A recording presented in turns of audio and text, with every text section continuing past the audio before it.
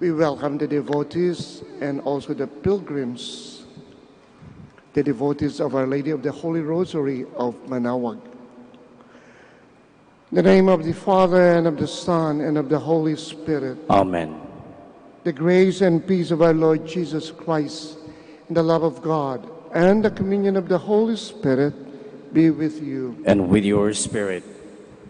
Brothers and sisters, to prepare ourselves worthy to celebrate this Eucharist, let us call to mind our sins, and we ask for God's mercy and forgiveness. You were sent to heal the contrite of heart. Lord, have mercy. Lord of mercy. You came to call sinners. Christ, have mercy. Christ of mercy. You are seated at the right hand of the Father to intercede for us. Lord, have mercy. Lord of mercy. May Almighty God have mercy on us, forgive us our sins, and bring us to everlasting life. Amen. Amen.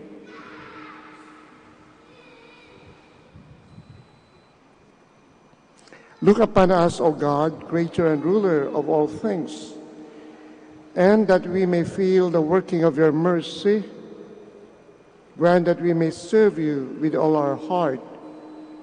Through our Lord Jesus Christ, your Son, who lives and reigns with you in the unity of the Holy Spirit, one God, forever and ever. Amen. Please be seated. A reading from the first letter of St. Paul to Timothy. Beloved, this saying is trustworthy. Whoever aspires to the office of bishop desires a novel task. Therefore, a bishop must be irreproachable, married only once, temperate, self-control, decent, hospitable, able to teach, not a drunkard, not aggressive, but gentle, not contentious, not a lover of money. He must manage his own household well, keeping his children under control with perfect dignity. For if a man does not know how to manage his own household, how can he take care of the church of God?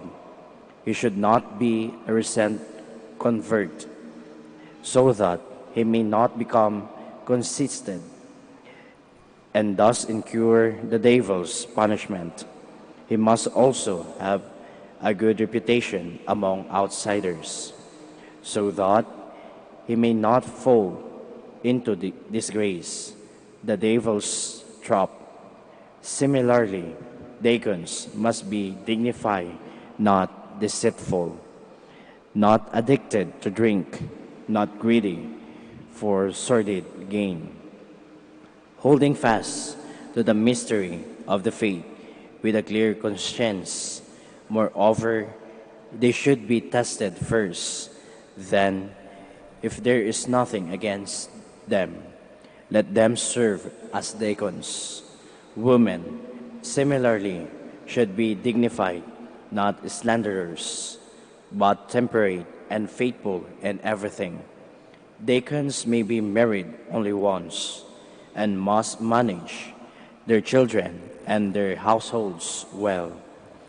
Thus, those who serve will as deacons gain good standing and much confidence in their faith in Christ. The word of the Lord. Thanks be to God. I will walk with blameless heart. Ulitin po natin, I will walk with blameless heart. Of mercy and judgment I will sing. To you, O Lord, I will sing praise. I will persevere in the way of integrity. When will you come to me? I will walk with blameless heart. I will walk with blameless heart within my house. I will not set before my eyes any base thing. I will walk with blameless heart. Whoever slanders his neighbor in secret, him will I destroy. the man of haughty eyes and puff up heart I will not endure. I will walk with blameless heart. My eyes are upon the faithful of the land, that they may dwell with me. He who walks in the way of integrity shall be in my service. I will walk with blameless heart. Please stand. Let us all sing the Alleluia. Alleluia. Alleluia. Alleluia. A great prophet has arisen in our midst, and good has visited his people. Hallelujah. Hallelujah. Hallelujah.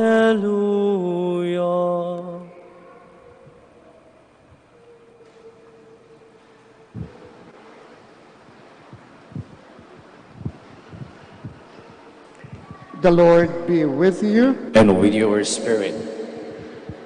A proclamation of the Holy Gospel according to Luke.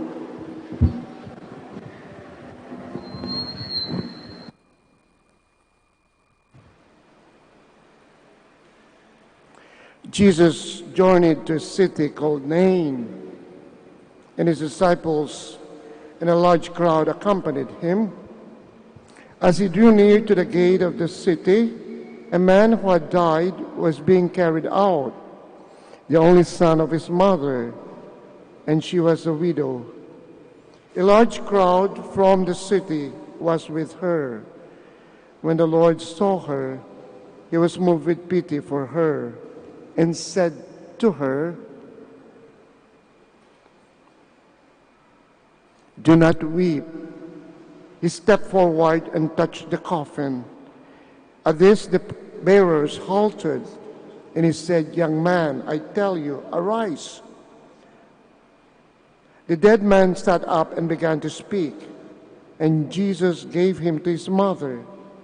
Fear seized them all, and they glorified God, exclaiming, "A great prophet has arisen in our midst, and God has visited his people."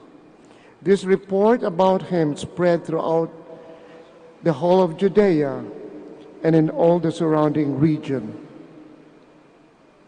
The Gospel of the Lord. Praise to your Lord Jesus Christ. Please be seated.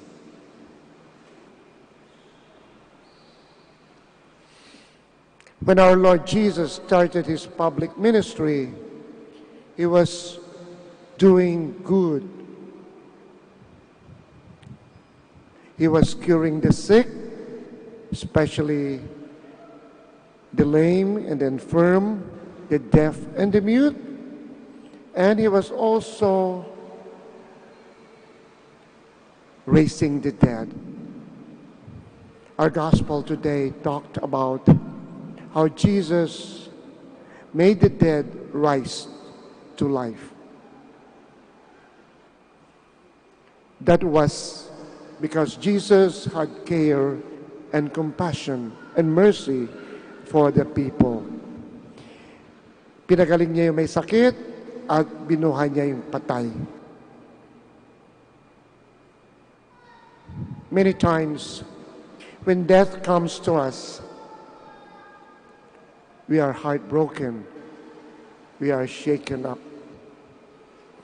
And our Lord, in fact, shows mercy and kindness and compassion to a woman whose son died. Alam nyo, this past 2 weeks, I was celebrating masses for the dead at the wakes. No? And every time I get an opportunity to talk about our practices toward honoring our dead, I think it's good to think about that for a little bit.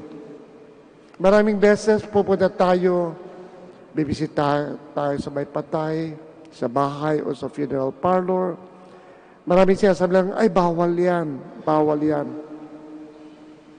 Sa totoo lang, sabihin natin, bakit bawal? Saan ba sinasabi sa Biblia na bawal yan? And unfortunately, some of these beliefs that we have tend to border towards superstitions. We do not know when this originated, but because people thought that that was the practice, then they keep doing it. I'll point out a few. Sabi nila, bawal daw maglinis, magwalis. Bakit bawal yun? Naglilinis lang naman tayo. Pangalawa, bawal magsabi daw ng thank you. Bawal magpasalamat. Anong masama ng magsabi ng salamat, di ba? At ito yung pangatlong gusto kong banggitin. Sabi nila, bawal daw yung magdala ng pagkain galing sa patay. Narinig niyo yun? Am I making sense?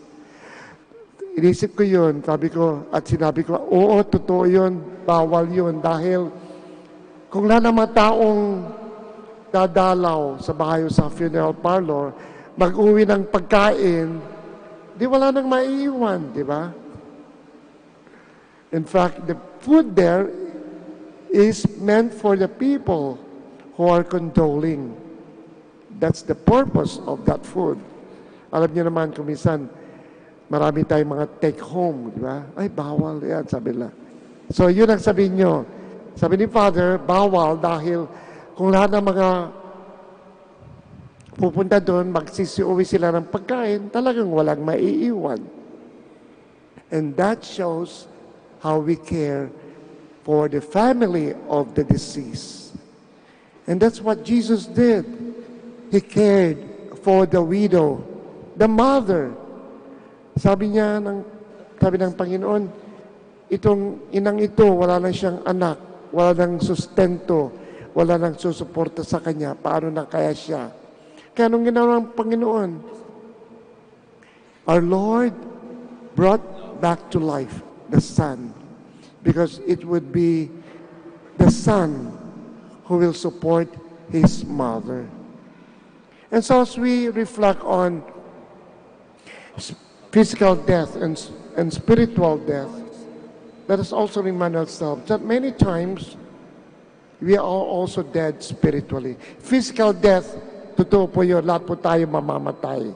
At minsan lang mangyayari yun. Pero yung spiritual death, maraming beses nangyayari yun. It happens to us because of our sinfulness, our wrongdoings, our bad attitude, our negative traits. Those are signs, symptoms of spiritual death. Kaya gusto natin magkaroon ng buhay.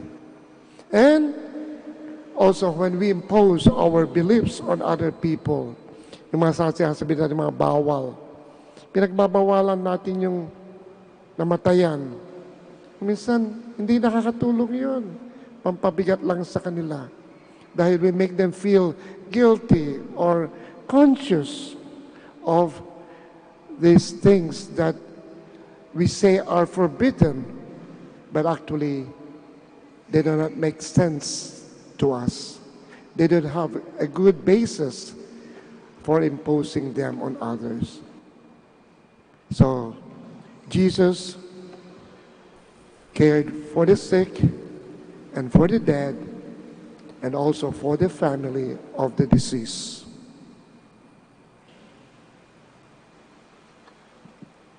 Magsitayo po tayo.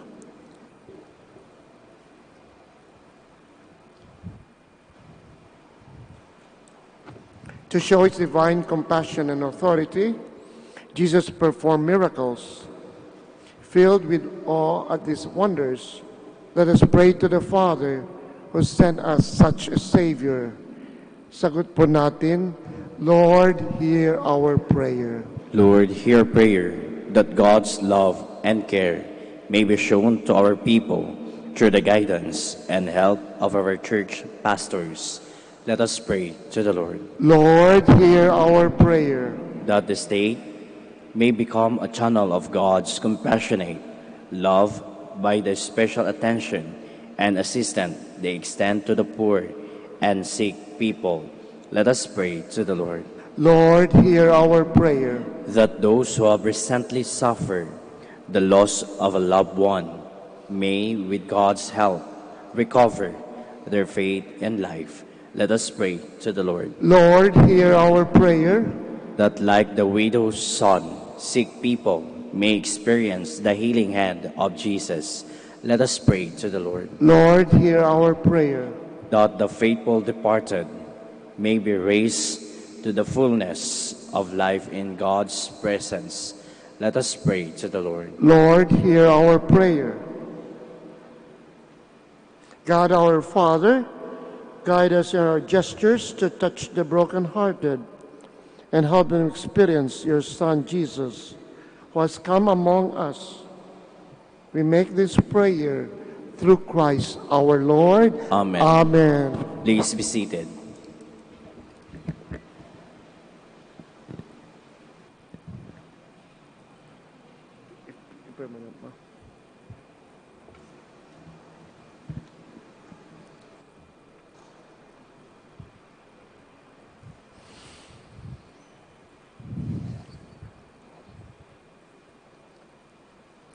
Blessed are you, Lord God of all creation, for through your goodness we have received this bread we offer you, fruit of the earth and work of human hands. It will become for us the bread of life. Blessed be God forever.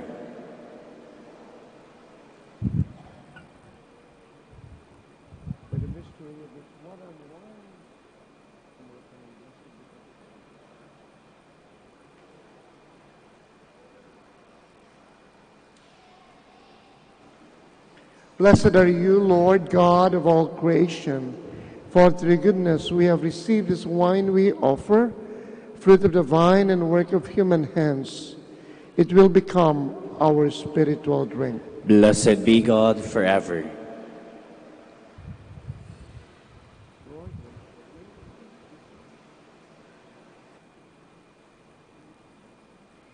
Please stand.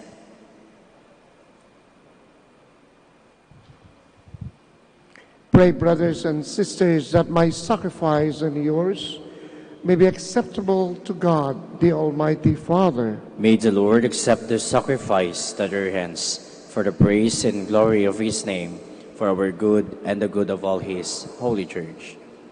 Look with favor on our supplications, O Lord, and in your kindness accept this your servant's offering, that what each has offered to the honor of your name may serve the salvation of all, through Christ our Lord. Amen.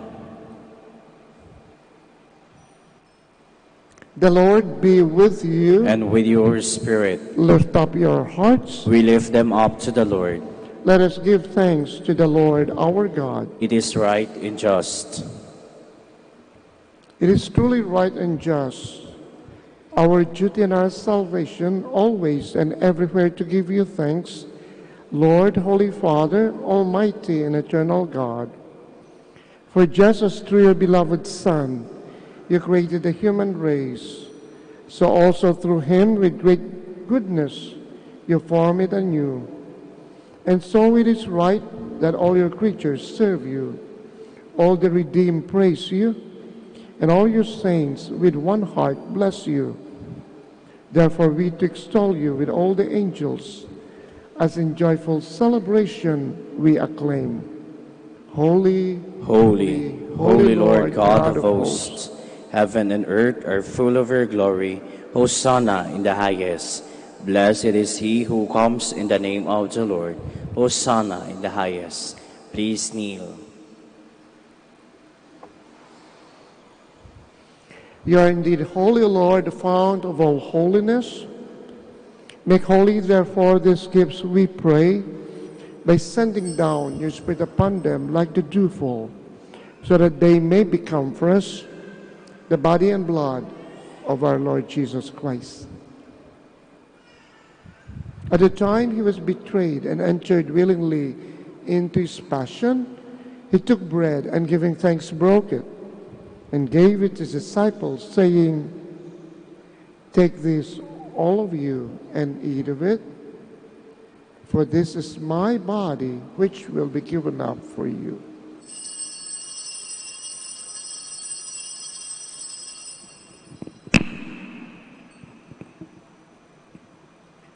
In a similar way, when supper was ended, he took the chalice, and once more giving thanks, he gave it to his disciples, saying, "Take this, all of you, and drink from it, for this is the chalice of my blood, the blood of the new and eternal covenant, which will be poured out for you and for many, for the forgiveness of sins.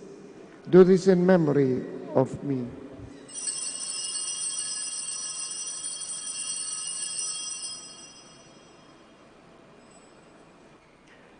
The mystery of faith. Save us, Savior of the world, for by your cross and resurrection you have set us free. Therefore, as we celebrate the memorial of his death and resurrection, we offer you, Lord, the bread of life and the chalice of salvation, giving thanks that have held us worthy to be in your presence and minister to you. Humbly we pray that partaking of the body and blood of Christ, we may be gathered into one by the Holy Spirit. Remember, Lord, your church spread throughout the world, and bring her to the fullness of charity, together with Francis, our Pope, Socrates, our Archbishop, Fidelis, his assistant bishop, and all the clergy. Remember also our brothers and sisters who have fallen asleep in the hope of the resurrection, and all who have died in your mercy. Welcome them into the light of your face. Have mercy on us all, we pray, that with the Blessed Virgin Mary, the Mother of God, with blessed Joseph, her spouse, with the blessed apostles, and all the saints who have pleased you throughout the ages, we may merit to be co-heirs to eternal life, and may praise and glorify you through your Son, Jesus Christ.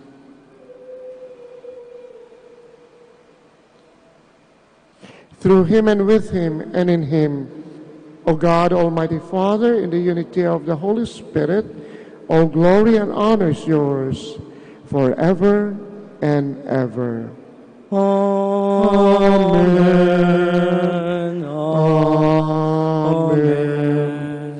Amen. Amen. Please stand.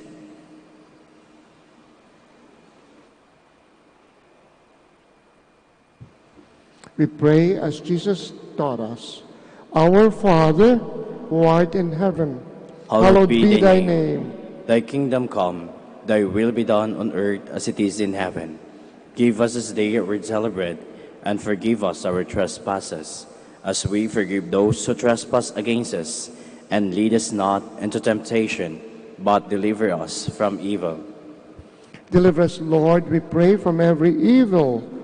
Graciously grant peace in our days, that by the help of your mercy, we may be always free from sin and safe from all distress, as we await the blessed hope and the coming of our Savior, Jesus Christ. For the kingdom, the power, and the glory are yours, now and forever. Lord Jesus Christ, who said to your apostles, "Peace I leave you, my peace I give you," look not on our sins, but on the faith of your church, and graciously grant her peace and unity in accordance with your will, who live and reign forever and ever. Amen. The peace of the Lord be with you always. And with your spirit.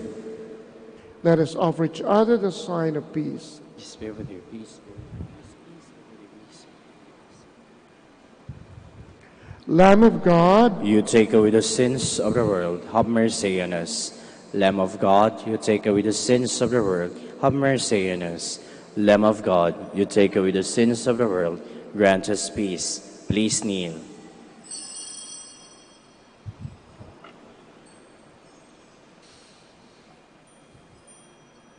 behold Jesus, the Lamb of God, our Lord, our Savior. Blessed are those who are called to the supper of the Lamb. Lord, I am not worthy that you should enter under my roof, but only say the word, and my soul shall be healed.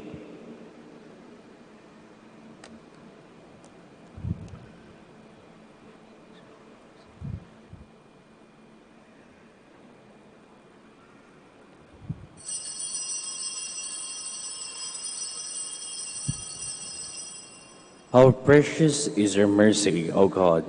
The children of men seek shelter in the shadow of your wings.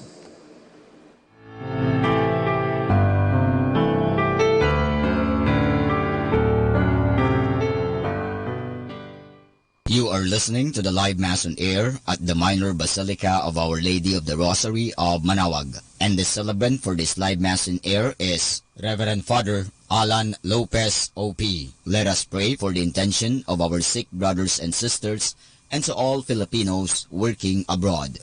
Hi, my dear friends. If you wish to watch us live, you can go on to Facebook and look for Manaoag Dominican Radio. Watch us live on Facebook. Thank you very much.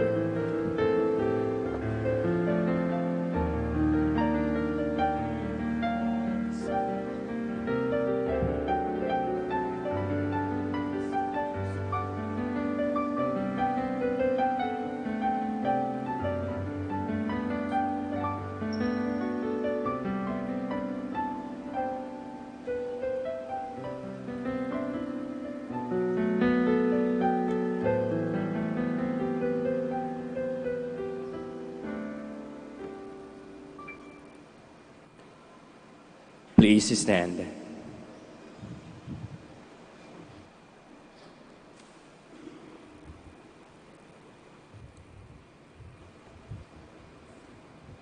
May the working of this heavenly gift, O Lord, we pray, take possession of our minds and bodies, so that its effects and not our own desires may always prevail in us through Christ our Lord. Amen. Amen. Please kneel. Together we pray to Saint Michael. Saint Michael, the Archangel, Defend us defend us in in battle. battle. Be our defense against the wickedness and snares of the devil. May God rebuke him, we humbly pray. And do thou, Prince of the heavenly host, by the power of God, thrust into hell Satan and all the evil spirits who prowl about the world, seeking the ruin of souls. Amen. Please be seated for the announcement. The Feast of Our Lady of the Rosary of Manaoag will be on October 6, 2019, first Sunday of October. The Novena Masses will be scheduled from 5 a.m. to 12 noon and 4:30 p.m. from September 27 to October 5, 2019. On September 29, Sunday, additional Masses at 3 and 5:30 p.m. The fiesta activities will be highlighted by the 4 p.m. Solemn Mass to be followed by a solemn procession. We invite you to participate in these Novena Masses and be one with us in expressing our devotion to Our Lady of the Rosary of Manaoag. If you wish to sponsor one or several of the Novena Masses, you may fill up the form at the religious store at the ground floor. Thank you very much for your continued support. Please stand. The Lord be with you. And with your spirit.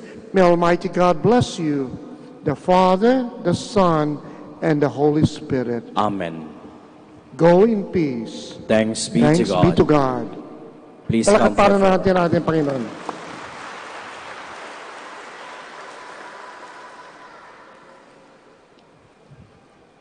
Please come forward.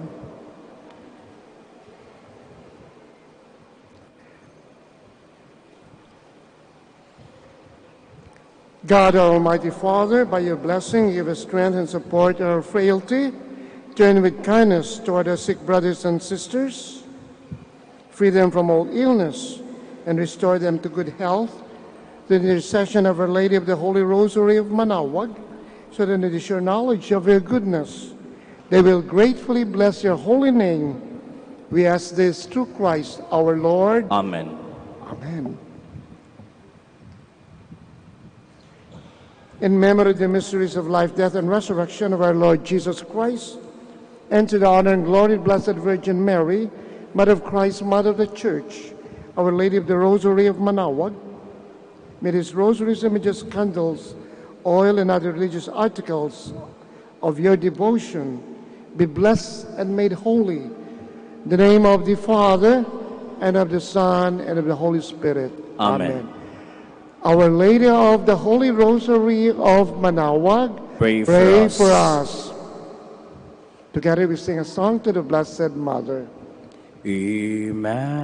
Immaculate Mother, we come at thy call, and lo, at thy altar before thee we fall.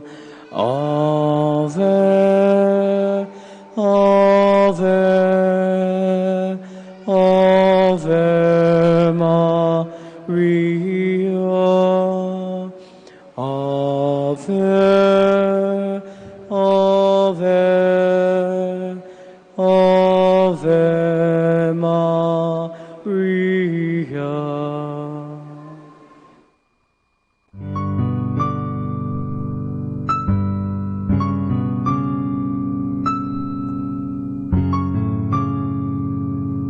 Prayer for our OFW.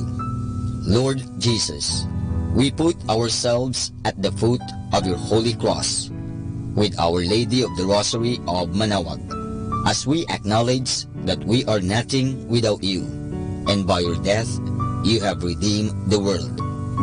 We believe in faith that nothing is impossible with you.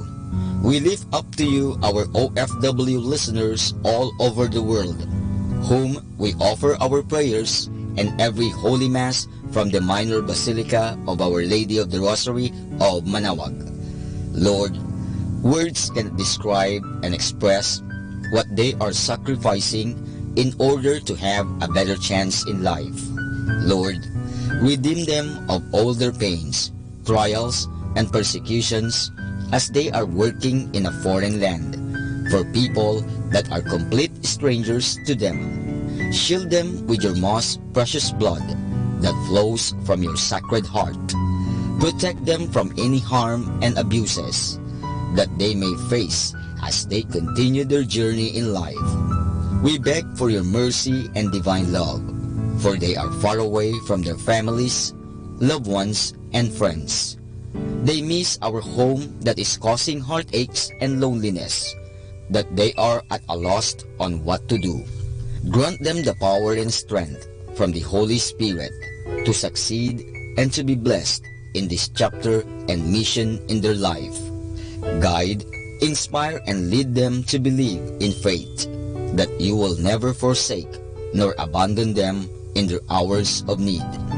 Be with them always, especially for those OFW who are staying in places where they are not allowed to worship and pray for you. Make their bodies, minds, and spirit be your temple. Our Lady of the Rosary of Manaoag, you are always sensitive to their needs. You know what is in their minds, heart, and their condition in life. We love you, as we ask you to cover them, their families, loved ones, and friends with your mantle of love and protection. We ask all of this in the name of Jesus, through the intercession of Our Lady of the Rosary of Manaoag. Amen.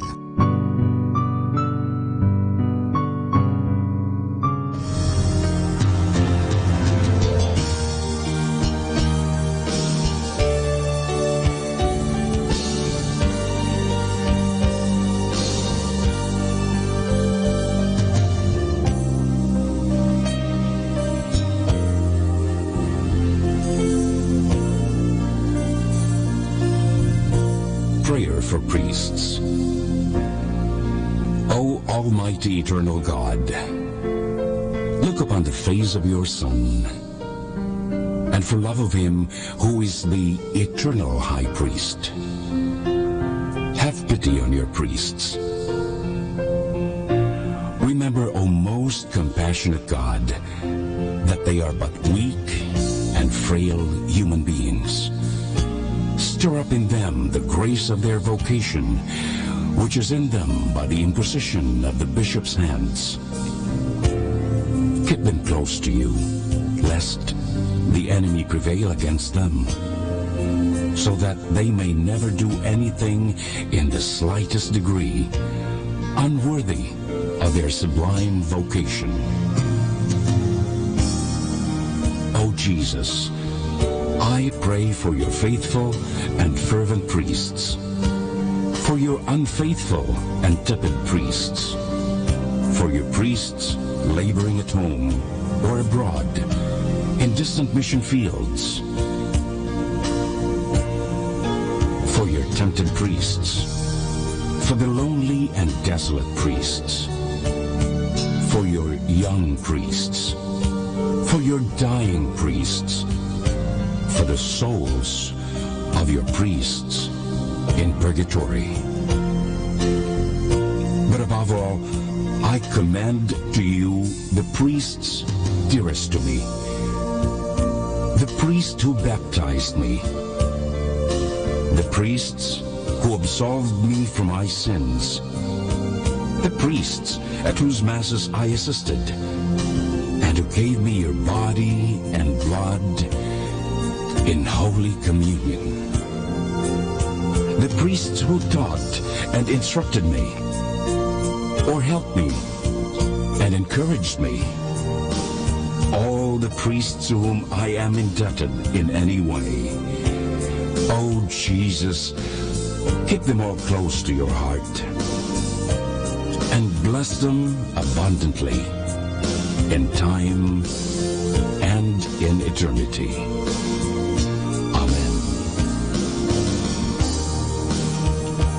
In the name of the Father, and of the Son, and of the Holy Spirit.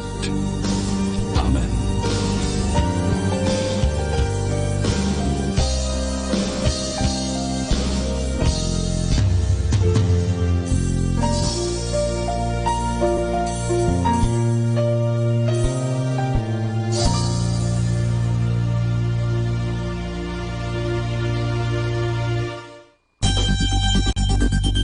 More than ever, we need Catholic radio station like Manaoag Dominican Radio FM.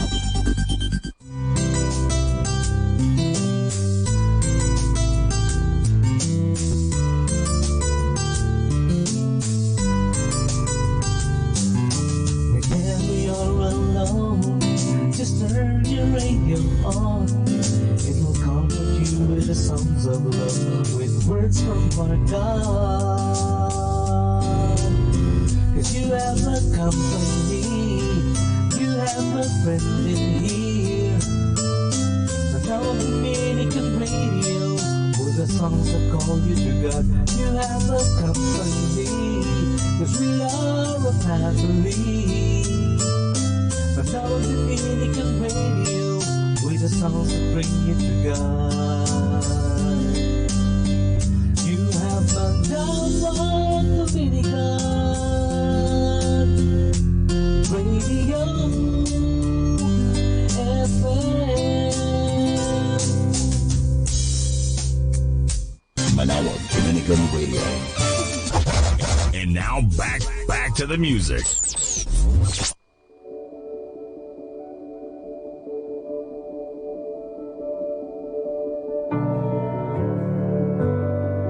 Amongst the noise of raging seas, I hear your voice call out to me. With just one word, you still my thoughts and put to rest my anxious heart. So I will fix my eyes on you, my steady home, the anchor for my soul. You fill me with your peace, your all-consuming peace. Whenever I'm in need, your presence comforts me. You fill me with your peace, your everlasting peace. Whenever I'm in trouble, your presence comforts me.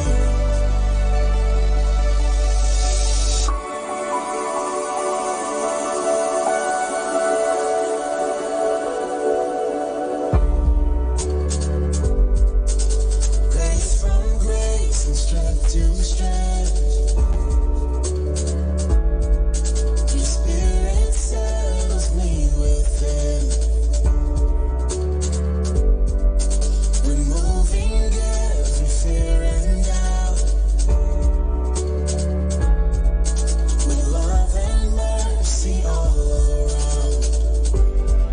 So I will fix my eyes on you, my steady hope, the anchor for my soul. You fill me with your peace, your all-consuming peace. Whenever I'm in need, your presence comforts me. You fill me with your peace, your everlasting peace. Whenever I'm in trouble, your presence comforts me.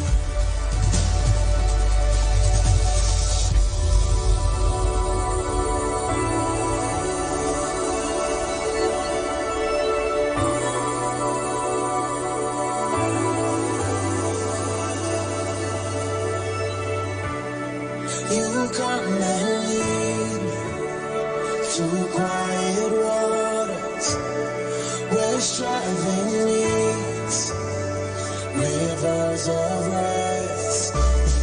My Prince of Peace, here I surrender my everything, now and forever.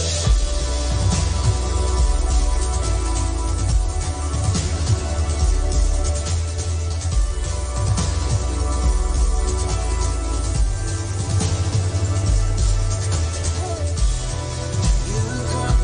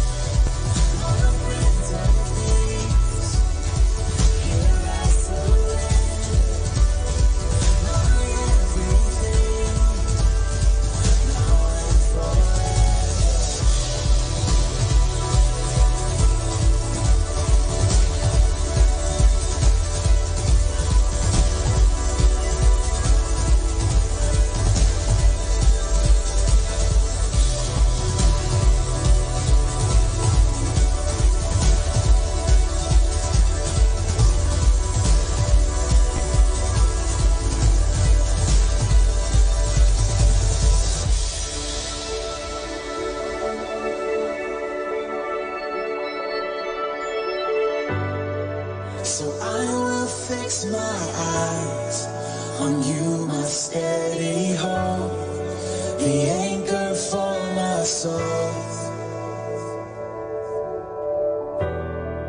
And I will set my life on you and you alone, the savior of my soul. You fill me with your peace.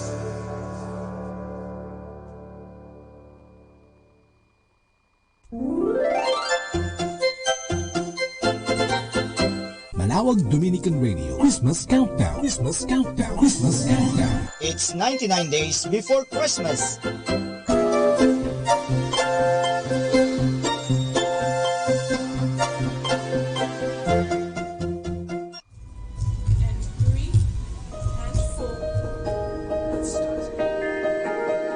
Did you know? No two raindrops are the same. Each one has a place and has a name. When it gets cold, they receive a new design. Then they fall down just in time for Christmas night. Sha-la-la-la, sha-la-la-la-la-la-la. Sha-la-la-la, sha-la-la-la-la-la. When the snowflakes come down, keep 'em coming. Landing on the nose, keep 'em coming. They're not like anybody else. They're not like anybody else. Bring on the snow, bring it on. I'm my own individual. I'm not like anybody else. I'm not like anybody else.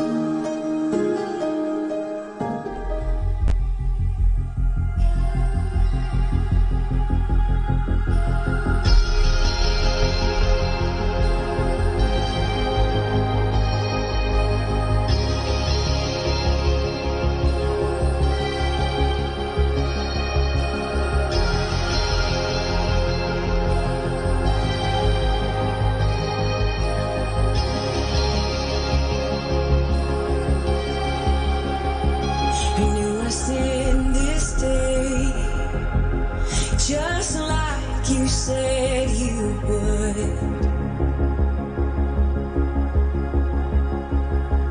Your word is not in vain.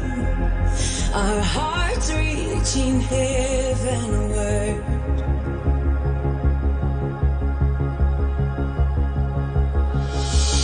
Fresh outpouring, tear the fabric open.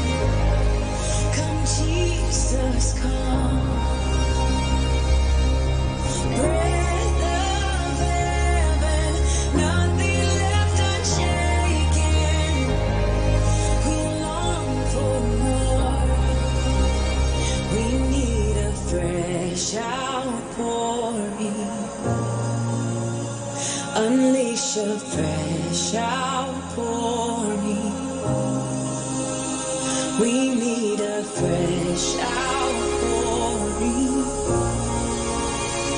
Unleash a fresh outpouring.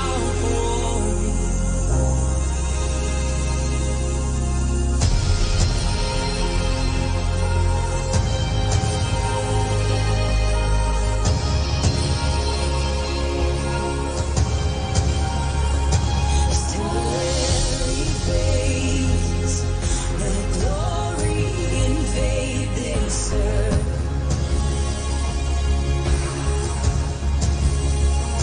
Your power on display. Our eyes looking heavenward.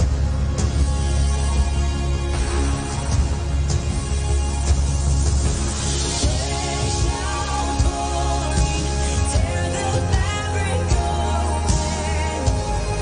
Come, Jesus, come. Breath of heaven, nothing left unshaken. We long for more. We need a fresh outpouring. Unleash a fresh outpouring. We need a fresh outpouring. Unleash a fresh outpouring. There is fire stirring in our bones. A shout is rising, rising up inside. Soak the earth, come and fill our hearts. Your voice is calling, calling us to life. We need a fresh outpouring. Unleash a fresh outpouring. We need a fresh outpouring. Unleash a fresh outpouring.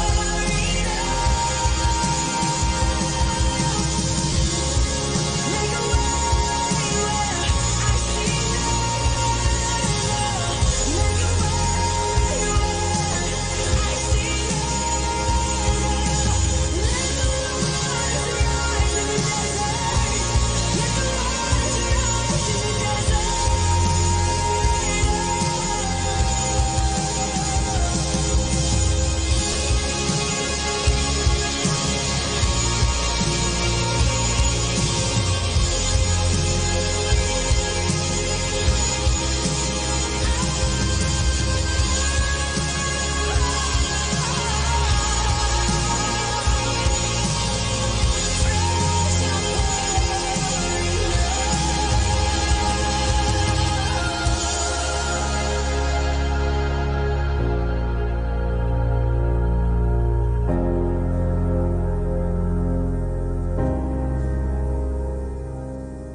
Fresh outpouring, tear the fabric open.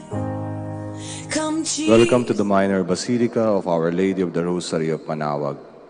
The Liturgy of the Hours is the official public prayer of the Church and a source of nourishment for personal prayer. It is devised so that the whole course of the day and night will be made holy by praising God.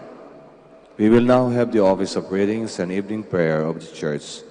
We invite you to please actively participate in our prayers. Thank you.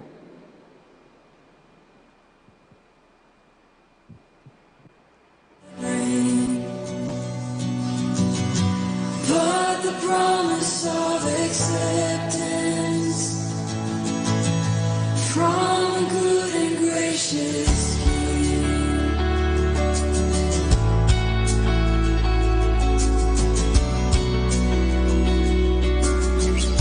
I will give to you my burden as you give to me your strength. Come and fill me with your spirit as I sing to you this praise. You deserve the greater glory. So come and lift my voice to the King in need of nothing. Empty-handed I rejoice. You deserve the greater glory. So come with joy I sing. By your love I am accepted. You're good and gracious.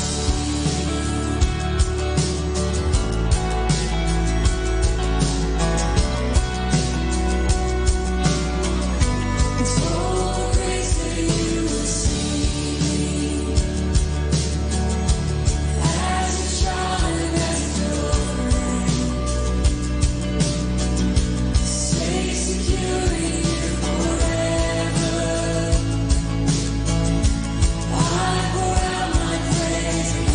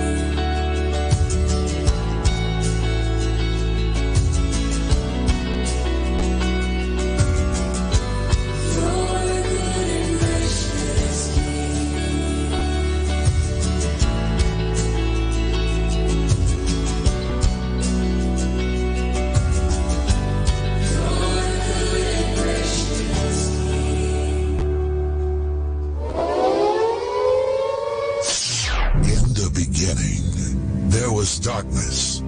Then there was light. And then a sound. Who am I that the Lord of all the earth would care to know my name, would care to feel my hurt? Manali ka, tuyuin ang luha sa mata.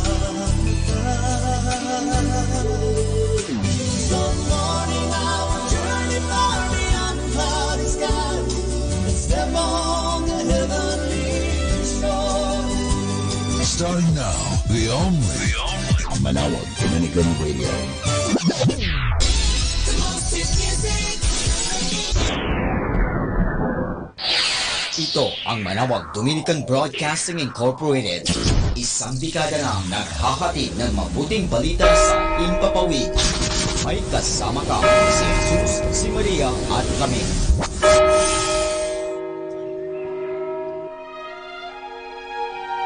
Magandang gabi po sa inyong lahat. Ito po ang inyong punong lingkod mula sa simbahan na nakikiusap na huminto sa paglalakad at itigil ang lahat ng ginagawa upang tayo ay manalangin. Pasalamatan natin ang Diyos sapagkat tayo ay mga anak niya. Idalangin natin ang Pangasinan, ang mahal nating lalawigan at ang buong Pilipinas, ang perlas ng silangan. In the name of the Father, and of the Son, and of the Holy Spirit. Amen. The angel of the Lord declared unto Mary, And she conceived by the power of the Holy Spirit. Hail Mary, full of grace, the Lord is with thee. Blessed art thou among women, and blessed is the fruit of your womb, Jesus. Holy Mary, Mother of God, pray for us sinners, now and at the hour of our death. Amen. Behold, the handmaid of the Lord. Be it done to me according to your word. Hail Mary, full of grace, the Lord is with thee. Blessed art thou among women, and blessed is the fruit of thy womb, Jesus. Holy Mary, Mother of God, pray for us sinners, now and at the hour of our death. Amen. And the Word was made flesh, And dwelt among us. Hail Mary, full of grace, the Lord is with thee. Blessed art thou among women, and blessed is the fruit of thy womb, Jesus. Holy Mary, Mother of God, pray for us sinners, now at the hour of our death. Amen. Pray for us, O Holy Mother of God, That we may be made worthy of the promises of Christ. Let us pray. Pour forth, we beseech you, O Lord, your grace into our hearts, that we, through the incarnation of Christ your Son, was made known by the message of an angel, made by his passion and cross, be brought to the glory of his resurrection, through the same Christ our Lord. Amen. Glory be to the Father, and to the Son, and to the Holy Spirit, As it was in the beginning, is now, and will be forever. Amen. The Lord be with you. And with your spirit. May the Almighty God bless you, the Father, the Son, and the Holy Spirit. Amen. O sacred feast, in which we partake of Christ, his sufferings are remembered, our minds are filled with His grace, and we receive the pledge of the glory which is to be ours. You gave them bread from heaven to be their food. And this bread contained all goodness. Let us pray. Lord Jesus Christ, you gave us the Eucharist as a memorial of your suffering and death. May our worship of the sacrament of your body and blood help us experience the salvation you won for us, and the peace of the kingdom where you live with the Father and the Holy Spirit, one God forever and ever. Amen. God, come to my assistance. Lord, make haste to help me. Glory to the Father, and to the Son, and to the Holy Spirit. As it was in the beginning, is now, and will be forever. Amen. Alleluia. Day is done, but love unfailing dwells ever here. Shadows fall, but hope prevailing calms every fear. Loving Father, none forsaking, take all our hearts of love's own making. Watch our sleeping, guard our waking. Be always near. Dark descends, but light unending shines through our night. You are with us, ever lending new strength to sight. One in love, your truth confessing, one in hope of heaven's blessing. May we see in love's possessing, love's endless light. Lord, let my cry come to you. Do not hide your face from me. O Lord, listen to my prayer, and let my cry for help reach you. Do not hide your face from me. In the day of my distress, turn your ear towards me, and answer me quickly when I call. For my days are vanishing like smoke. My bones burn away like a fire. My heart is withered like the grass. I forget to eat my bread. I cry with all my strength, and my skin clings to my bones. I have become like a pelican in the wilderness, like an owl in desolate places. I lie awake and I moan, like some lonely bird on a roof. All day long my foes revile me. Those who hate me use my name as a curse. The bread I eat is ashes. My drink is mingled with tears. In your anger, Lord, and your fury, you have lifted me up and thrown me down. My days are like a passing shadow, and I wither away like the grass. Glory to the Father, and to the Son, and to the Holy Spirit. As it was in the beginning, is now, and will be forever. Amen. Be attentive, Lord, to the prayer of the helpless. But you, O Lord, I will endure forever, and your name from age to age. You will arise and have mercy on Zion, for this is the time to have mercy. Yes, the time appointed has come, for your servants love her very stones, are moved with pity even for her dust. The nations shall fear the name of the Lord, and all the earth's kings your glory, when the Lord shall build up Zion again, and appear in all his glory. Then he will turn to the prayers of the helpless. He will not despise their prayers. Let this be written for ages to come, that a people yet unborn may praise the Lord. For the Lord leaned down from his sanctuary on high. He looked down from heaven to the earth, that he might hear the groans of the prisoners and free those condemned to die. The sons of your servants shall dwell untroubled, and the race shall endure before you, that the name of the Lord may be proclaimed in Zion, and his praise in the heart of Jerusalem, when peoples and kingdoms are gathered together to pay their homage to the Lord. Glory to the Father, and to the Son, and to the Holy Spirit. As it was in the beginnings, now and will be forever. Amen. You, O Lord, established the earth, and the heavens are the work of your hands. He has broken my strength in mid-course.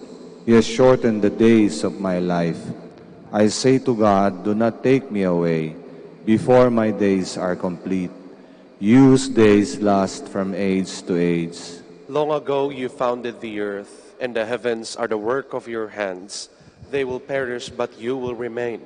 They will all wear out like a garment. You will change them like clothes that are changed, but you neither change nor have an end. Glory to the Father, and to the Son, and to the Holy Spirit. As it was in the beginning, is now, and will be forever. Amen. Listen, my people, to my teaching. Give ear to the words I speak.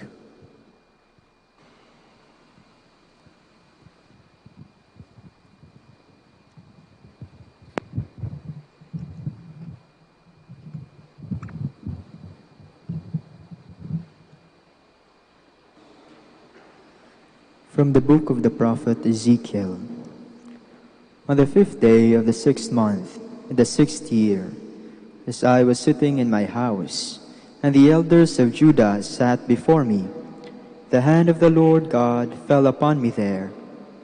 I looked up and saw a form that looked like a man.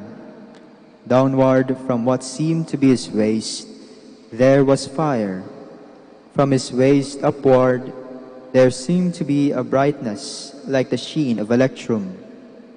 He stretched out what appeared to be a hand and seized me by the hair of my head. Spirit lifted me up in the air and brought me in divine visions to Jerusalem, to the entrance of the north gate, where stood the statue of jealousy, which stirs up jealousy. And I saw there the glory of the God of Israel, like the vision I had seen in the plain. He said to me, Son of man, look toward the north. I looked toward the north and saw northward of the gate the altar of the statue of jealousy. Son of man, he asked me, do you see what they are doing? Do you see the great abominations that the house of Israel is practicing here, so that I must depart from my sanctuary? But you shall see still greater abominations.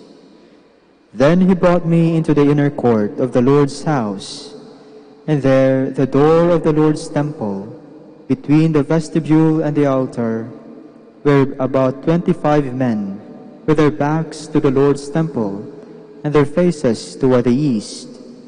They were bowing down to the sun. Do you see, Son of man? He asked me.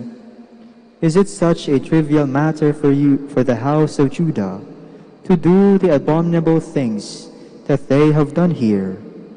For they have filled the land with violence, and again they have provoked me, that now they must also put the branch to my nose. Therefore I in turn will act fearlessly. I will not look upon them with pity, nor will I show mercy. Then he cried loud for me to hear, Come, you scourges of the city. With that I saw 6 men coming from the direction of the upper gate, which faces the north, each with a destroying weapon in his hand. In their midst was a man dressed in linen, with a writer's case at his waist. They entered and stood beside the bronze altar. Then he called the man dressed in linen with a writer's case at his waist, saying to him, Pass through the city, through Jerusalem, and mark an X on the foreheads of those who moan and groan over all the abominations that are practiced within it. To the others I heard him say, Pass through the city after him and strike. Do not look on them with pity, nor show any mercy. Old men, youths and maidens, women and children, wipe them out, but do not touch any mark with an X. Begin at my sanctuary. So they began with the men, the elders, who were in front of the temple.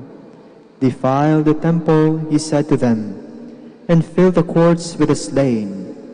Then go out and strike in the city. As they began to strike, I was left alone. I fell prone, crying out, Alas, Lord God, will you destroy all that is left of Israel when you pour out your fury on Jerusalem? He answered me, The sins of the house of Israel are great beyond measure. The land is filled with bloodshed, the city with lawlessness. They think that the Lord has forsaken the land, that he does not see them. I, however, will not look upon them with pity, nor show any mercy. I will bring down their conduct upon their heads. Then I saw the man dressed in linen, with a writing case at his waist, make his report. I have done as you ordered.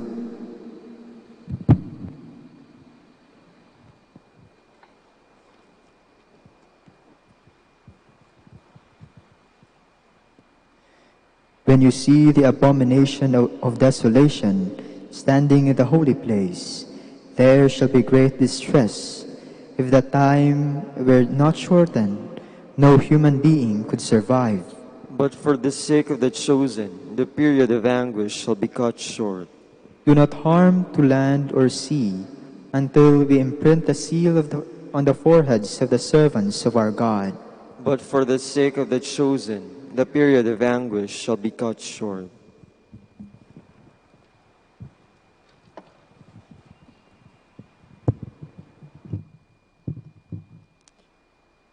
From a Sermon on Pastors by St. Augustine, Bishop. Once when Paul was in great need, in chains for his confession of the truth, his fellow Christians sent him what was necessary for his wants and needs.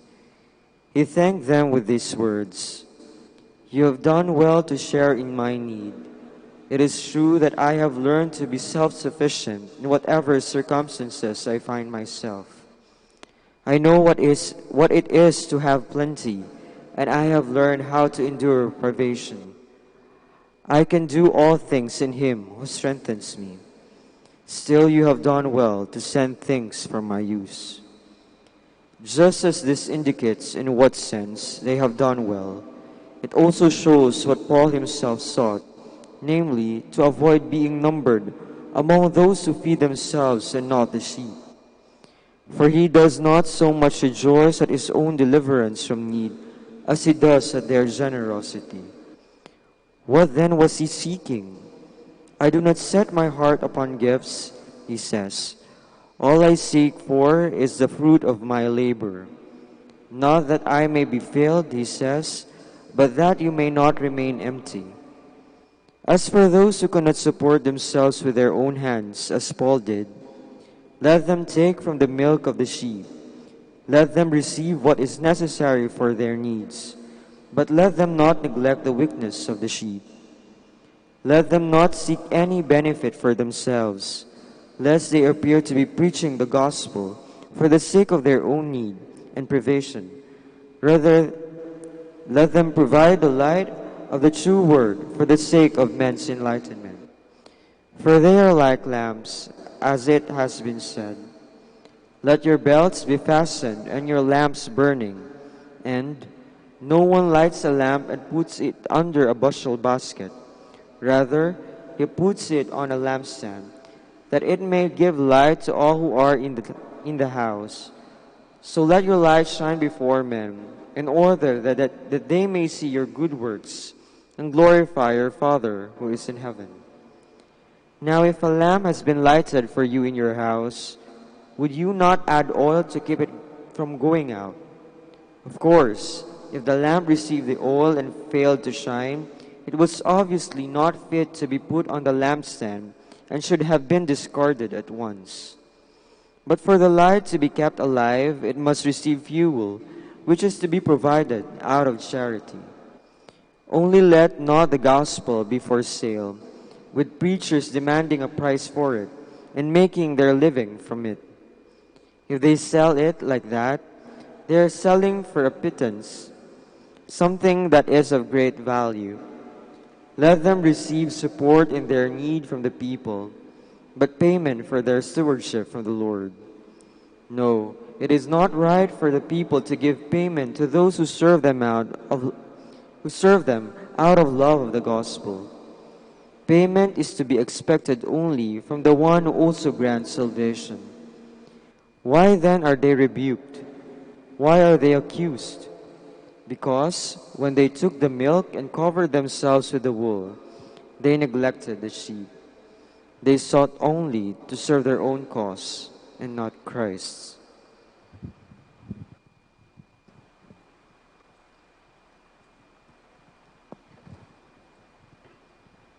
I want you and not your possessions. Children should not have to make provisions for their parents, but parents for their children. I shall gladly spend what I have, and be spent for your sakes. If my blood is to be shed as a libation upon the sacrificial offering of your faith, I shall rejoice, and be spent for your sakes.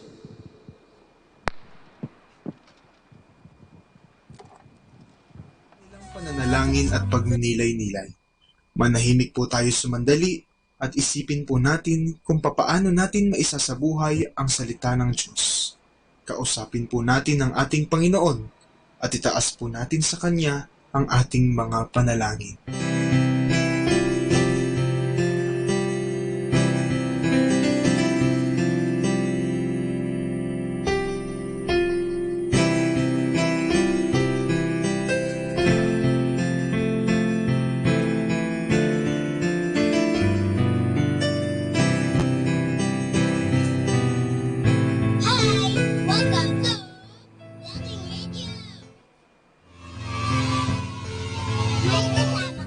Let us now listen to the third live mass in air.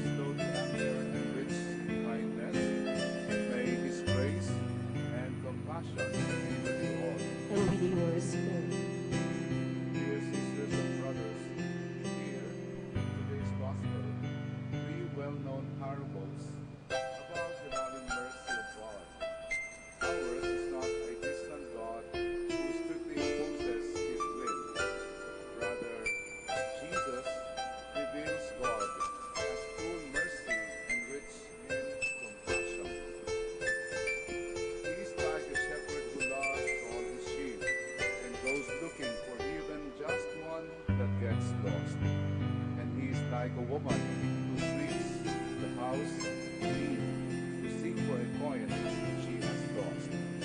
Let us therefore approach the Father with confidence as we celebrate the memorial of Jesus Christ, His Son. Let us now make ourselves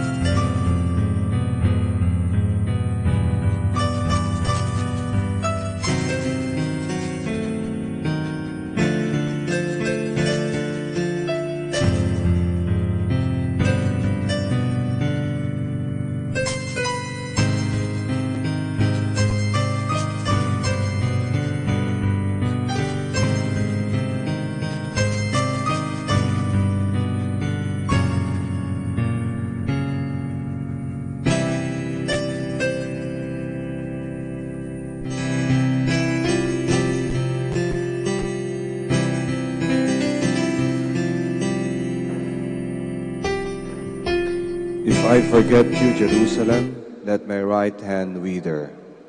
By the rivers of Babylon, there we sat and wept, remembering Zion.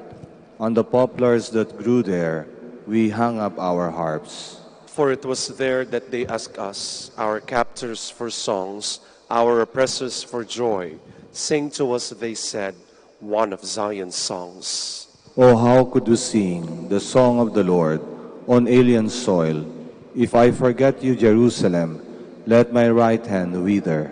Oh, let my tongue cleave to my mouth, if I remember you not, if I prize not Jerusalem above all my joys. Glory to the Father, and to the Son, and to the Holy Spirit. As it was in the beginning, is now, and will be forever. Amen. In the presence of the angels, I will sing to you, my God. I thank you, Lord, with all my heart, for you have heard the words of my mouth. In the presence of the angels, I will bless you. I will adore before your holy temple. I thank you for your faithfulness and love, which excel all we ever knew of you. On the day I called, you answered. You increased the strength of my soul. All earth's kings shall thank you when they hear the words of your mouth. They shall sing of the Lord's ways. How great is the glory of the Lord. The Lord is high, yet he looks on the lowly, and the haughty he knows from afar. Though I walk in the midst of affliction, you give me life and frustrate my foes. You stretch out your hand and save me. Your hand will do all things for me. Your love, O Lord, is eternal. Discard not the work of your hands. Glory to the Father, and to the Son, and to the Holy Spirit. As it was in the beginning, is now, and will be forever. Amen. Adoration and glory belong by right to the Lamb who was slain. O Lord our God, you are worthy to receive glory and honor and power. For you have created all things. By your will they came to be and were made. Worthy are you, O Lord, to receive the scroll and break open its seals. For you were slain. With your blood you purchased for God men of every race and tongue, of every people and nation. You made of them a kingdom and priests to serve our God, and they shall reign on the earth. Worthy is the Lamb that was slain, to receive power and riches, wisdom and strength, honor and glory and praise. Glory to the Father, and to the Son, and to the Holy Spirit. As it was in the beginning, is now, and will be forever. Amen.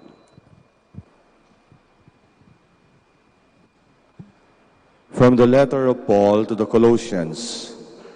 Let the word of Christ, rich as it is, dwell in you in wisdom made perfect. Instruct and admonish one another. Sing gratefully to God from your hearts in psalms, hymns, and inspired songs.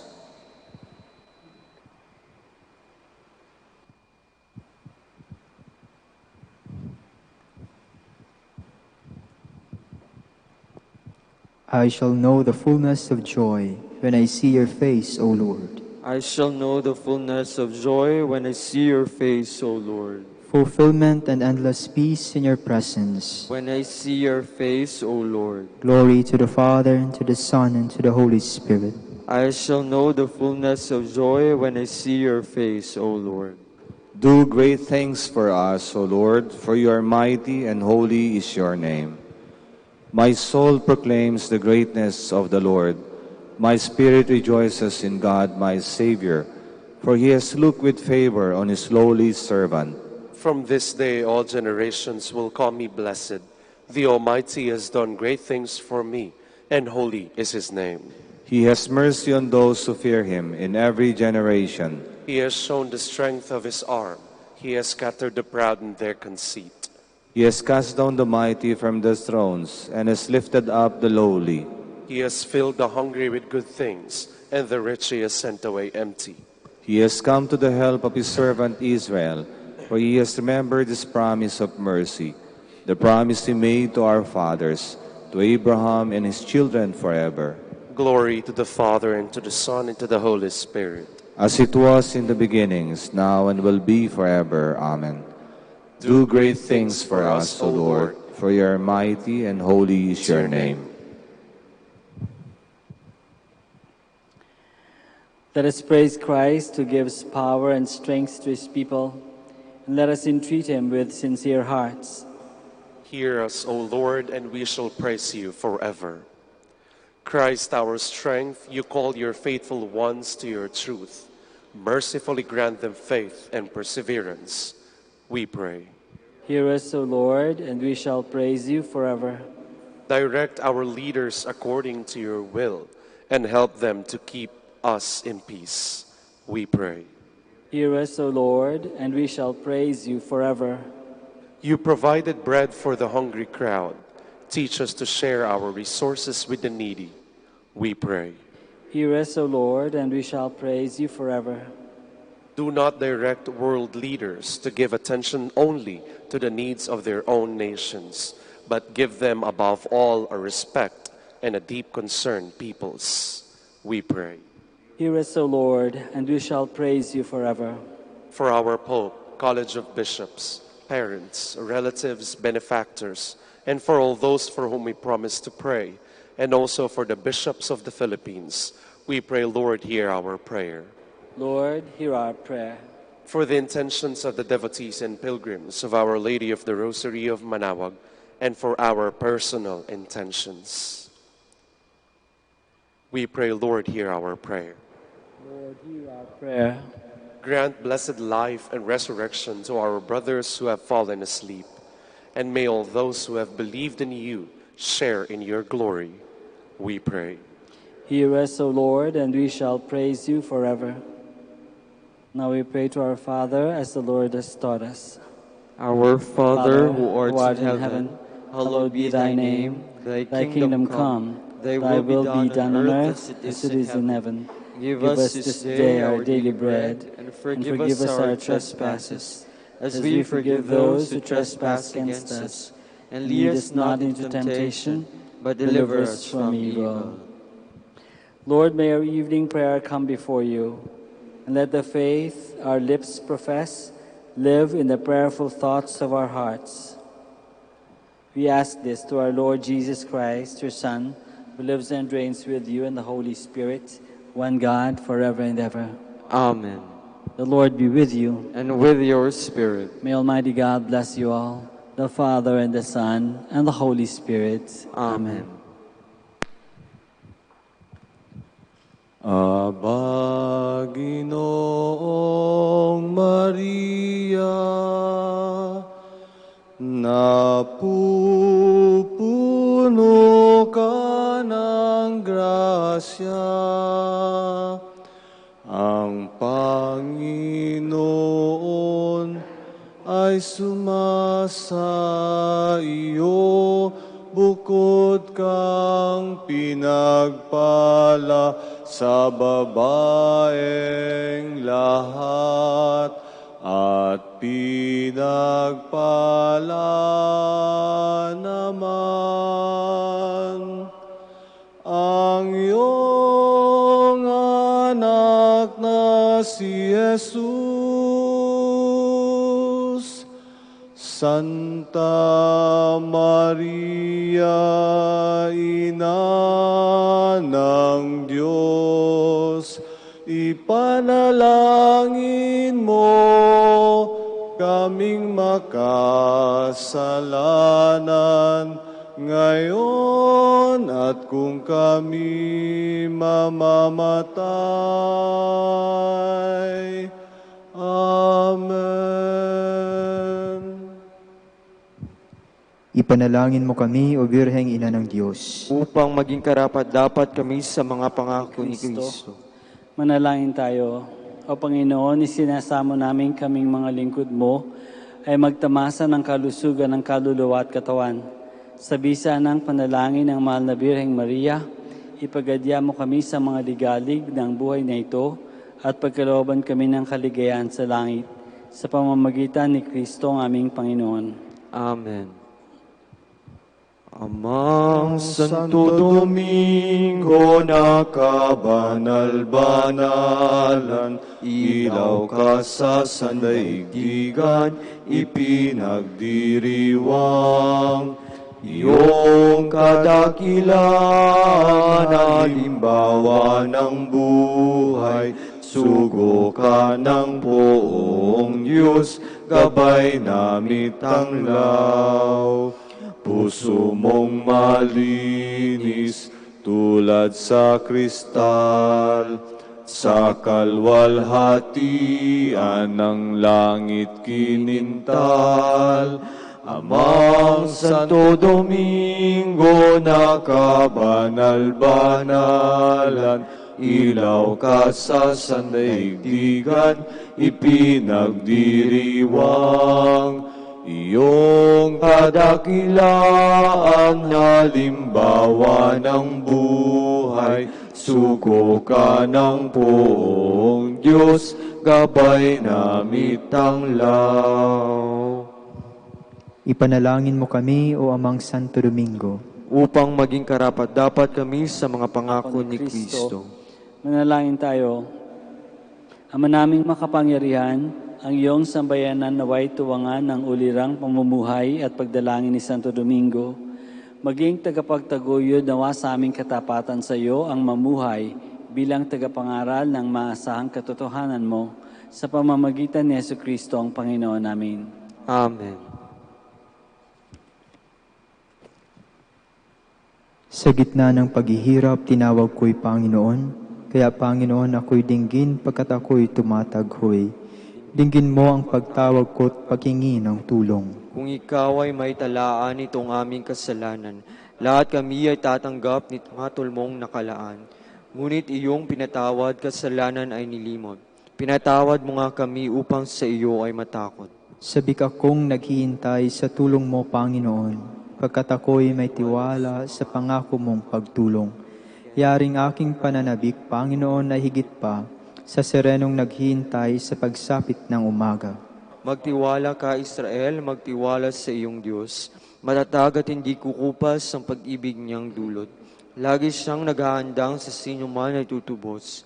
Ililigtas ang Israel yaong kanyang hirang. Ililigtas niya sa kanilang kasalanan. Kapayapaan kailanman ang igawad ng may kapal sa yumaong ating mahal. Sila nawa ay silayan ng ilaw na walang hanggan. Manalangin tayo. Panginoon, pakinggan ang aming mga padalangin. Sa pagkabuhay ng iyong anak mula sa kamatayan, pinagkalooban mo kami ng pananampalataya. Palakasin ang aming pag-asa na ang mga kapatid naming yumao ay makibahagi sa muling pagkabuhay ni Jesucristo kasama ng Espiritu Santo magpasawalang hanggan. Amen.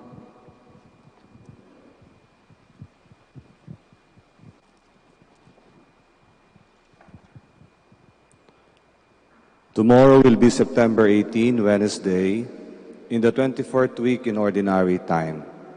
And the Gospel shall be taken from the account of St. Luke. And Jesus said, "What comparison can I use for the people? What are they like? They are like children sitting in the marketplace, about whom their companions complain. We pipe you a tune and you wouldn't dance. We sang funeral songs and you wouldn't cry.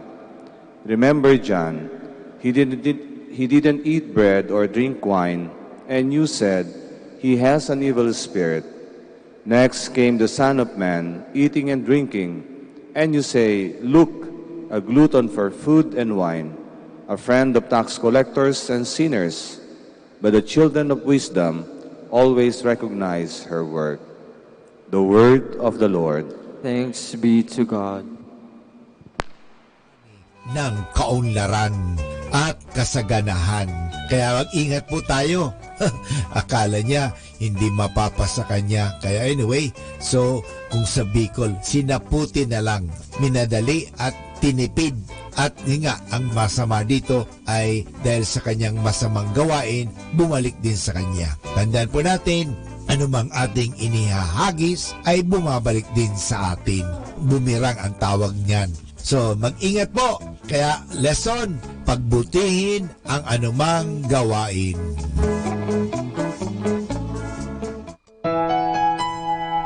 Blissful evening mga kasama. Whatever happens in your day, just relax and manage to smile for everything is God's plan. Just sit back and relax while listening to Manawag Dominican Radio. May kasama ka.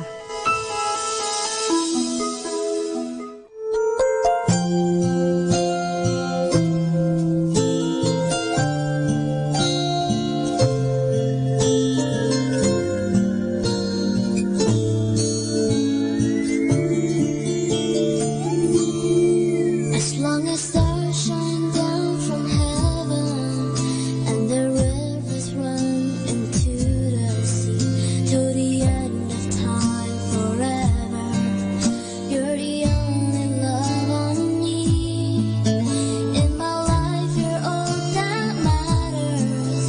In my eyes, the only truth I see. When my hopes and dreams have shattered, you're the one that's there for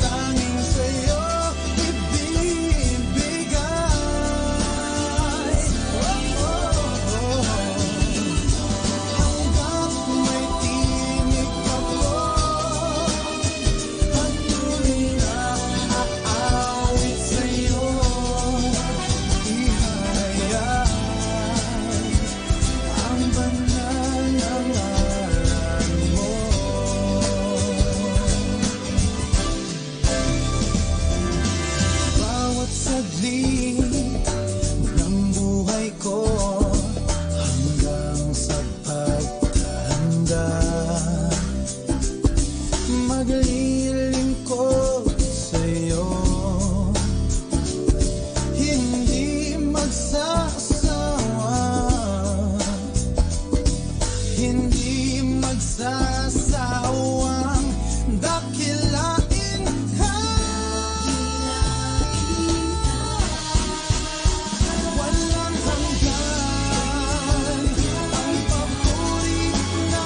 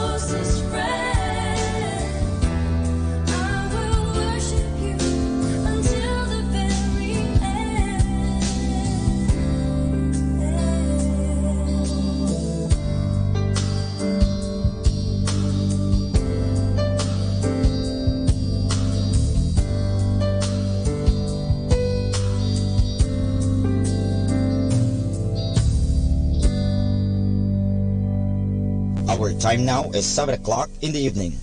Let us now have our time check prayer.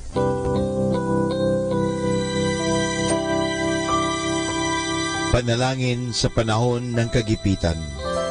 O Diyos na makapangyarihan, lumalapit ako sa iyo sa sandaling ito na kailangan kita at ang mahalaga mong tulong. Lubha akong ngayong nahihirapan sa mabigat kong suliranin. Tunay na hindi ko alam ang aking gagawin sa mga panahong ito ng aking kagipitan. Nalilito at natatakot ako. Sinasabi sa banal na kasulatan, ikaw ang kanlungan ng mga hamak, takbuhan ng mga dukha sa kanilang kagipitan. Kaya naman buo ang aking pag-asa. Nagagawa ka ng paraan upang mabigyan ng kalutasan ang pagsubok na ito. Tulungan mo ako. Sa iyo ako nagtitiwala sapagat ikaw ay Diyos na makatarungan at makapangyarihan at mapagmahal. Sa ngalan ni Jesus. Amen.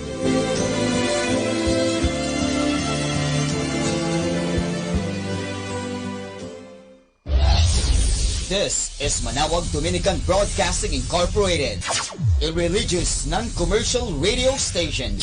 10 years of evangelizing the airwaves, sharing God's blessings, live masses on air, playing religious music and prayers.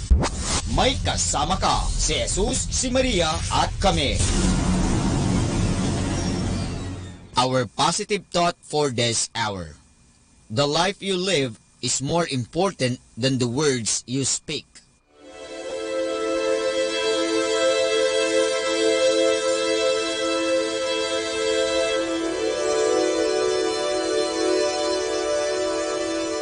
Isang mapagpalang pagbati po sa inyong lahat mula sa aming mga Dominikanong nobisyo dito sa Minor Basilica of Our Lady of the Rosary of Manawag. Kayo po ay nakikinig sa Binhi ng Buhay.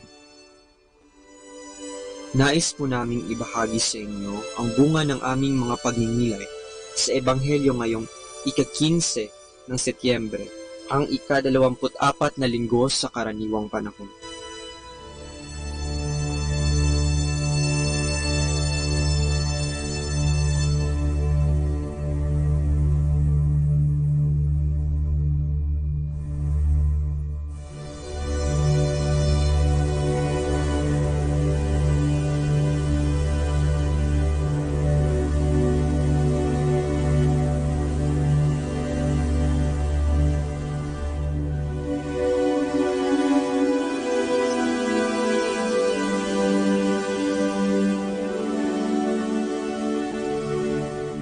A reading from the Holy Gospel according to Luke.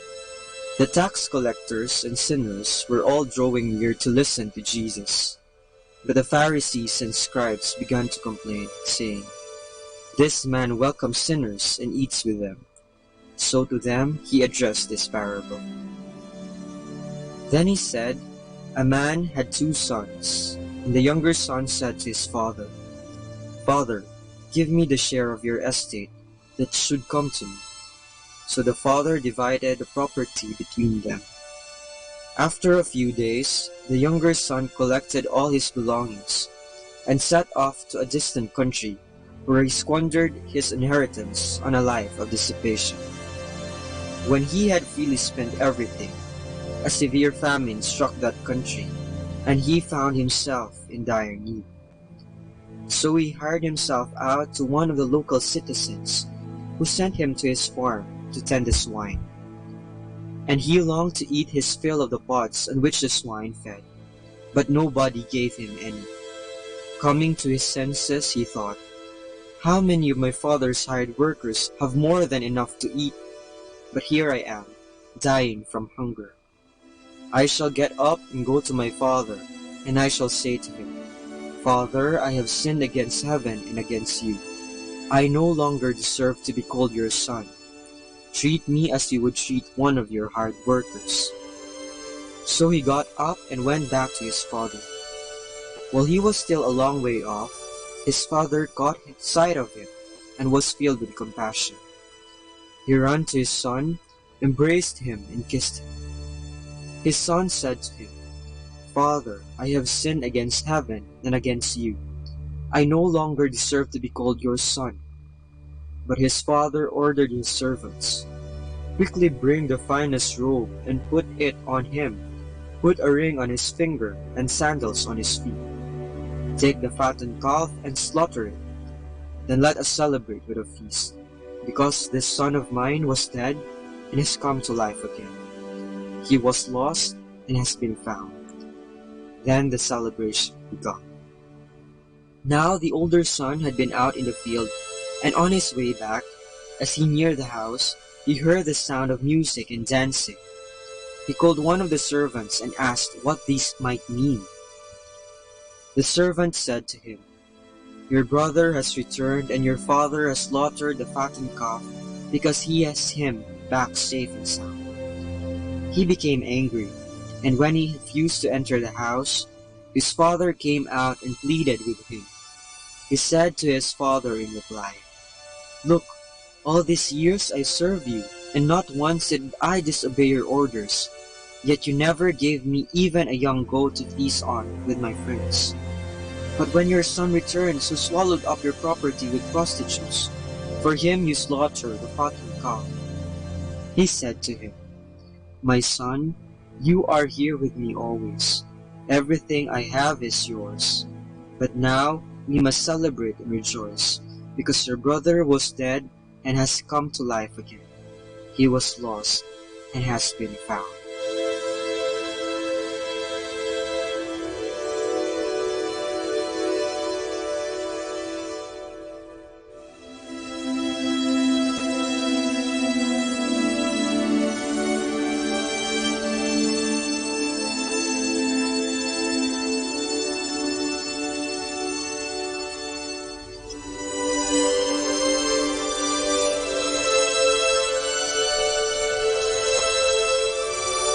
Mensahe ng pag-asa.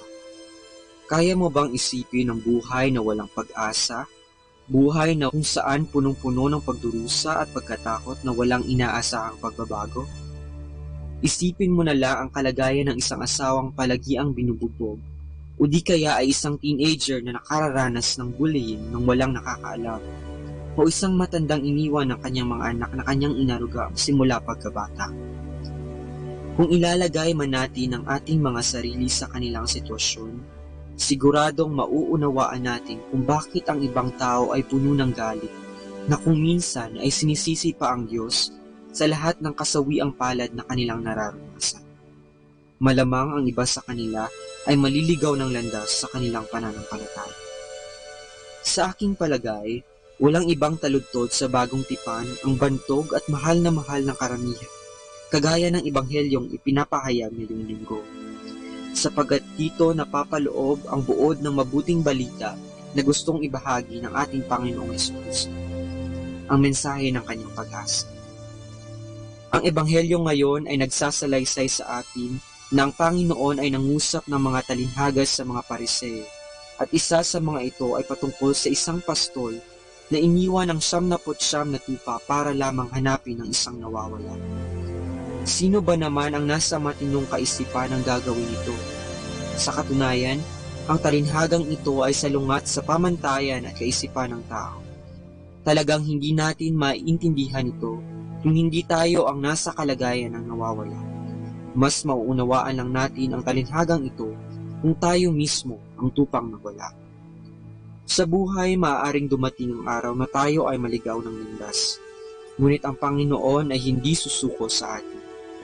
Katulad ng isang mabuting pastol, hahanapin niya tayong kanyang nawawalang mga tupa para gabayan at nang maiuwi sa kanyang tahanan. Katulad ng kasiyahan ng pastol sa paghahanap ng tupa, gayon din ang labis na tuwa ng Panginoon sa paghahanap at pagbabago nating mga makasalanan.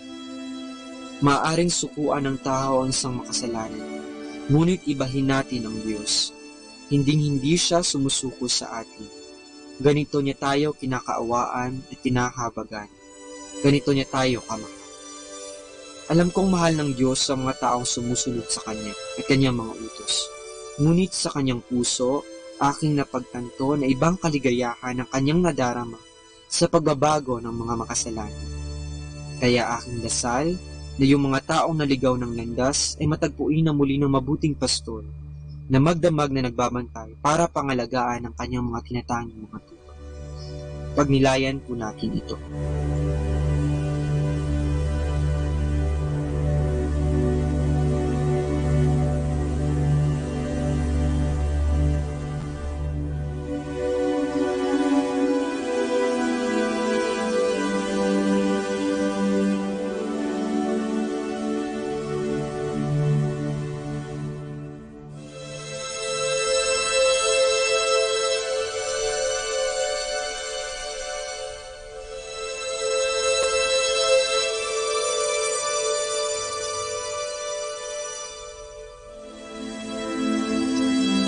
Mula po dito sa Minor Basilica of Our Lady of the Rosary of Manaoag, kami po ay taus-pusong nagpapasalamat sa inyong pakikinig.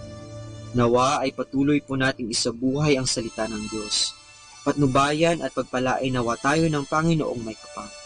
Hanggang sa susunod na linggo po dito sa Binhi ng Buhay.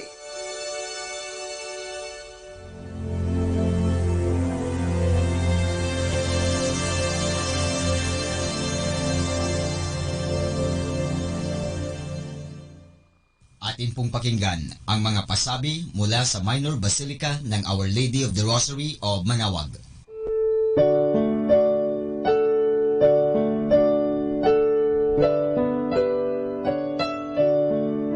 The Feast of Our Lady of the Rosary of Manaoag will be on October 6, 2019, first Sunday of October. The Novena Masses will be scheduled from 5 a.m. to 12 noon and 4:30 p.m. from September 27 to October 5, 2019. The fiesta activities will be highlighted by the 4 p.m. solemn mass to be followed by a solemn procession. This will be aired live at 102.7 FM Manaoag Dominican Radio. You can also log on to our website at www.eradioportal.com or www.radyomanawag.com. You can also follow us on Facebook at Manaoag Radio and on YouTube, Manaoag Dominican Radio FM. Atin pong napakinggan ang mga pasabi mula sa Minor Basilica ng Our Lady of the Rosary of Manaoag. More than ever, we need Catholic radio station like Manaoag Dominican Radio FM.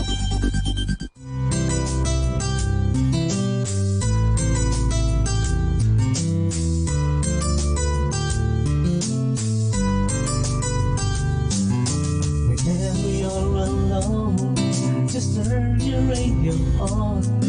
It will comfort you with the songs of love, with words from our God. 'Cause you have a company, you have a friend in here. Manaoag Dominican Radio, with the songs that call you to God. You have a company, 'cause we are a family. Manaoag Dominican Radio, with the songs that bring you to God. You have Manaoag Dominican Radio FM.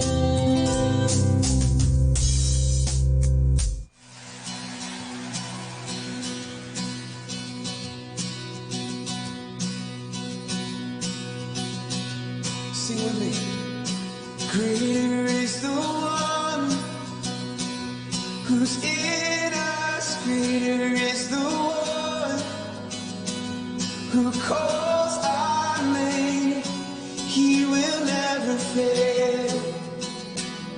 Stronger is the one within us. Stronger is the one who fights for us. He will never fail. You will never fail. For your love endures forever. Oh, your love endures forever.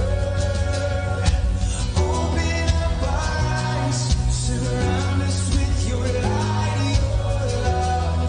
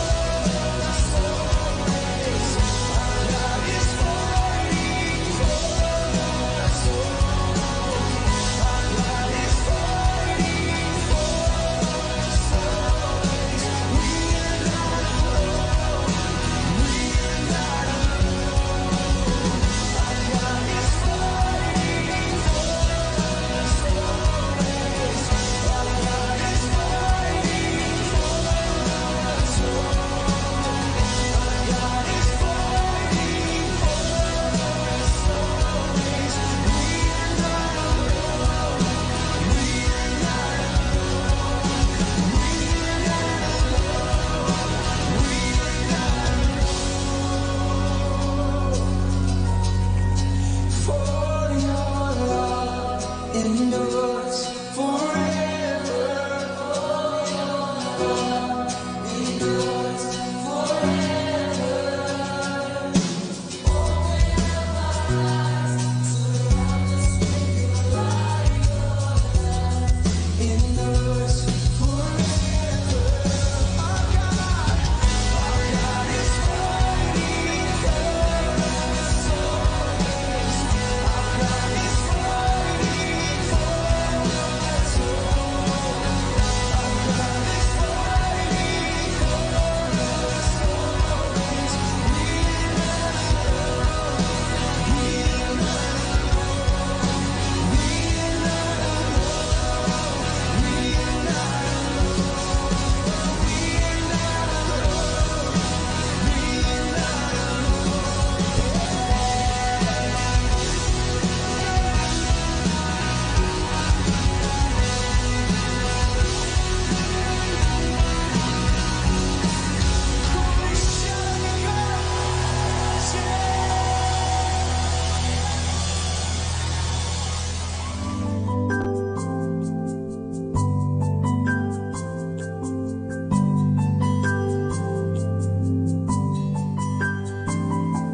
An army of ordinary people, a kingdom where love is the key, a city a light to the nations, heirs to the promise are we, a people whose life is in Jesus, a nation together we stand. Only through grace are we worthy, inheritors of the land. A new day is dawning, a new race to come, when the children of promise shall flow together as one, a truth long neglected. But the time has now come when the children of promise shall flow together as one.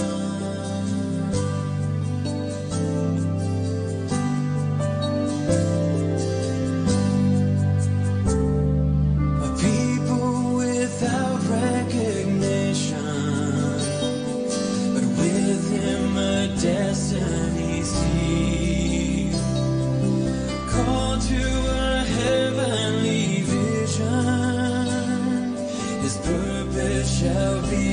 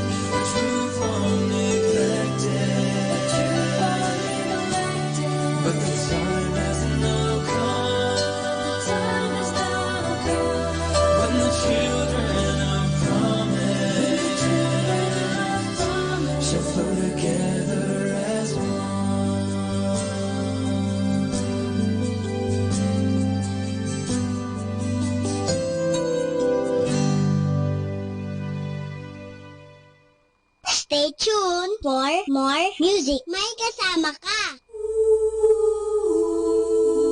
Ave Maria Purissima. Hatid sa inyo ng Dominican Sisters of the Most Holy Rosary of Molo, Iloilo at ng himpilang ito. Ang totoong buhay at pakikipagsapalaran ng lingkod ng Diyos, Madre Rosario de la Visitacion OP. Pinamagatan, Ave Maria Purissima. Dula ng panalangin at pananampalataya, dula ng pag-ibig ng Diyos sa tao at ng tao sa Diyos. Manalig, mabait ang Diyos. Ang biyaya ng kanyang pag-ibig ay nasa atin para tuklasin. Tuklasin sa pamamagitan ng pagdarasal ng misteryo ng Santo Rosario ng Mahal na Birhen. Ave Maria Purissima. Dahil ang buhay ay paglalakbay, kagaya sa pagdarasal ng Santo Rosario. Mula rito sa lupa, patungo sa liwanag, doon sa langit. Paglalakbay kasama ang ating kapwa. Paglalakbay kasama ang grasya ng Diyos. Laudare, benedicere, predicare. Purihin ang makapangyarihang Diyos. Pagpalain ang nilikha ng Diyos. Ipahayag ang salita ng Diyos. Ave Maria Purissima.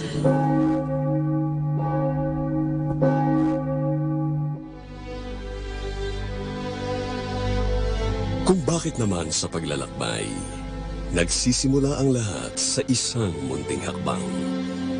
Mga kaibigan, narito ang simula ng totoong buhay at pakikipagsapalaran ni Madre Rosario de la Visitacion OP. Pinamagatang Ave Maria Purissima.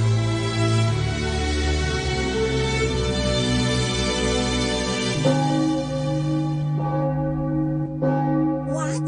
Bible camp? Yes, Cherry, Bible camp as in. Pupunta tayo sa Molo, Iloilo para umattend ng Bible camp. Ew! Vanny, are you out of your mind? Ako pa? Ako pa na allergic sa mga ganyan-ganyang... Well, wala sa isip pa na magmadre o maging religious, no? Okay, kung ayaw mo, di kami na lang ni Rich ang pupunta.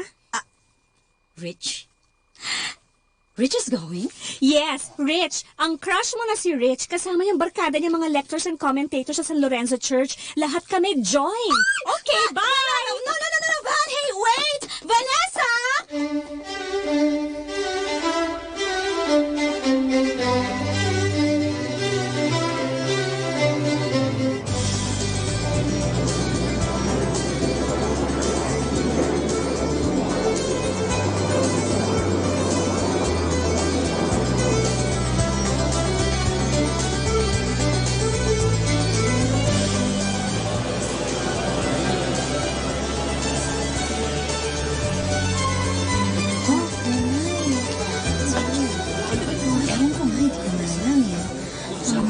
Well, that wasn't a bad flight. Walang turbulence at ganda ng airport, Yeah, international standard. Your first time here in Iloilo? Aha. Cute talaga nito. Kainis. Hey, guys, as soon as you get your luggage, look for our van with the sign Molo, okay? Van, Yes, Father. Molo. See ya. All right. But really, I don't understand. Why here in Iloilo? Why in Molo? Why not na lang sa Batulao o kaya sa Clark? Cherry, we need to meet our friends here in Visayas region. Mas okay kasi kung dito tayo magba-Bible camp kesa sila pa ang pupunta sa Manila. Oh, by the way, thanks nga pala. Thanks? For what? For joining. Sabi ni Vanny, baka daw di ka makakasama. But here you are, and looking beautiful. Kung di lang talaga sa'yo. Asar. Huh? Are you saying something? Wala. Sabi ko, malapit na ba ang molo? Hey guys! Nakuha niyo ng luggage niyo. I got mine. Wala pa. Wait pa nga kami ni Richie. Si Charity, sumama dahil kay Richard. Bruwa ka. Ano ka ba? Marinig ka. Tumigil ka nga. Huwag ka nga mangurot. Kasi, There you are! Ito na luggage ko.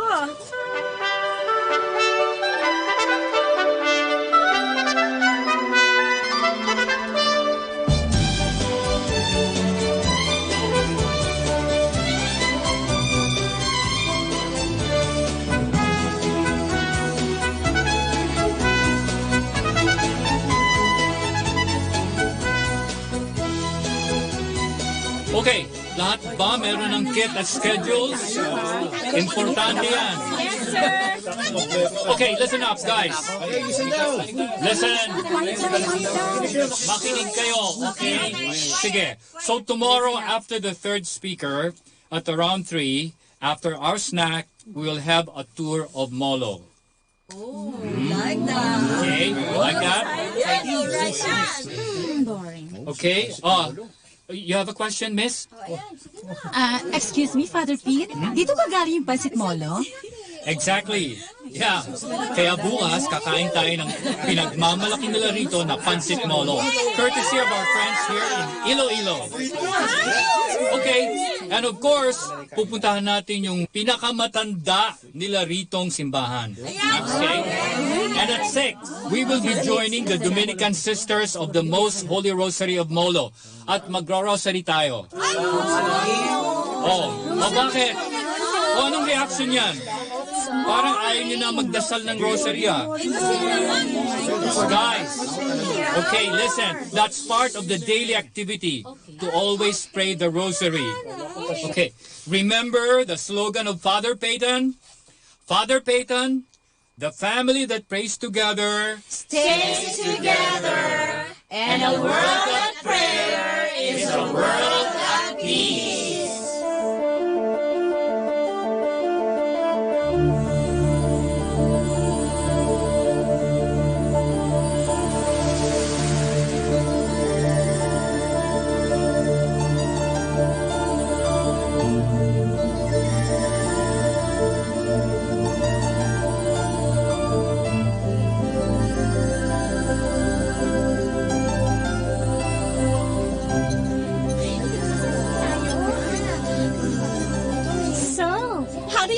Bible camp.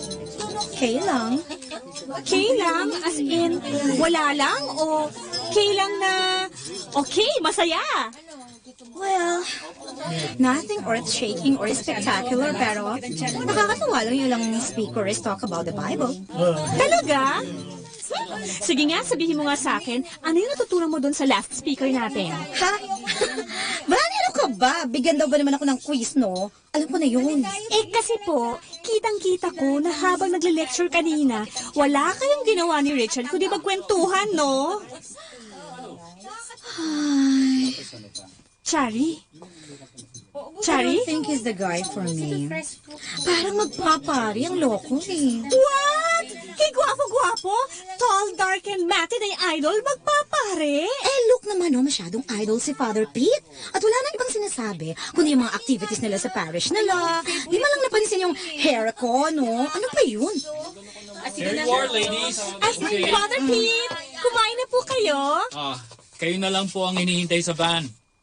Ha? Let's go, Sago! Let's go!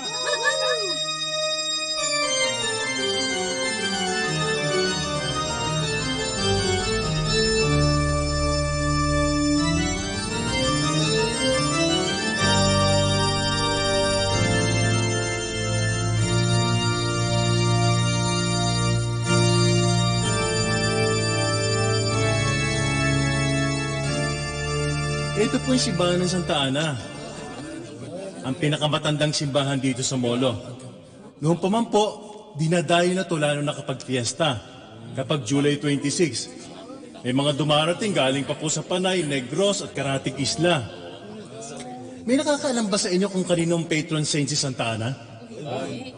Wala, di ba? Si Santa Ana ay patron saint ng mga katikista at mga mag-asawang walang anak. Gothic ang design ng simbahan, loob at labas, matibay. Kaya naman sinasabi nung panahon ng Hapon, dito nagtago ang mga Dominican Sisters dahil ginawang garrison ng mga Hapon ang kanilang mother house. Sa sacristy naman nagtago ang mga madre. Pagdating ng mga Amerikano, binomba nila yung mother house dahil alam nila naroroon ang mga Hapon. At sa pag-aakalang pati yung simbahan ay ginawang garrison, handa rin nila itong bombahin.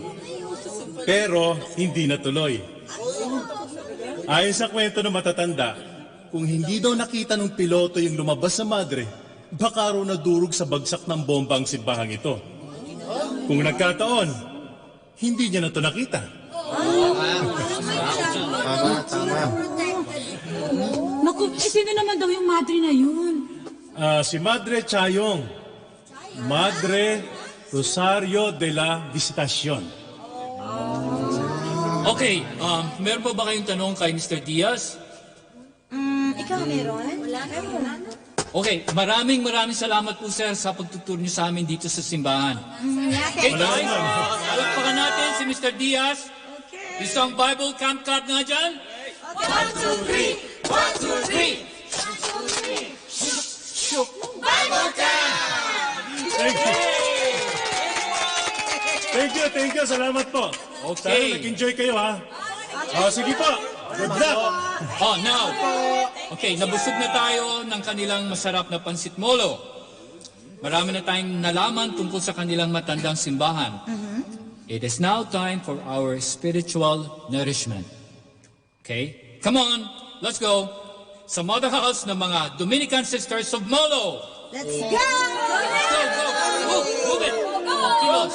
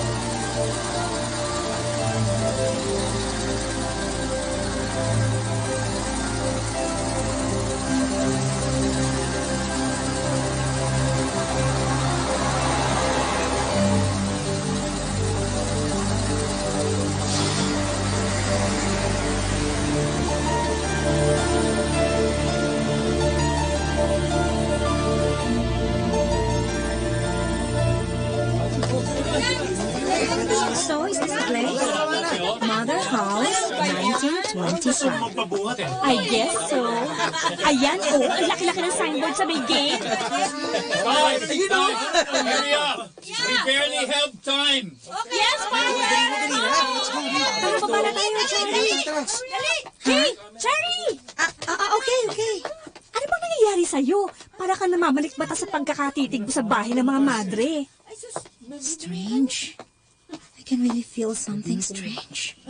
Cherry?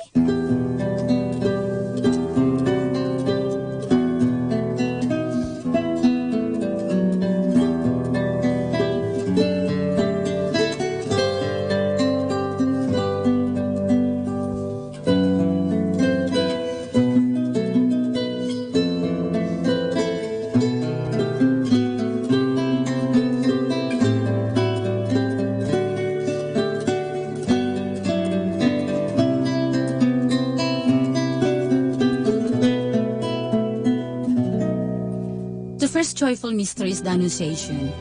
Our Father in heaven, holy be your name. Your kingdom come, your will be done on earth as it is in heaven. Give us this day our daily bread and forgive us our sins, as we forgive those who sin against us. Do not bring us to the test, but deliver us from evil. Hail Mary, full of grace, the Lord is with you. Blessed are you among women, and blessed is the fruit of your womb, Jesus. Holy Mary, Mother of God, pray for us sinners, now and at the hour of our death.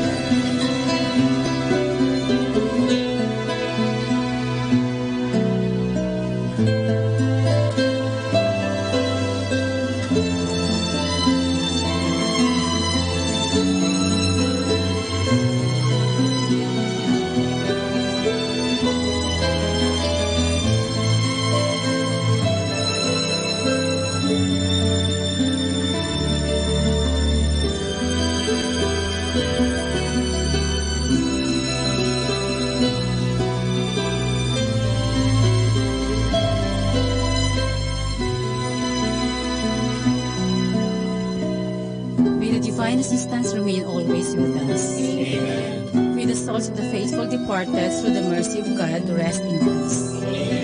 And may the blessings of the Almighty God, Father, Son, and the Holy Spirit descend upon us and remain with us always. Amen. In the name of the Father, and of the Son, and of the Holy Spirit. Amen. Good evening. Good evening po. Good evening, sisters. Thank you very much for joining us in the Rosary. Nako, kami po ang dapat mag-thank you sa inyo, sister. Oo nga po, sister. Thank you. Nako, mukhang marami nga kayo ngayong participant sa Bible Camp. Ibig sabihin, maraming kabataan ang nagiging interesado sa pag-aaral ng Biblia at pagdarasal. Oo nga po. At saka masisipag rin ho itong mga nasa core group ko. Si Richard po, president nila. Good evening po, Sister Gemma. Good evening. Magpapari ka ba? Kailangan natin ng maraming kabataan gaya mo para sa bukasyon. Sabi po ni Father Pete, calling daw po yun. That is true. Pero kapag naging pari ka, maraming babae tsak malulungkot. May girlfriend ka na ba? Okay, thanks. Come on, join us for dinner.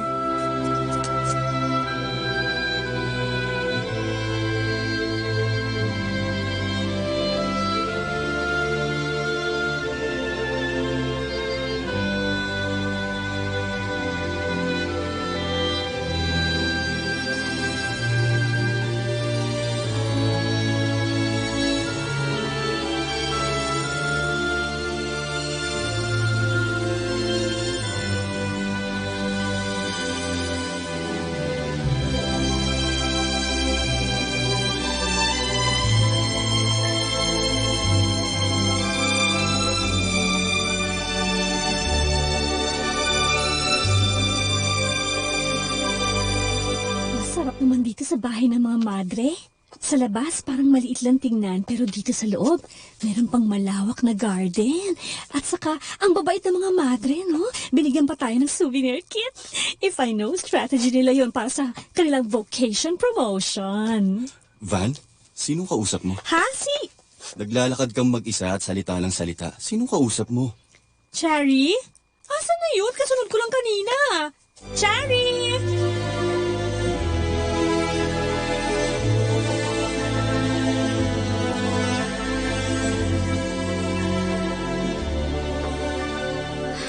So, this is her tomb. Madre Rosario Arroyo de la Visitación, OP. Sabi dito sa binigay sa aming kit, Foundress Beaterio de Molo, Dominican Sisters of the Most Holy Rosary of the Philippines.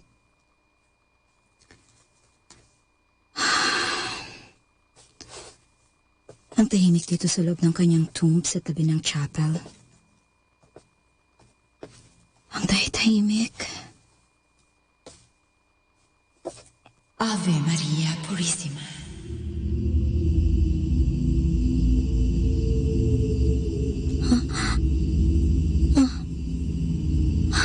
Ano yun? Sino yun?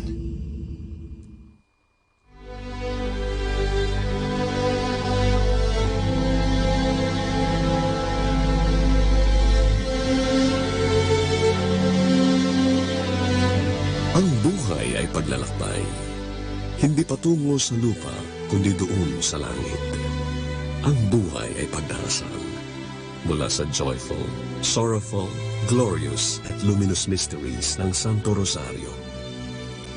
Nasaan ka na? Mga kaibigan, sundan ang pagpapatuloy ng ating naibang kasaysayan, ang totoong buhay at paglalakbay ng isang lingkod ng Diyos. Madre Rosario de la Visitación, OP, pinamagatang Ave Maria Purissima.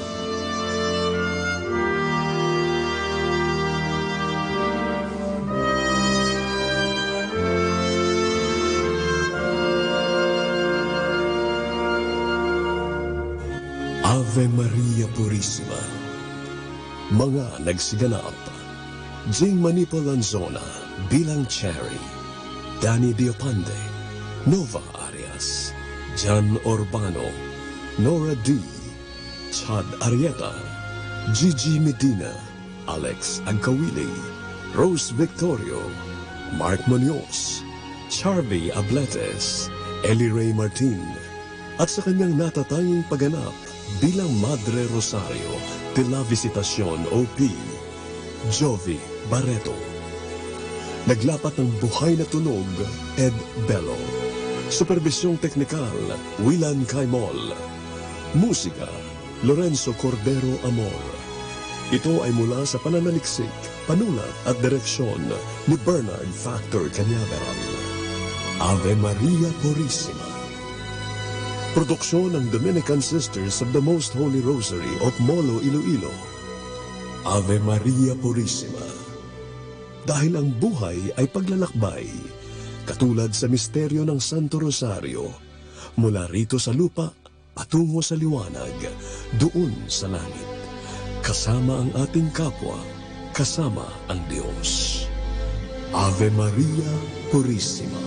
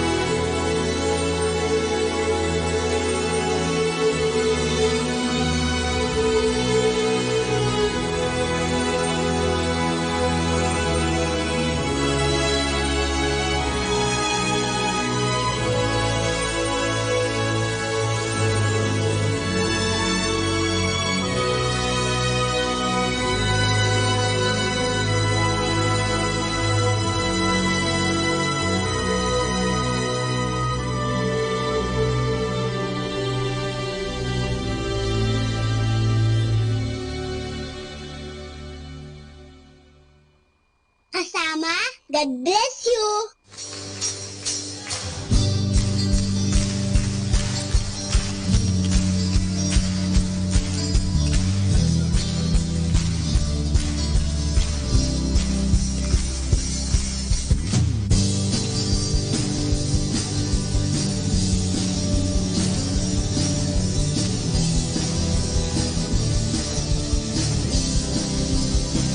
Sabihin mo ay kung nararating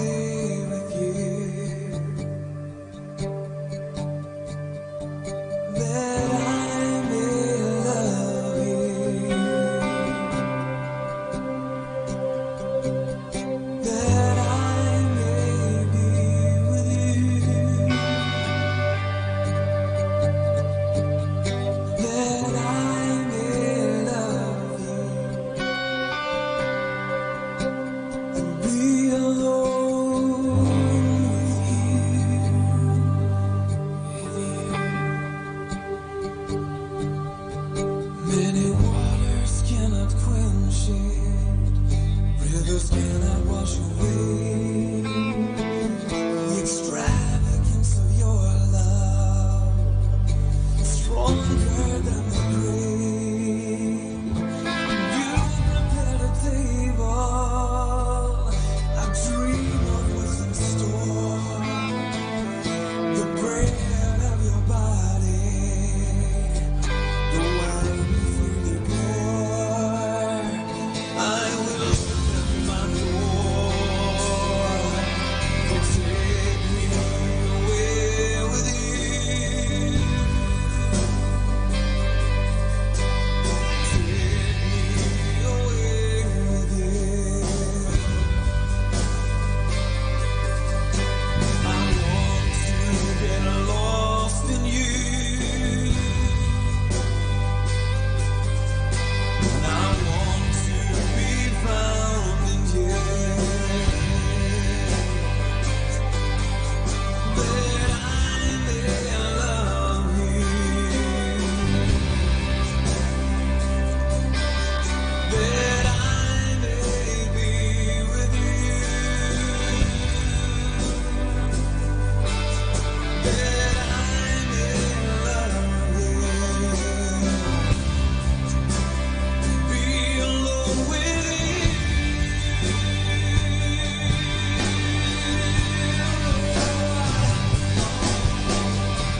I want to know you even deeper.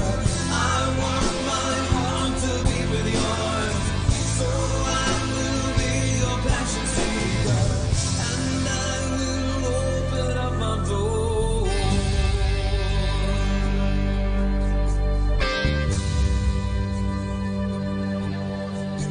So take me away with you.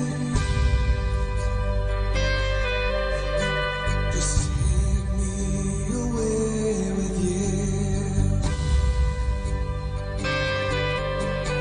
I want to get lost in you. I want to be found in you.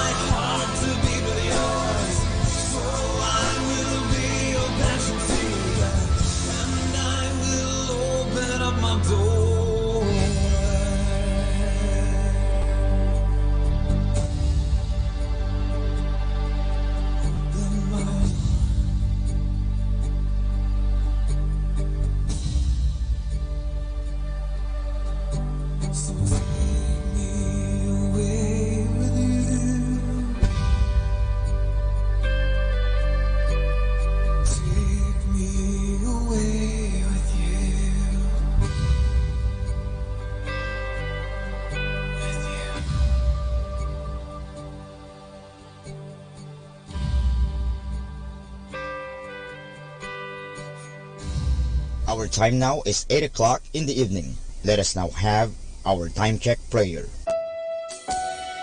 Sa gitna ng paghihirap, tinawag ko'y Panginoon kaya.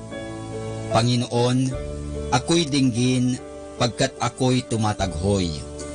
Dinggin mo ang pagtawag ko't paghingi ng tulong.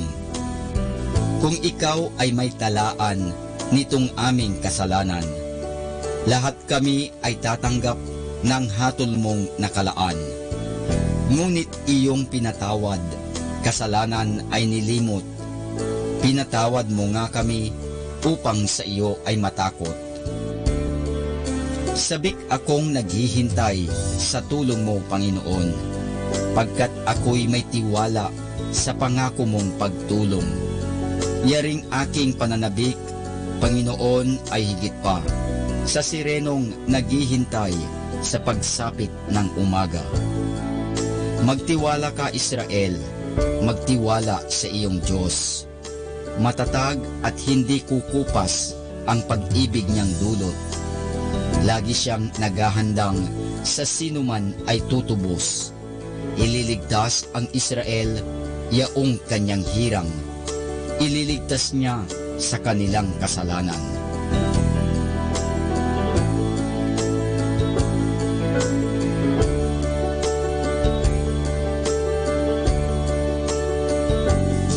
Kapayapaan kailanman ang igawad ng may kapal sa yumaong ating mahal. Sila nawa ay silayan ng ilaw na walang hanggan. Manalangin tayo. Ama naming makapangyarihan, ginawa mong bumagtas sa kalangitan ang iyong anak na nanaog sa kamatayan.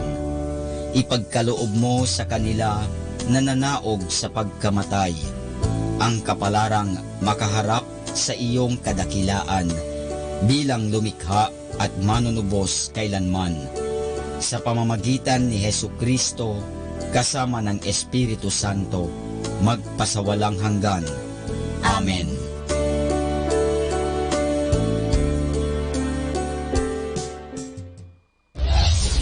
This is Manawag Dominican Broadcasting Incorporated, a religious non-commercial radio station. 10 years of evangelizing the airwaves, sharing God's blessings, live masses on air, playing religious music and prayers. May kasama ka, si Jesus, si Maria at kami. Our positive thought for this hour. The only difference between a good day and a bad day is your attitude. Atin pong pakinggan ang mga pasabi mula sa Minor Basilica ng Our Lady of the Rosary of Manawag.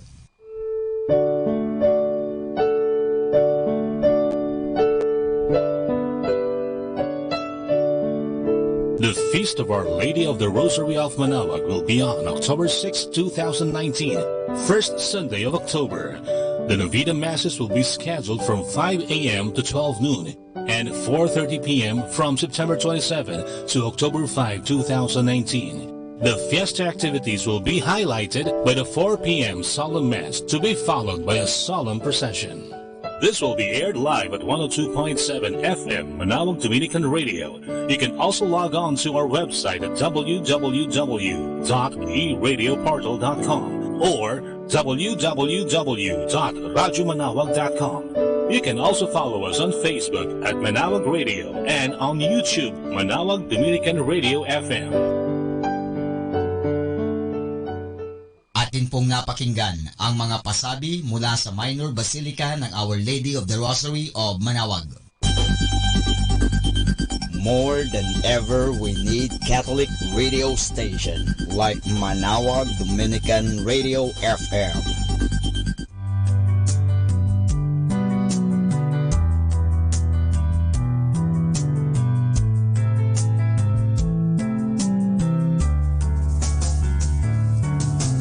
Whenever you're alone, just turn the radio on.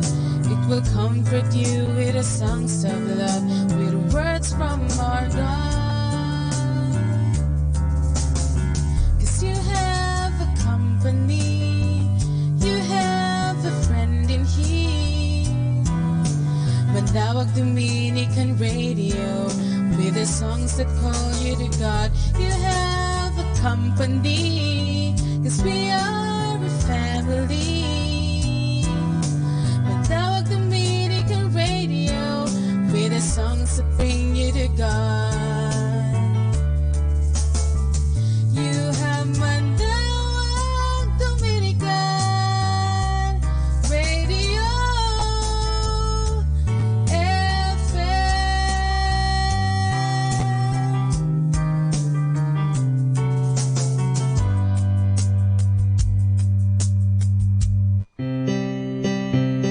atin pong pakinggan sina Kuya Bobot at Ate Lea Ocampo sa programang Ang Kristiyanong Pamilya at iba pa. Dito po lamang sa Manawag Dominican Radio, may kasama ka. Yeah, but we're not giving up. Oo nga, tuloy-tuloy lang, Father. Yes, Diocese of Newark is very aggressive sa mga parokya na yun.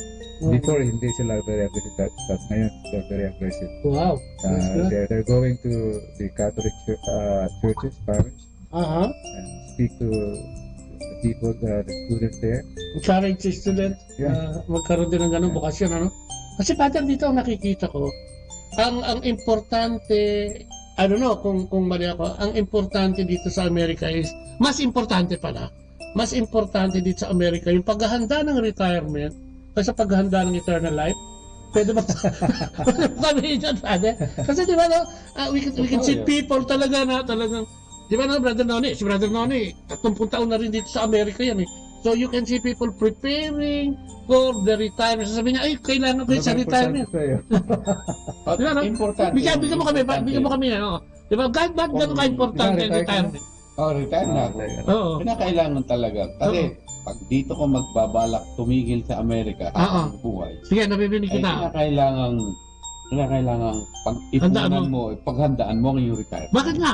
Ikaw, kasi laiko ka eh. Bakit kailangan paghandaan ng retire? Magmumukha ka bang kawawa pagka wala ka retirement? Of course, pag wala kang retirement, hindi mo mapuntahan yung mga dapat mong puntahan. Amen. Kasi kailangan mo pera bago ka umalis. Amen. Kailangan mo pera, kailangan bumili ka nito, may pangkain, hospital ka, or everything that happened to you. Kung may hardship ka, kailangan mong pera. Pero pag wala kang pera, hindi ka pwedeng mabuhay kasi wala kang pera, mamamatay kang Baka hindi ka makapasok nga sa home care. Pag wala kang pera, ano? Parang ganyan, ano? Pag wala kang pera. Ang pangarap nila makapag-retire ng maganda. Masaya. Yung retire na talagang retired na. Luxury pa rin. Saan gusto man magpunta, may pera ka. Amen. Saan ka mang kumain, may pangkain ka. Kasi may pera ka. Pero how about eternal life?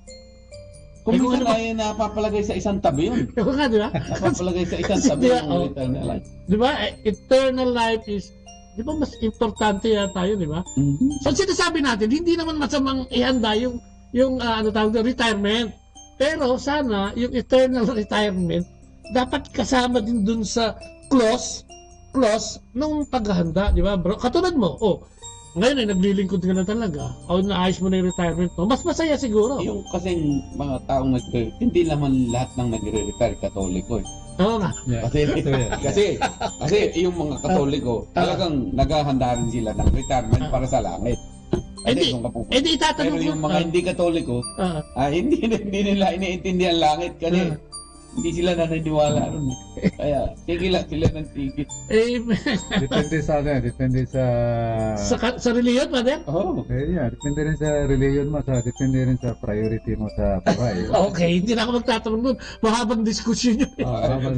Pero para sa akin, you really have to prepare both. You really have to prepare both your retirement here and your retirement in heaven. So you should know how to retire, and balance, Father. Be in heaven. Kailangan balance. How to prepare it, as John the Baptist would say, to repent. So you have to purify your heart, your conscience. Hindi kaya maraming maraming Katoliko sa Pilipinas dahil hindi nila iniintindi yung retirement nila, eternal retirement lang iniintindi. Even sa Catholic Church, di ba? Pag wala kang pera, hindi masyadong gumagalaw ang iyong pananampalataya. Totoo yun. Hallelujah! Hallelujah! Amen. Mahabag na. Marami siguro, babalikan natin si Father, pero marami pa akong gusto itanong. Father, faith and intellect, how does it vary yung talagang yung faith natin sa Diyos?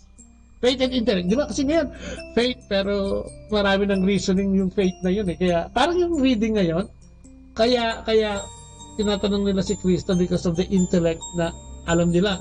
They are teachers of the law, etc., etc. Dito ngayon sa henerasyon na yan, how does it vary yung pagiging intellectual, yung talino ng tao sa kanyang pananampalataya? Dito sa America, you really have to... Sabi ko nga, yung homily mo, kailangan maiksi. You have to be to be intellectually capable in order to communicate the faith. Okay.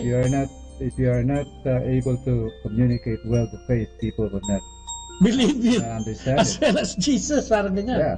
So you really have to study and meditate a lot on what you are going to say and reflect the scripture, and you have to pray a lot.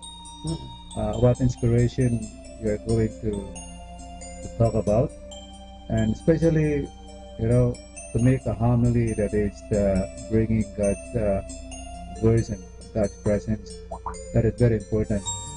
So, we have to study our faith in order to give also a good homily, a good teaching, not only doctrines, but to give a message that inspire people to become closer to God, to become active, and to be able to touch the hearts of people so that they can also serve one another. So through our preaching, there is a lot of faith and a lot of information, good information. People would appreciate it. How many times I am being congratulated after the mass. Father, we like your homily. Salamat, Father, for preparing the homily. Yeah, I said sometimes when I hear that, I said I didn't really meditate a lot of that, but people are inspired by what I have said. So what is important really is that our faith should be guided by our intellect, by knowing the scripture very well. And well, today a lot of people also before the mass they check the readings. And even the homilies. People are very. Tingnan din nila kung naghanda ka, Father. Yeah, exactly. Di ba?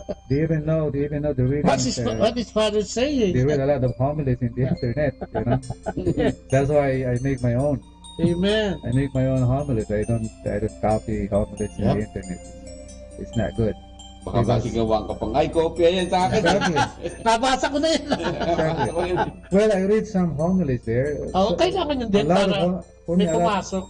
A lot of homilies are, I don't know, it's not contextualized in my own experience here in the parish. That's why, if you know your parishioners, you have to know the parishioner. Yeah. Para alam mo, i-deliver mo, Father. So not all homilies in the internet are useful. Oh, man. So a lot of priests should be careful with that because people are reading the homilies in the internet. They base their homilies through the internet. They get some inspiration there. Father. But they want to hear it from you. They want to hear it from the coming from your heart, siguro, no? Yeah. Yung talagang teachings ni Jesus. Especially the gospel. The gospel is very important to elaborate. It is because people know about it. As I have said, they read the scripture because the Bible is already in the computer in your cell phone. Bible is 2,000 years old. They can check the readings every day. Yes. So they know the gospel. So, but the job of the priest is really to give inspiring homily to this community. Amen. Saka sana, no? Huwag yung intellectual na pagbasa, ano? Intellectual kasi minsan they use this to justify yung kanilang gustong marinig o yung gusto nilang makuha. I will believe in your in Jesus if He can give me this, if He can give me that, etc. No? Kung minsan hindi naman ako magtatrabaho na lang ako kaysa ako maniwala kay Jesus kasi literal nakikita ko pag nagtrabaho ko. Something like that, no, Father, na yung effect na yun, kung minsan doon nagsisimulang mag-deteriorate yung atin o nagkakaroon ng coldness yung ating faith because of this intellectual, yung mga naririnig natin, di ba? Media, social media, di ba? Yung media literally, and all kinds of media, print o kung broadcast man yan, nakaka-encourage dito. Kaya dapat tinitingnan talaga natin kung ano sinasabi natin. Especially tayo mga taga-media, we should really dapat salain natin yung ating mga sinasabi. Exactly, o pag-aralan kung ano sinasabi natin. Kasi yung sinabi mo ngayon, hindi mo na mababawi. Nakinig sa atin ngayon, nadinig niya na yon, and kuminsan i-justify na lang niya. So kailangan, no? Tama yung sabi ni Father, na kung pari siya sa simbahan. Kung ikaw ay nanay o tatay, dapat hinahanda mo rin yung humiliya mo sa mga anak mo. Huwag kung ano-ano lang. Di ba, Father? Kung ano-ano lang sinasabi mo. Ngayon, maraming mga fake news. Oo, dahil fake news. Fake information. Amen. It's important to get credible source of what we are going to say, you know. Father, dito ba siyempre, marami-rami rin yung nasasakupan. Ano yung mga common psychological and sociological issues ng mga parisyon? Di ba, may lalapit sa iyo, Father, tulungan mo naman ako magdasal tungkol about this issue of my family. May mga ganun. Karamihan dito sa mga psychological issues, a lot of my parishioners, they talk about family. Families, Father. About family problems, husband and wife relationship, and also problem of employment at economic, financial. Maraming mga dinidiscuss sa akin na nawalan sila ng trabaho, and they don't know what to do. Problem of drugs and alcoholism. Rampant din dito. It's really very challenging, the job of the priest, the work of the priest, how to guide it, how to guide these people. Critical yan, Father. How to bring God's presence, God's spirit, and how to make their faith alive again. How to bring hope again to these people. And they approach the priest because they know that the priest can inspire them, can guide them, can give them hope. So that is my priority, to give them hope. Yes, Lord. Because without hope, these people will just jump over the bridge. Ang dami pa naman bridge dito, Father, malalaki. Oh, church walking doon bridge. Magmula nung dumating ako dito, 15 years, siguro ang tumalon dyan, siguro sobra lang mga...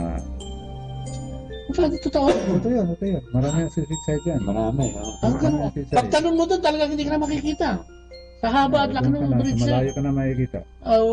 At wala ka ng buhay siguro, Father. Ang lamig dyan. Yeah, hindi lang.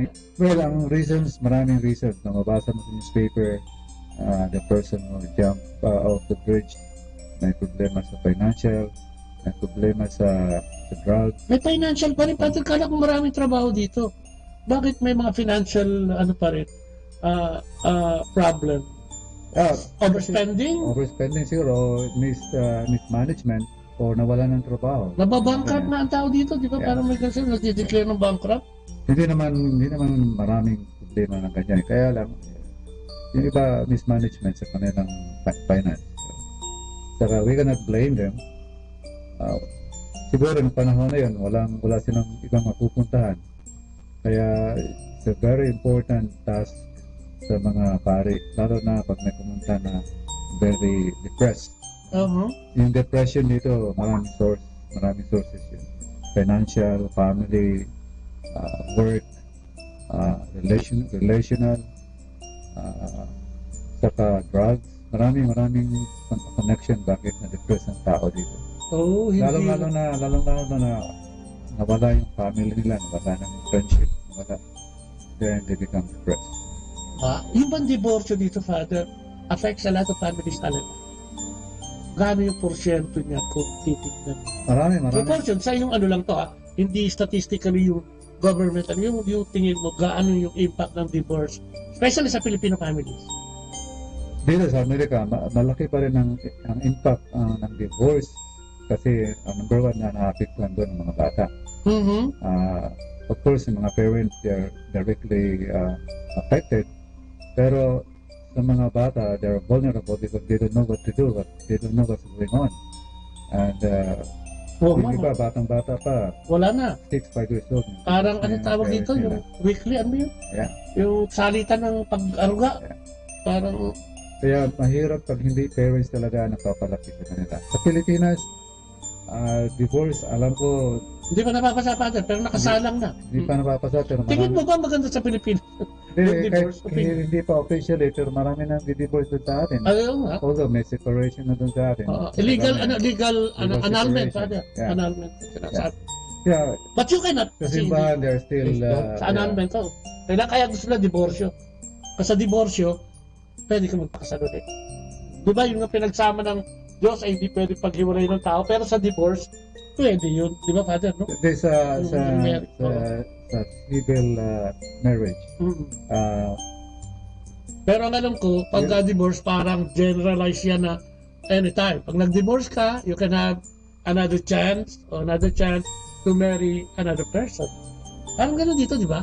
Another person. Di ba? Another family. Kasi allowed ang divorce ito, kaya hindi problema yung makasawa ka ulit after yung divorce. Kaya ka tinututunan sa Pilipinas yan yung divorce kasi it will harm a lot of families talaga doon. Exactly. Grabe. Ang ano ko lang doon, nakikita ko, bakit pinupush yung divorce doon sa atin? Divorce bill na yan. Yeah. Kasi marami rin siguro mga couples na they want it. Siguro, Father. Maaari. Kasi ang simbahan, kasi malakas ang impluensya ng simbahan doon, lalo na sa couples, you know?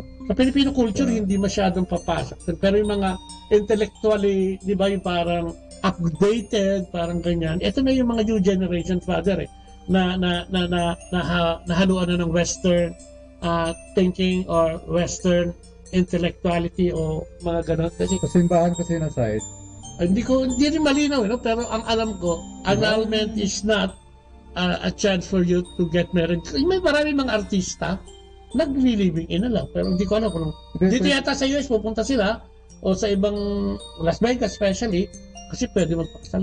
Mahirap kasi ang process, mahirap ang process ng annulment sa simbahan, mahirap na. Lalo na noon, mahirap makakuha ng annulment lang kasi yun nga, maraming gagawin, maraming proseso. Saka only the few, Father, na nakukuha ng annulment kasi it will, you need to have mga 200,000. Hindi, yung proseso nga nakapagtatagal doon. Kaya nga dito sa Amerika ngayon. Sandali lang. Hindi naman sandali. At least, marami ng workers ngayon dito sa Amerika na pinaproduce yung annulment. Father, dito minsan may nakikita akong karato na 300 pesos lang. Ay, $300. Divorce. Civil divorce yun dito. Parang murang-mura. Naka-advertise pa eh. Sa simbahan natin is very careful in the price of annulment kasi you really... Kahit dito sa Amerika, Father? Yeah, we really have to prove it that incapacitated the previous marriage was invalid or whatever reason, you know. May mga impediments na dapat makita bago makapasa sa annulment. Kaya matagal. Ay sa Pilipinas, Father, ang annulment matagal din. Medyo matagal din. Lalo na kung wala kang pera. Kasi parang pinag-aaral. It will take you to at least 2 years yan. I don't know ngayon anong proseso ngayon doon na ginagawa nila nga. So dito sa amin, marami ng workers ngayon sa tribunal, marriage tribunal. Marami na silang workers ngayon. Kahit si Deacon Ray, isa sa mga... si Deacon Ray. Binibigyan siya ng dalawang kliyente. Yeah, to help the processing. Talaga. Interview, marami ginagawa. Kaya sa atin sa Pilipinas, kung marami nagpapa-annul doon, the parishes or the archdiocese should need a lot of workers to do that. Amen. And the archdiocese has to pay a lot of money for the people who work for the process of annulment. Grabe, no? Yeah. Yan siguro ang dahilan kung bakit nagtatagal ang process. I know. Isa rin yun. Pangalawa, walang workers ang archdiocese kasi they have to pay. Amen. Yeah. Kaya malawak na pag-usapan itong problema sa... mahaba yan, Father. Abutin tayo mga 2 araw dyan. Pag i-discuss natin yung impact ng divorce. Yung impact, yung impact. Mayroon sa family, oo. Maraming impact yun. Maraming negative na impact. Meron yung positive na impact doon sa families. Lalo na pag yung mag-asawa talagang... Mula umaga hanggang gabi, nag-aaway na. Nag-aaway na. Parang healing na rin sa kanila, di ba? Hindi kasi parang iba yung environment, iba yung culture. So parang mas madaling tanggapin because everybody does it. Parang everybody, parang madali na lang. Pero sa Pilipinas kasi talaga, baka gawin niyang dahilan ng mga mayayaman, di ba, na pwede ka mag-asawa, di ba? Maraming magte-take advantage. Oo, magte-take advantage because di ba, syempre sa Pinas naman, ang level ng mayaman is mayaman na mayaman, mahirap na mahirap, so parang ang hirap balansehin nung ganong deal doon dahil masasamantala, somebody will take advantage. Exactly. Okay pa rin, balikan nga natin ngayon yung sa pare. How exactly has the challenge of priesthood changed over time? Ano yung challenge talaga ng, di ba dati madaming nakukuha nga, ngayon mahina na. Paano ikaw, katulad mo, Father? Ikaw lang mag-isa ba dito sa Parish Church? Dalawa kami dito. Dalawa. So yun na. Sa Pilipinas kasi may mga guest priest pa yan. Parang medyo madami sila. Dalawa kami dito at saka hindi naman marami masyadong parokyano. Ang parish na espiritu around 600, 700 parish. Oh. Yeah. Madami din yung Father, 200. Dalawang tao, ha? Compare sa Pilipinas. Ay, liban na Father. Parang 3,000 is to 1 doon, eh. Nandun ako. Tapos, may mga sub-chapel pa yan, di ba? Sa parish, tapos chapel, etc. Kaya marami yung kumikilos, Father, eh, no? Malaki ang tulong ng experience ko dun sa atin. Especially how to reach out to the families and young people here in the context of American context. Yung nakatulong yung strength na nakuha ko doon. Kasi nga marami kang parokyano doon. Pagdating dito sa maraming katulong, Father. Pagdating dito sa Amerika, my first 6 months here, I was bored. I was bored because parang walang gagawin. You know? Okay, napasigla ba na? Yeah, may community. That is the challenge here. Community building, you know? Community building, and you really have to reach out to the families. You really have to speak out about, to talk to them about the importance of the Eucharist, the importance of the sacrament. Pero hindi kaya sa atin sa Pilipinas. Pero dito hindi sila ganyan. They don't care. Nagkakunda ka ba, Father, ng parang umiikot ka? To invite them, parang ganyan. Yeah, pupunta ako sa mga houses. House to house. Lalo na pag may mga sakit, pinupuntahan diyan. To encourage para ka nagbebenta ng vacuum cleaner na rin, Father. Hindi, house to house yan. Yeah, ito nandito na kailangan. They see a priest. Yun. Kasi marami dito kasi to meet these families, I have to go. If they invite me for dinner or birthday, ayan, I have to go. Yeah. Mag-misa, mag-bless, etc. Father, di ba, yung bang, alam natin na mahina, hindi masyadong aggressive dito sa Amerika, kung meron mga konting pagiging aggressive sa pag-recruit ng Holy Order, parang mahina din o walang risk. Bumababa ba ang pananampalataya ng tao sa priesthood because of the scandals na nangyayari din sa ating mga kaparian, especially dito sa, di ba, sa Europe, ang dami yan, eh. Meron ding negative impact talaga yun. Meron ding narinig ako na may mga collection na bumaba dahil doon. Parang nabawasan yung faith, parang ganyan. Hindi naman nabawasan, pero hindi naman nawala. Nandun pa rin yung faith. Okay. Ayun, hindi nawala. Bawasan, okay lang yun. Pero nawala because of the scandal. Medyo Hindi naman totally nawala yung faith. Meron din ibang tao. Intact pa rin, Father. Yeah, meron pa rin faith ng mga tao. And they're still hoping that this situation will eventually ma-resolve ito. Well, dito sa Amerika ngayon, marami ng archdiocese na meron ng mga steps na ginagawa. Meron ng, hindi kagaya noon, meron ng mga ginagawa ang mga archdiocese ngayon, meron ng God's Protection Children. Lahat ng mga pare, aware na. Lahat ng mga pare, lahat ng mga church nagtatrabaho sa simbahan, they have to go through the seminar.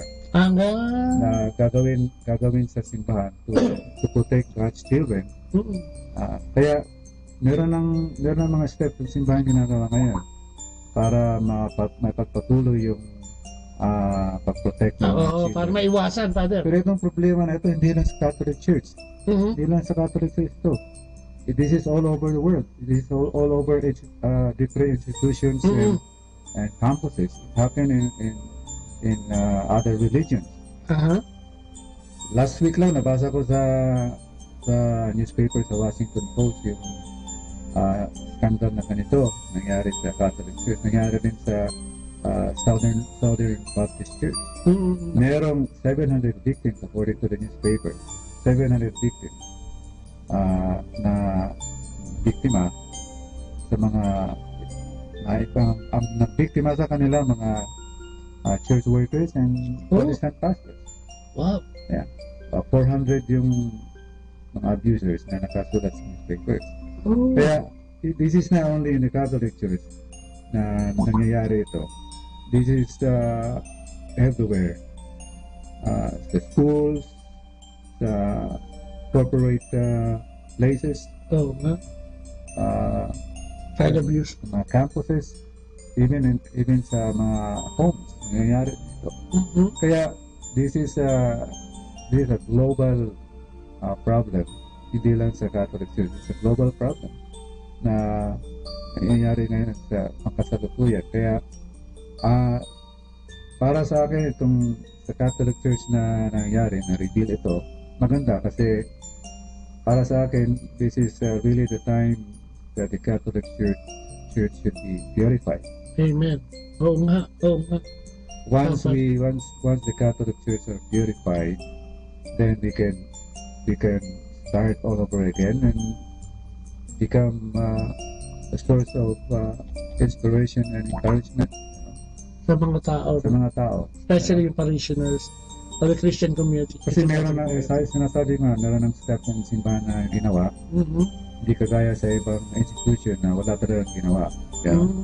So sa Catholic Church, meron ng steps to prevent this kind of things. Ibig sabihin, nakikinig din ang simbahan sa mga problema ng simbahan. Nakikinig hindi humble din para i-address itong mga ganitong klase ng problema. So ibig sabihin, Father, dapat ba na ito, marami nakikinig. Dapat ba na ipagdasal din kayo mga pare, kami mga laiko? Of course. Gaano kahalaga yung pagdadasal ng laiko para sa mga pare? Especially yung mga parishioners mo and then God's people around the world. Gaano ka-importante yan sa katulad din yung mga naglilingkod sa as Catholics, we believe in the power of prayer, so we have to pray for all the priests, especially our bishops, our cardinals, our pope. We have to pray for them.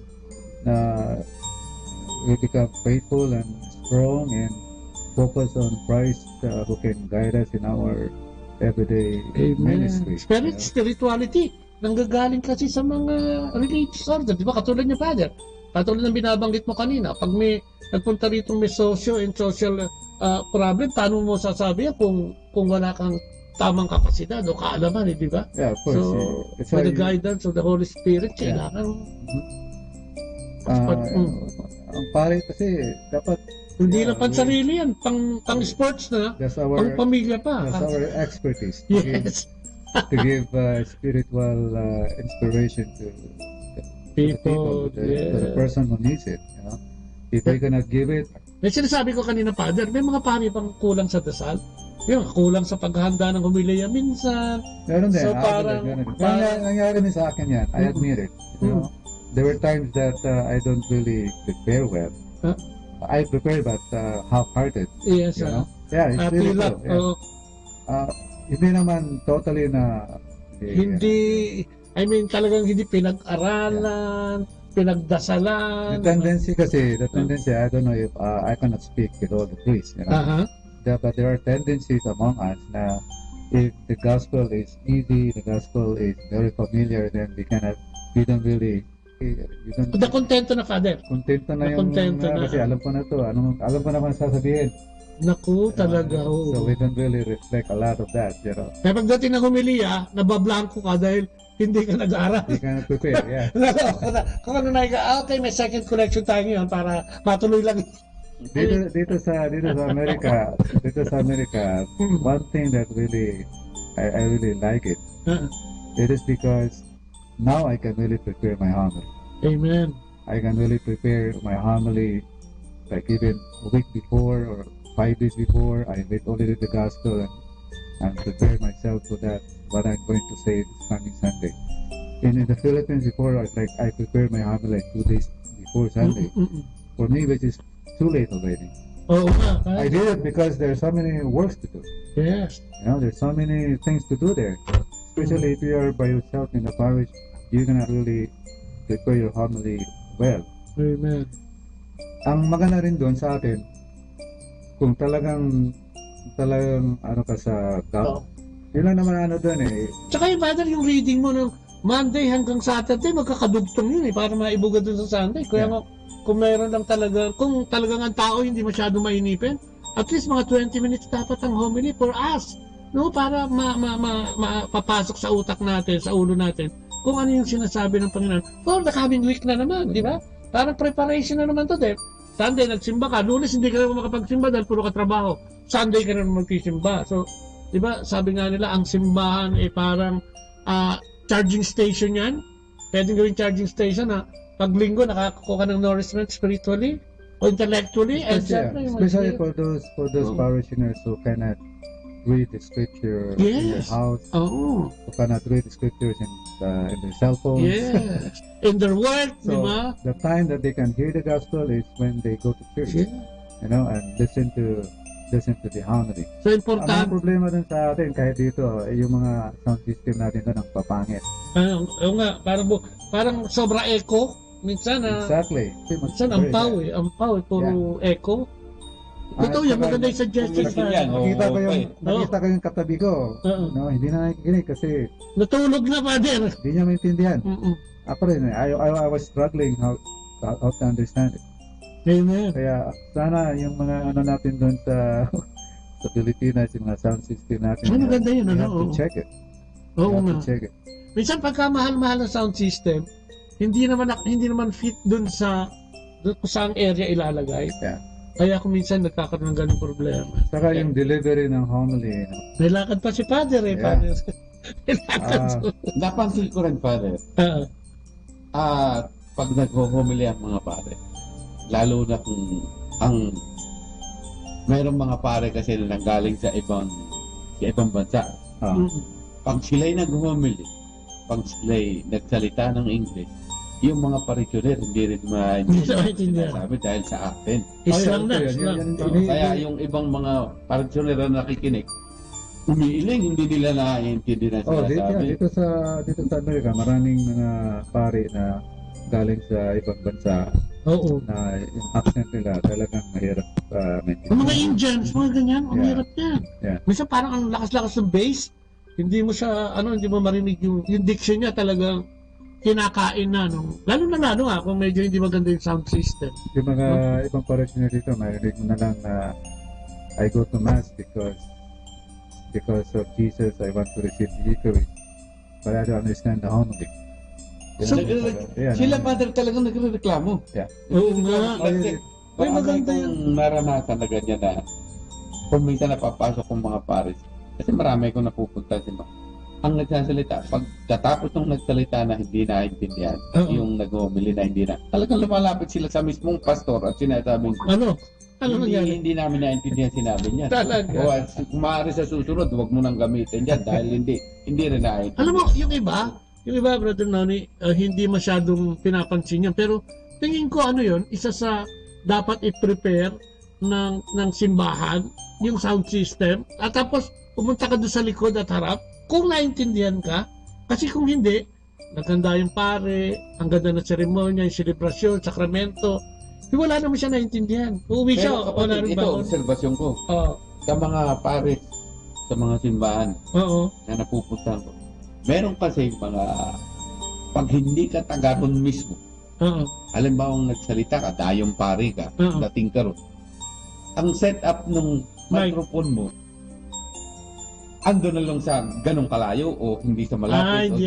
Mayroon kasi mga nagsasalita sa microphone na masyadong malapit kaya hindi ka maiintindihan. Masyado namang o kaya sabog na. Malayo ka. Kasi may sukat din yan eh.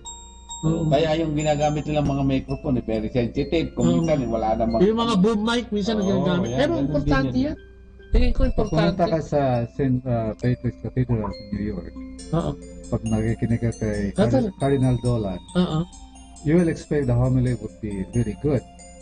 But the sound system there you can't really understand. Naku, hindi ka St. Patrick ko na. Because of the echo. Because of the echo of the Kasi sound. laki-laki ng father You no? don't really understand. Sayang. Sayang. So on the part of the priest, ganito yung sabi ko. My one personal experience. One time nangyari sa akin, hindi lang one time, maraming beses. I was invited to say mass. I really prepared well. But the problem was the sound system was too bad. I said to myself, sayang. I prepared my homily for this celebration and then sayang the sound system destroyed. Oh, I really prepared this day for your celebration, for the mass. But and yet your microphone, your sound system is too bad. People could not understand me. People could not hear me well because of your sound system is too bad. So, may mga nakikinig yan, pag invite kayo ng pare, handa yung pare sa message niya para sa inyo. Pero yung sound system niya is too bad. Yes. But then, hindi maganda. Saka sometimes, we put a lot of burloloys doon sa altar, bulaklak, kasi lahat. Hindi naman masama yun. Pero siguro baka yung ibang pambili ng burloloy din, baka pwedeng i-divert sa pambili ng another speaker o alam mo, mas madagdagan yung speakers. Mga bagong simbahang itinatayo ngayon. Ang ini-improve nila ay talagang ang kanilang sound system. Importante. May sa Pilipinas, marami ng parish doon na merong mga TV. Ayan, tapos may close, caption? Ay, sinasabi ng pare, nakikita mo na. Maganda yun. I've been in Texas, Father. Sa Manawag, sa Basilica, meron yan. Nakakalat ang monitors. Yung mga simbahan doon na bagong gawa, ang homily, bukod sa sinasabi ng pare, may caption nakikita mo. Malaki. Caption. Nakikita mo yung sinasabi ng pare. Yun nga, importante. Yun maganda. Sana lahat na parishes ay ganyan na ngayon. Amen. To make the word of God really close caption. Para understandable, communicate well, the message of God to the people. That is very important. Dito sa Incarnation, dito sa may 74 sa Broadway, ay sa may St. Nicholas, ang linaw niya, laki nung pero ang linaw. Yun ang maganda rin, epekto rin yan sa acoustic na sa yung building. The way the building was made. Yes! So, Father! Maraming mga complaints na marinig tungkol sa homily, but karamihan kami mga pare, we really try our best to deliver God's message. Amen. There are many problems, obstacles, but we continue to be inspired by the Word of God and listen to the homily of the priest and be inspired, be strengthened. Kasi the priests are called to bring the message of hope, of peace, of healing, Amen. and forgiveness. Oo nga. So, kung di mo naintindihan, Father, sayang. Yeah, sayang nga. Kaya we have to check everything. Pag nag-pray din si Father ng healing, halimbawa, di ba, hindi rin niya maintindihan kung ano sinasabi na. Sayang naman. Talaga yung saan ka man nakapwesto sa simbahan, dinig mo ng maliwanag at sinasabi. Amen. Alam mo, maliit na bagay yun, pero it's good na ako ngayon ko lang rin na discussion, Kaya nga sa Manawag, gusto ko magpasalamat doon dahil yung mga talaga yan ang inuuna nila, yung mga TV, naglagay sila all over, tapos yung sound system nila, inaayos. And I would like to commend yung mga pare, at syempre lahat na nagtatrabaho doon sa Basilica, especially dyan sa Pangasinan, for the effort. Tsaka yung mga pare doon, Father, kamukha mo. Naghahanda talaga sila ng homilya. Kasi doon ako tumitira Minsan 5 days ako doon, 6 days ako doon. And every morning, at katabi ko lang yung malapit lang ako sa sakramento ng simbahan o doon sa kaya dinig ko yung kanilang homilya. And nakakatuwa, pagka ang pare naghahanda, hindi para sa kanya, kundi para sa kanyang nasasakupan. Di ba ganyan si Jesus? Naawa siya dahil gutom na gutom yung mga tao. Ang mga parishioner natin ngayon, gutom na gutom din, sa magandang balita. So kung hindi nila naiintindihan yung mabuting balita, nasayang lahat ng effort. So sana, maganda yung sinasabi ni Father Ed, maliliit, small things matters, di ba, Father, Yeah. Kung minsan na-ignore, ang ganda naman ng simbahan ko, ang ganda naman ng altar ko, ang ganda ng dots sa pinong ano ko, ng lamesa ko, di ba? Yun ang tinitignan ng tao. Paminsan busog yung mata, yung tenga, walang marinig. Kaya pag uwi, ang natatandaan yung mantel lang na lamesa doon sa altar. Kuminsan nakakarinig na intindi sa message yung kalahati lang ng simbahan. Sa likod, wala. Sa likod, hindi. Hindi na kasi marinig doon. Minsan ganun eh. Hindi namin tindihan banda doon sa likod. Kaya yung iba, ayaw niya lang. Oo. Minsan sa likod ang maganda, kaya nasa likod na lahat. Yeah. And anyway, Father, dito sa tinalakay natin, ano yung nakikita mong magandang mensahe para sa mga nakikinig sa atin ngayong araw na ito? What would you like them to learn, and para ano yung gusto mong maiwan sa kanilang mga puso dito sa teaching about signs and wonders na diniscuss natin ngayong araw na ito? Well, para sa akin, sana when you pray, don't ask so much God's signs, but ask God to give you a mind, a heart that understands His presence in ordinary things, in ordinary circumstances, in our ordinary dealings with people, sa mga kaibigan natin, sa kapamilya, sa katrabaho. When we meet these people, as if we meet Christ in them. So every time we meet people in our midst, Christ is there with them and with us. So let us be reminded of the presence of God that we see in each person that we meet. Wow! Today. Ganda na. So may mga problema, pero let's focus on what the Scripture can, especially today. The Gospel speaks about the presence of God can be felt, can be experienced in ordinary things, not so much in extraordinary things, but simple things. Amen. So let us pray that our hearts and minds, of our ears be open to see God's presence. Hallelujah, no? And Father, maraming salamat na batiin ko muna ito, no? Yan, si Lulu, Austria, si Kua, no? Nandito yan, si Beatrice, Besa si Saul sa watching, si Kimberly Lemon, nandyan, ano? Si Paul Pabiana, dyan sa Pilipinas yan. Edwin Montes Claros, Father, ito, kilala mo ito, no? Tapos si Stephen Ladja, no? Pari ito sa Our Lady of the Rosary sa Santo Domingo, sa Pilipinas din yan. Tapos, siyempre, si Brother Delma, si Sister Noni, Brother Noni, nandito dyan. Si Chito M. Cruz from the Philippines is also watching. Si Steve Maningat is also watching. Tapos, ang Kristiyanong Pamilya, siyempre. Si Lerida Enriquez is also watching. Si Brother Lito Canillas ng Queens, nandito dyan din. Hindi ko mabasa yung iba. Medyo mahina yung signal ng internet natin. But, maraming pong salamat sa inyong pagsubaybay ngayong araw na ito sa 102.7 FM. May kasama ka, si Jesus, si Maria, at siyempre kami. And siyempre, muli, maraming salamat kay Father Ed Sumbiron, no, for yung pag-accept niya ng ating interview ngayong araw na ito. And nasisiguro ko na marami tayo nakikinig ngayon na maraming natutunan dito sa episode na ito, no? So patuloy kayo makinig, no? Itong ating programa, Kristiyano Pamilya at Iba Pa, Monday to Saturday, 8 to 9 in the morning, 8 to 9 in the evening, ano? So lahat ng mga kasama natin dyan sa Banawag Dominican Radio, hello po sa inyo lahat ng mga pari dyan, hello po mga fathers, ang Order of Preachers, ano? At syempre sa lahat ng mga misyonaryo, yung mga nagbi-mission, ng mga laiko sa buong mundo, no? Na tumutulong sa pagpapalaganap ng mabuting balita.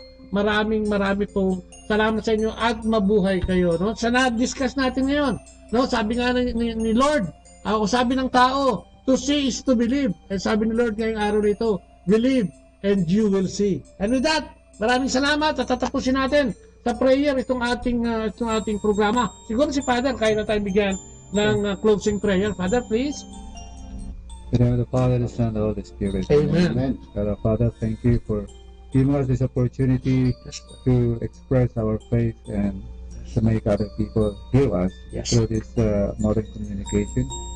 We continue to ask you to bless all the priests, bless all those people who work for the church, bless all the families, bless all those leaders in our church who work hard for the unity for the church, to continue to pray for all the bishops, the cardinals, and especially our Pope, that God may continue to inspire and guide them as they continue to minister for all the people. And thank you, Lord, for this beautiful opportunity to bring the message of hope and peace and love to the people who are listening to us right now. Amen! And in the name of the Father, and the Son, and the Holy Spirit, Amen. Muli po, pansamantala nagpapaalam. Father, bye-bye. Father Nani, bye-bye. Pansamantala nagpapaalam yung programa Kristiyano Pamilya at Buhay. Ito si Kuya Bobot, no, sa pangalan ni Leia. Bye-bye! God bless!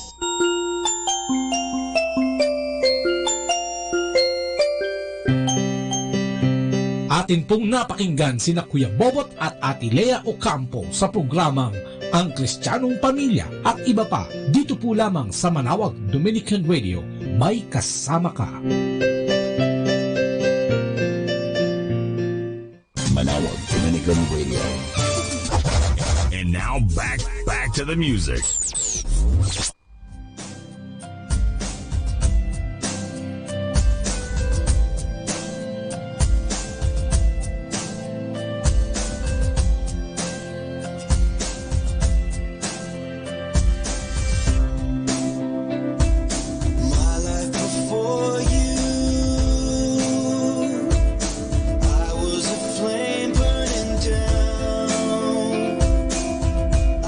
Burning out.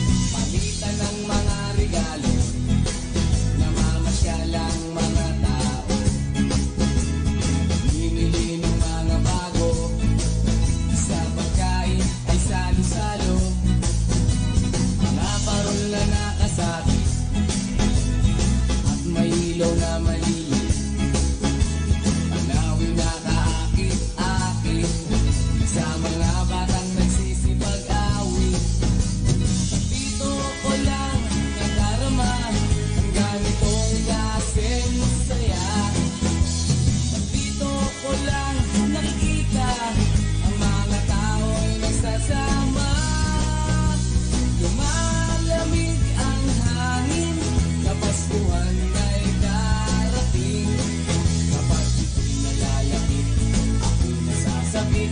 Pasko ang araw ng pag-ibig.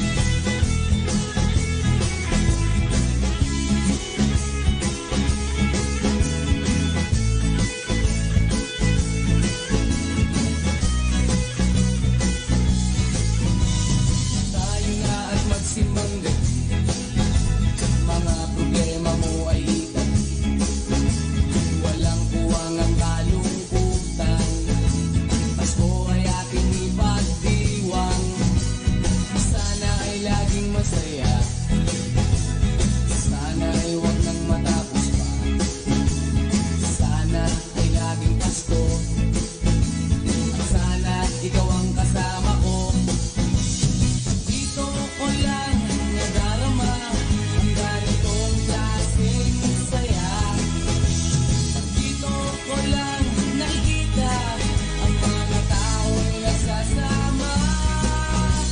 Lumalamig ang hangin, kapaskuhan ay darating. Kapag nalalamig, ako'y nasasabik. Pasko ang araw ng pag-ibig.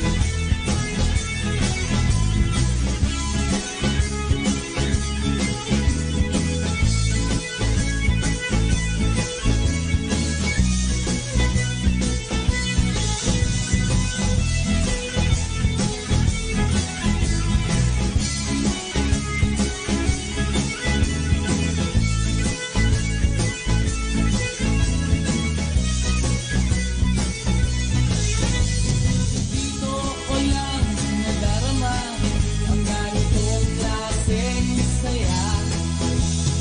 Dito ko lang nakikita ang mga tao'y nagsasama. Lumalamig ang hangin, kapaskuhan ay darating. Kapag ito'y nalalamig, ako'y nasasabik. Pasko ang araw ng pag-ibig. Kapag ito'y nalalamig, ako'y nasasabik. Pasko ang araw ng pag-ibig. Our time now is 9 o'clock in the evening. Let us now have our time check prayer.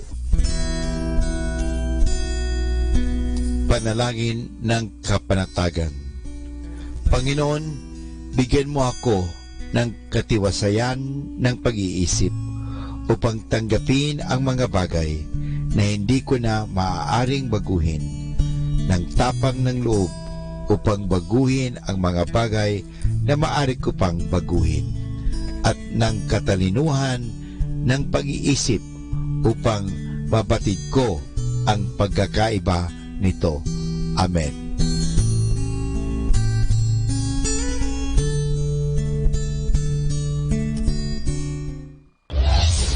This is Manawag Dominican Broadcasting Incorporated, a religious, non-commercial radio station. 10 years of evangelizing the airwaves, sharing God's blessings, live masses on air, playing religious music and prayers. May kasama ka, si Jesus, si Maria, at kami. Our positive thought for this hour. The pessimist complains about the wind. The optimist expects it to change. The realist adjusts the sails. More than ever, we need Catholic radio station like Manawag Dominican Radio FM.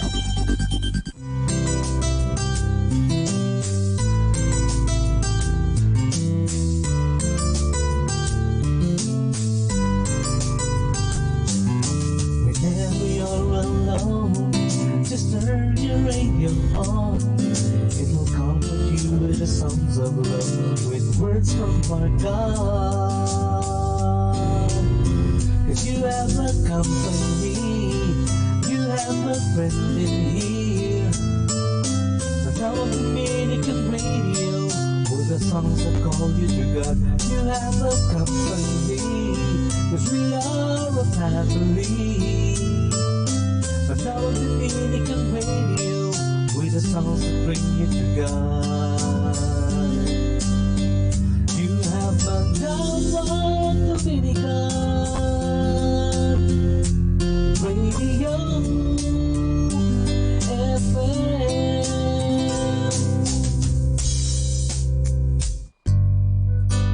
Ako po si Bo Sanchez ng Kerygma. Binabati ko po ang lahat ng nakikinig. May kasama ka, si Jesus, si Maria, at kami. Mga kasama, ating pong pakinggan ang talk ni Bo Sanchez na recorded sa feast na ginanap sa PICC. Some people may tell you, you're just a kid. Some people may tell you, you're just a small-time player. Some people may tell you, that's an impossible vow you've taken. Some people may tell you, you'll never get over your past. And some people may tell you, you don't really know your faith. But someone else is telling you, you are a winner. You are a champion. And because you're a champion, you can change the world.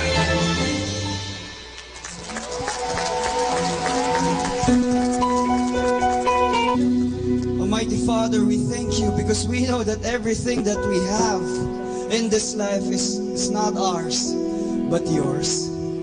But we want to thank you because you have given us the opportunity, the privilege, the joy of enjoying your blessings for us. And today, Jesus, we want to seek you more. We want to know you more. Because we know that you have something better for us, cannot give.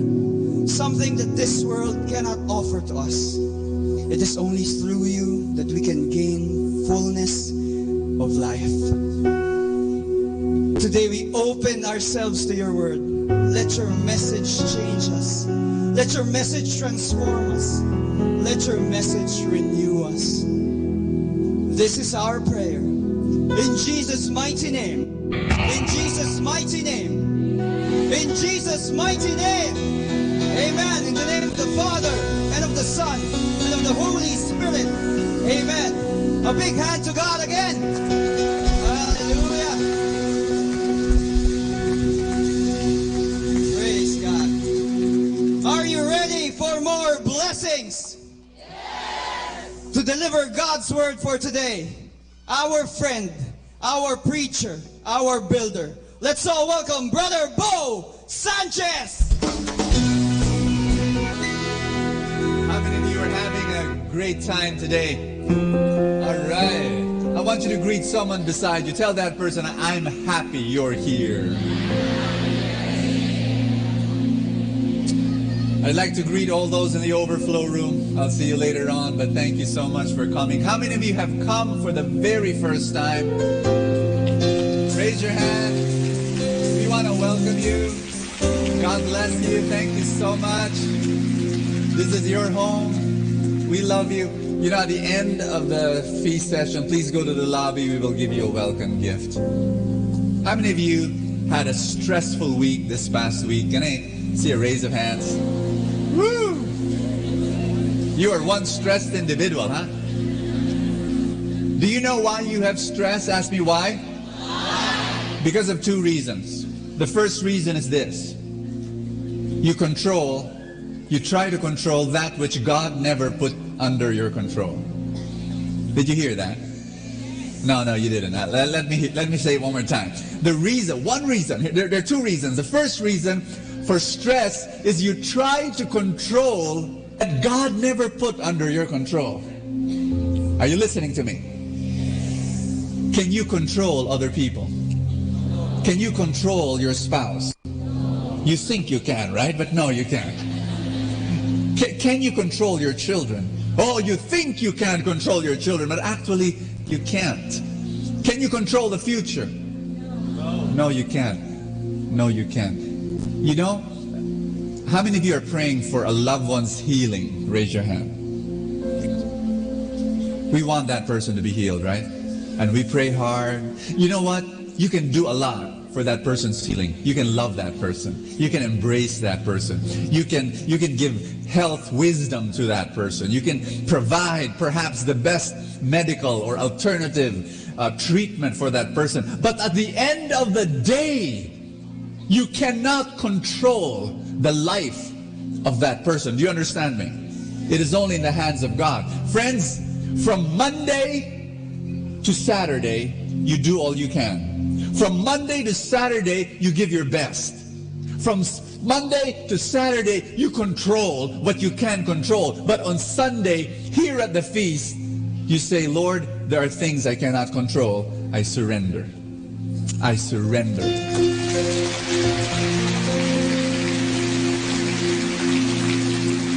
And that's why it's so important to come here at the feast to report to our God and say, Lord, I've done my best. But there are just some things I can't control. And if I will carry this burden, I'll just be stressed out. I need a Sunday to, like a release valve. To realize that there are things that you cannot control and you need to surrender to God. You know, there are couples here in this room that are praying for a baby. You know what? Control what you can control. Try to make a baby.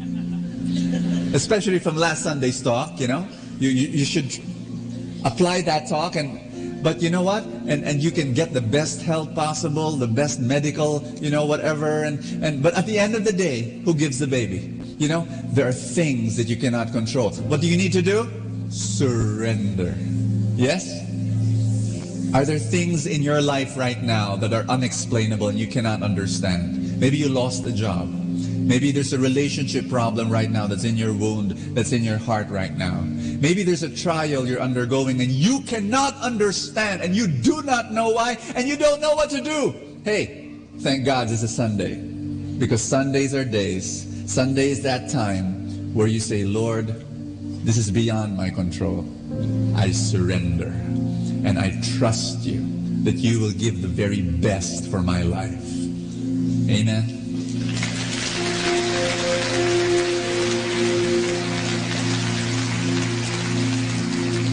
Put your arm around a shoulder of somebody and tell that person, surrender. You want to have peace? Surrender. Don't try to control that which you cannot control. Why is that promotion not yet coming? Why is that salary increase not yet there? Why is that business still going through some difficulty? Why? We don't know. But here's what you do. Do what you can. Give it your best shot. But at the end of the day, let's surrender. Let's surrender today in the name of the Father and of the Son and of the Holy Spirit. Everybody say, today I receive all of God's love for me.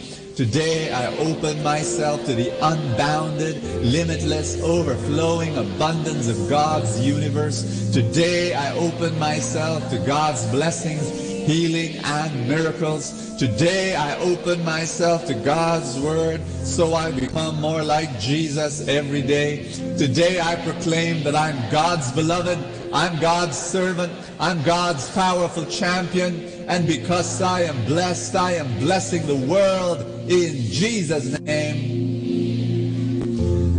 Thy word is a lamp unto my feet and a light unto my path. Today we're going to talk about power. Everybody say power. You know, this past month we were talking about money, sex, and power. And today on this third talk, just want to share with you that God has given you power. I am speaking right now to a bunch of very, very, very, very powerful individuals. Say this with me. I am powerful. You are. You really are. You have power to control certain things in your life. Not all, but you do have power over certain things in your life. And you have power over some people. Not control, but influence. Say influence. Look at the person beside you. Do you know that you've got power over that person? Yes. Ask me how. You know, when you smile at that person smiles back. Wow, that's power. Huh? Now try this. Slap that person. No. You know, if you slap that person will be angry. You've got power over that person. You cause that. You influence that person. Am I right? You've got power. You know what? If you live a life of honesty and responsibility and kindness, guess what? It's a model. It's an example. You influence that person to imitate you.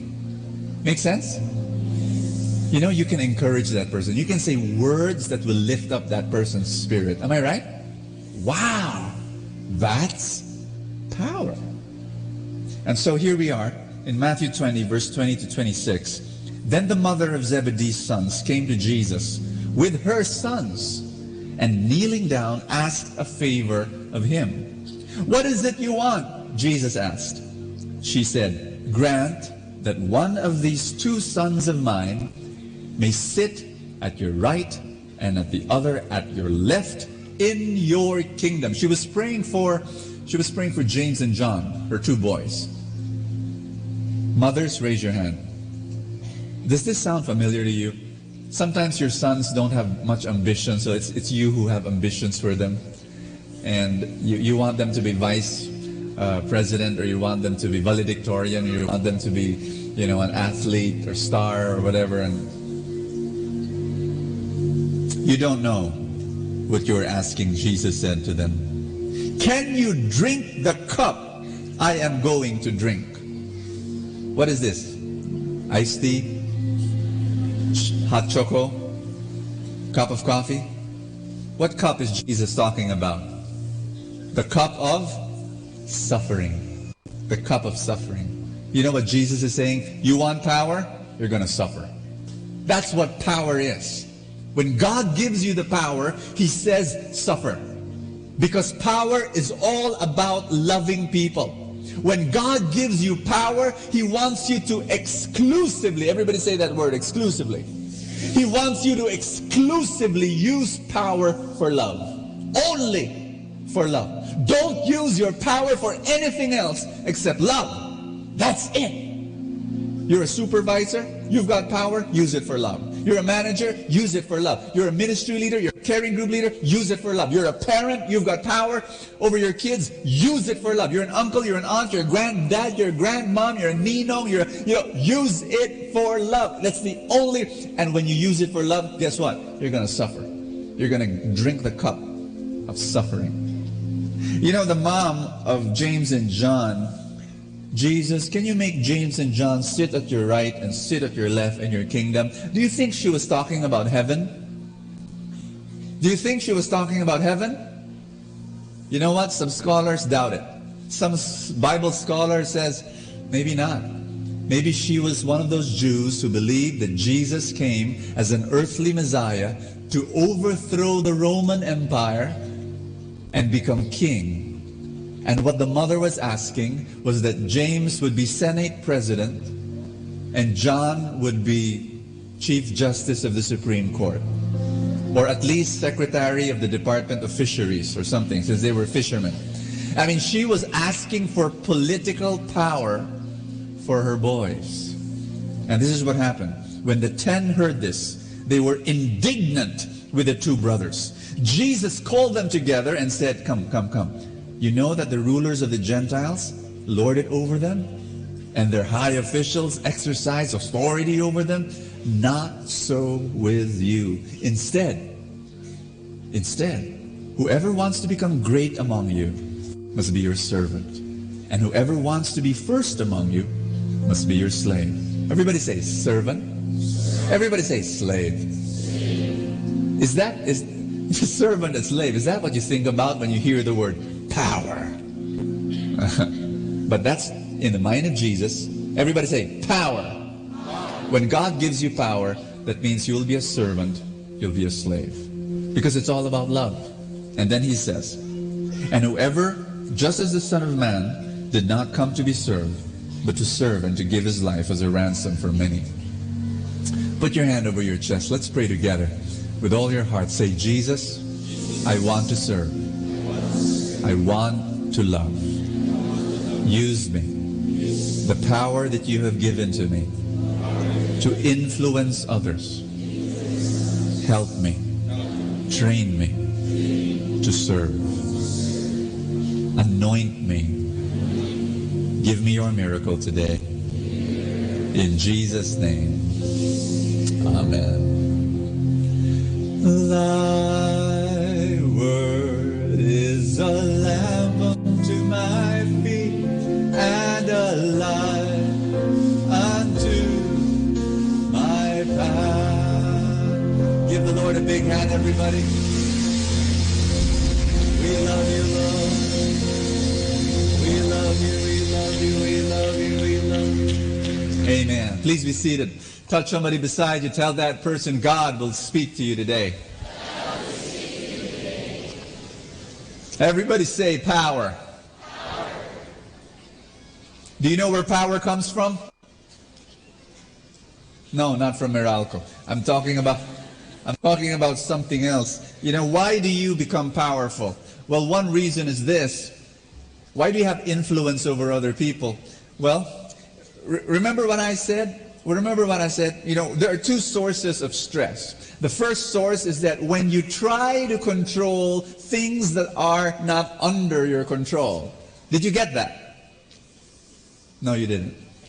Did you get that? That's very cruel. How many of you want to have less stress this coming week? Come on, raise your hand. You want less stress? Recognize that if there is something that is beyond your control, you don't try to control it. You say, Lord, I surrender. Did you get that? So this week, when you meet a problem, when you meet a difficulty with your children or with your spouse or with your business or with your job, and it is beyond your control, don't even try to control it. You say, Lord, I surrender. Everybody say, I surrender. You got it? Now here's number two. Here's your second source of stress. Are you with me? Your second source of stress is this. You do not control that which is under your control. No, you didn't get it. Come on. You will have stress if you do not control that which God has put under your control. You're going to have problems because you're not taking responsibility for the responsibilities that God has given. Let me give you an example. You have total, complete, absolute, 100% control over the food that you put in your mouth. Now, I know some of you don't know that. So there are some people who don't know that. They think that while they're asleep and their mouth is open, food will float up in the air and then move towards their mouth. And so that when they wake up, oh, why am I like this? Why is my body like this? You know, no. I have a friend. He's almost 300 pounds. And one time I saw him. He was holding this bucket of barbecue-flavored French fries. And he got a piece and he was about to stuff it in his mouth, and he saw me. Brother Bo, I'd like to ask you a question. It's really a question that I've not. It's a mystery for me. I don't know. Can you help me? Why am I stout? Obvious ba? You have total, complete, absolute control over what you put in your mouth. Take responsibility. Am I making sense here? When you do not take responsibility, you'll have stress. Second source of stress. Touch somebody beside you and say, use your power. Use your power. You can't, you know, you look at your credit card bill. Ah, it's so big. It's so big. Why do I have 100,000 pesos in my credit card? You know what? You know what? Who pulled your wallet every time you bought? Who pulled out your credit card to buy? Who? You. It doesn't just come out. My wallet. Oh, the credit card is going out. No, you did. One more time. Touch somebody beside you and say, use your power. Today I'm going to talk about power. I'm going to say that God has given you power over certain areas of your life. Not all, but certain areas of your life. You need to take charge. But listen to me. There are just some things that you don't have power, and that's what we talked about a while ago. Today, I'd like to also share, not only do you have power over yourself, but you have power influence over the people around you. And where does that come from? 5 areas, 5 reasons, 5 sources. Number 1, power comes from position. You're a manager, you're a doctor, you're a salesperson. Salespeople have power over their customers. You are a parish council president, or you're a barangay tanod, or you're a mom, you're a dad, you're an uncle, you're a teacher. These are positions of power by the virtue of your title. Say title. You have power. You're a boss. You're a CEO. You're by the virtue of your title, you have power. Number 2, it's popularity. You're a diva.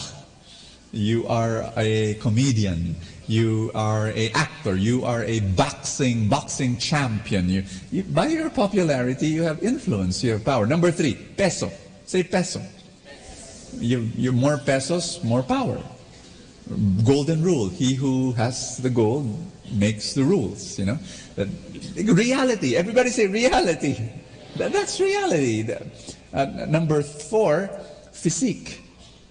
If you're taller, bigger, stronger, sexier, prettier, you're more powerful. Reality, that's reality. Why do salespeople wear suits and ties and polished shoes and combed hair? And if you're a girl, pencil cut skirts and all made up and beautiful blouse. Why? Because research shows that people will pay more attention to you if you are physically attractive. Am I making sense? I was bullied in school, and my bullies were 1 foot taller than me. And everyone else. They were also more hairy. We called them gorillas. One of them was King Kong. Physique gives you power. And then finally, proficiency. You're more brilliant, you're talented, you're gifted. It gives you power. But let me make this announcement. All that, you've position and proficiency and fame and money, all that, there is still one power that is more powerful than all that. Ask me what? It's your power over yourself. It's inner power. And God has given you that. God has given you power, responsibility He calls you to be a steward. Say steward. He wants you to have power over yourself. How many of you watched the movie Lord of the Rings? Raise your hand. Thank you. Those of you who did not raise your hand, watch the movie. That is a trilogy, by the way, so it's got 3 hours each, so that's 9. It's going to be a long day for you if you watch that movie. But I like that movie because it's central to my talk today. And I'm going to ask you this big question. How many of you, I'm going to ask you this question. If you watched that movie, there were lots and lots of incredible super characters in that movie. Who is the most powerful? Who is the most powerful character in the movie The Lord of the Rings? Some would say Gandalf. Gandalf is the wizard. He's an immortal being. He's got magical powers. He can appear in front of you visible or invisible. But no, he cannot appear to you invisible, but that's his power. Number 2, some will say Aragorn. He comes from a bloodline of kings and he was destined to be king of Gondor. Of course, the young teenagers will shout Legolas because he's so cute. He's absolutely charming and gorgeous. And the guys will say, no, it's Arwen. Arwen is this beautiful maiden, and the problem is she's 2,700 years old, but never mind, she's still very beautiful. But the real answer is this: the most powerful character in the movie is Frodo. And the reason why this kid is the most powerful is, let me tell you the story of the movie for those who didn't watch this. The movie is about a ring. Obvious ba? Lord of the Rings. It's about a ring, and it's a magical ring. And the ring is so powerful. Get this. It is so powerful, if it falls in the hands of someone who does not have power over himself, guess what? It will bring out the monster in you. That's the whole plot of the movie. And only Frodo was able to hold the ring, carry the ring, use the ring in a limited capacity, and then at the end of the movie, get this, at the end of the movie, destroys the ring. Destroys the ring. Are you listening to me? My message to you is this for this whole day, for this whole message, for my whole talk. That ring is a symbol of power. And power is dangerous. You have the person who holds power has to be someone who's got power over himself first. Are you listening to me? Are you getting this? Let me say three things. Three very important things about power. Everybody say, I'm ready. Number one, power is limited. Say that with me. Power is limited. If you look around you, there are people who are abusing their power. They're crisscrossing the lines of their limits. You read a newspaper, you read politicians who are abusing their power. You know, I was talking to a government employee. She said that a fax machine costs 5,000 pesos, right? Well, the government bought her fax machine for 100,000 pesos because there were many pockets that had to be filled. Abuse of power. Last week, I was listening to a lecture by Dr. Christian Mancao, and he was saying, how many people die in America because of cocaine and because of heroin? Each year, 10,000 people die. But how many people die in America because of prescription drugs? Do you know how many? According to the good doctor, 700,000 people die because of prescription drugs. And the point that he was trying to make is, because he asked this question, so which drugs will we ban? Because there are some pharmaceutical, not all of course, but there's some pharmaceutical companies where medicine is now all about money. And when it's all about money, they will sell you drugs that are more harmful. Religious leaders, they fall into the same trap of abusing their power. We've heard of scandals of religious leaders who use the money of the church or the money of the community or the money of the organization for themselves. And then there's the abuse, the sexual abuse that happens. I was talking to a seminarian last year, and he was telling me, you know, with a shaking voice, Brother Bo, I was molested in the seminary.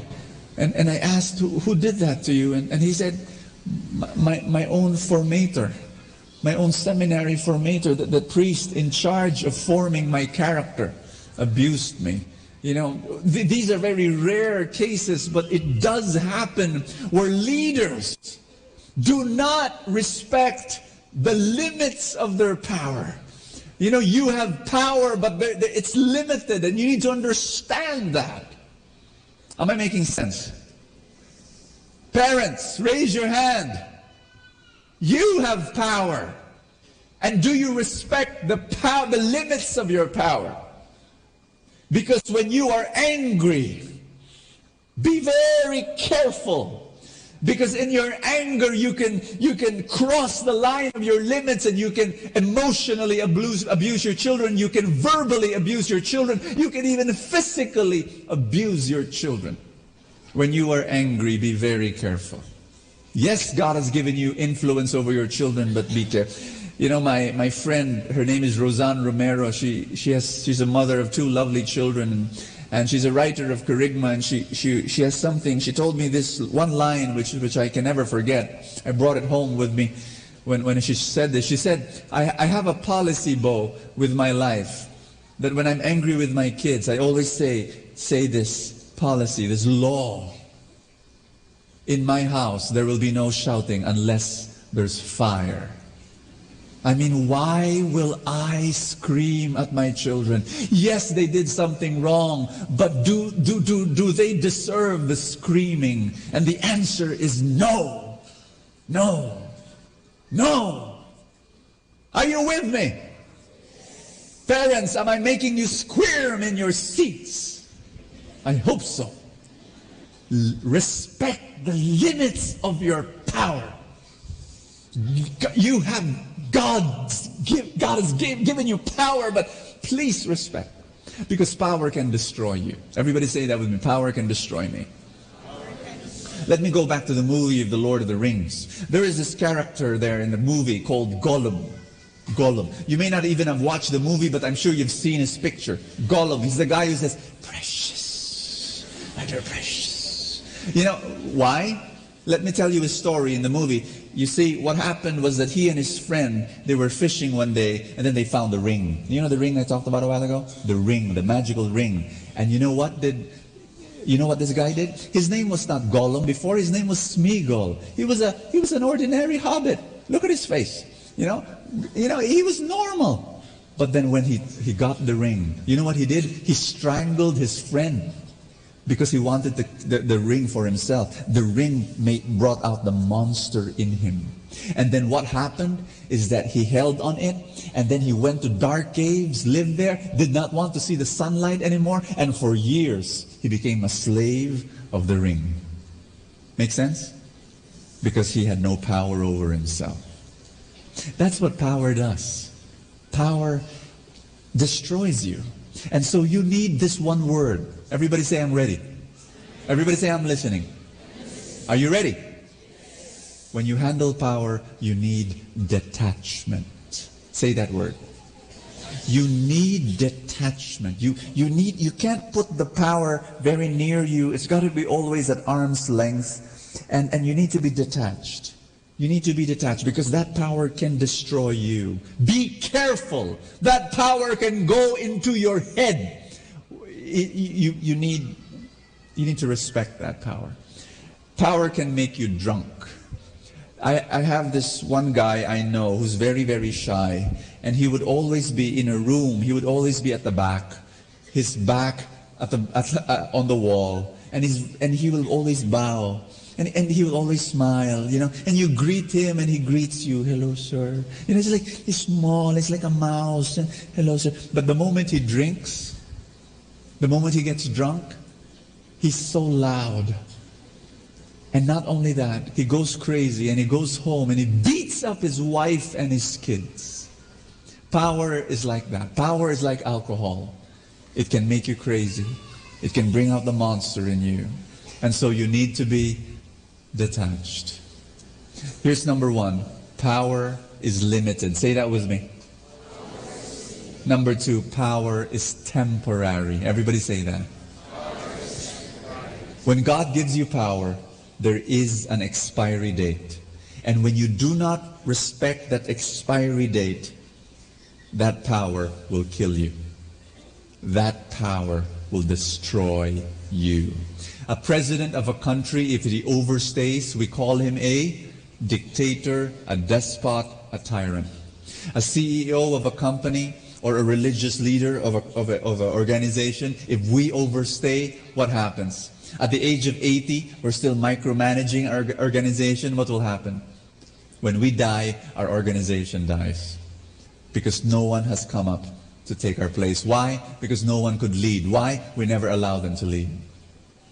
There comes a point, we should be like Frodo, there comes a point, we use the power to love, to bless, to help, to care, but at a certain point, we know there's an expiry date, we have to destroy our own power.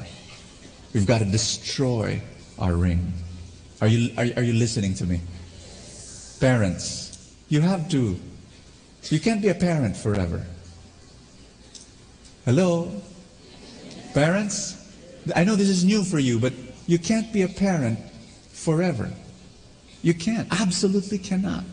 I'll tell you why in a while, but let me share with you principle number 3, that power must be exclusive. Exclusively for love. Only for love. This is the reason why God gives you the power. And I'm going to share 3 traits of a person who can use power. Number 1, his heart has to be satisfied. Say satisfied. This is very, very important. This is so important. This might be the most important point of this talk, of this message. If you're not satisfied, don't hold power. If you are not satisfied in the depths of your heart, do not hold power because you will misuse it. There are people who come from a place of insecurity. When they are very insecure and then you give them power, what will happen? They will be power hungry. They will be addicted to the power. They are very insecure in their persons and they've got inner wounds to heal. And then when power comes, whoa! And then people will admire them, people will follow them, and then it gets to their head. Why? They're stuffing stuff into the wound of their heart. Are you with me? And when that believe me, before you get power, you should be a person who is satisfied with himself. You know that God loves you and that love is enough and you do not need that. You are happy with yourself. You love yourself. You are satisfied. And then when power comes, you say, I don't need it, but I can use it to serve other people. And you're not attached because you don't need it. And so it's at arm's length. And then when it's ready to give up, you give up easily because you're satisfied. Are you with me? Are you with me? This is so important. God has to satisfy you. And love has to satisfy you. Here's number 2, selfless. A leader has to be selfless. But first he has to be satisfied because you cannot give what you don't have. But when you have love, then you can give love and you can be selfless. And number 3, sacrificial. And that's why Jesus said to James and John, can you drink the cup of suffering? Because you want power? Well, guess what? You're going to suffer. You want to be a manager? You're going to suffer. You want to be a CEO? You're going to suffer. You're going to be the head of your business? You're going to suffer. You want to be a mom or a dad? You're going to suffer. You're going to sacrifice. I'm going to read you one passage. It's in John chapter 10. It says in verse 11, I am the good shepherd. The good shepherd lays down his life for the sheep. Parents, do you lay down your life for your children? Managers, do you lay down your life for your subordinates? Business owners, do you lay down your life for your customers and for your employees? Do you lay down, ministry heads, do you lay down your life for your followers? High call, yes. A call that involves suffering, yes. But because leadership is not about you. Leadership is about love. Leadership is about service. Leadership is about forgetting yourself so that other people's needs will be met. Are you listening to me? 3 phases of parenting. 3 phases. Problems come up with your parent-child relationship because you don't go through those 3 phases. You get stuck in one phase. Here's first phase. Controller. Say controller. From age 1 to age 10, you control your children. And you should. You tell them what to do. You tell them, where to go, and you tell them how to do it because they're kids. Controller. But somewhere after age 10 and then moving into teenage life, you've got to change hats from controller to coach. From controller to coach. Because if they're still teenagers and you're still a controller, what's going to happen? Boom! War! How many of you agree, disagree? How many of you experienced that with your own parents? They never changed hats. And you rebelled. No, at a certain point, parents, there's an expiry date to being a controller. And you've got to shift hats to coach. What's a coach? A coach does not go into the details. A coach is about vision. And a coach is being a presence of love and support to your teenager. Always there. Always supporting. Always loving. Encouraging. Exhorting. Doing spot checks. Doing correction. But not on the details. Always about vision. It's all about steering hunger and mission in the heart of your teenager. And then at a certain point, after teenage life, when the kid goes through their 20s and 30s, especially when they get married, parents, you have to change hats. From coach to consultant. From coach to consultant. There are some parents, and are you listening to me? Your children are already married, you're still a controller. And that's why you've got problems. Listen to me.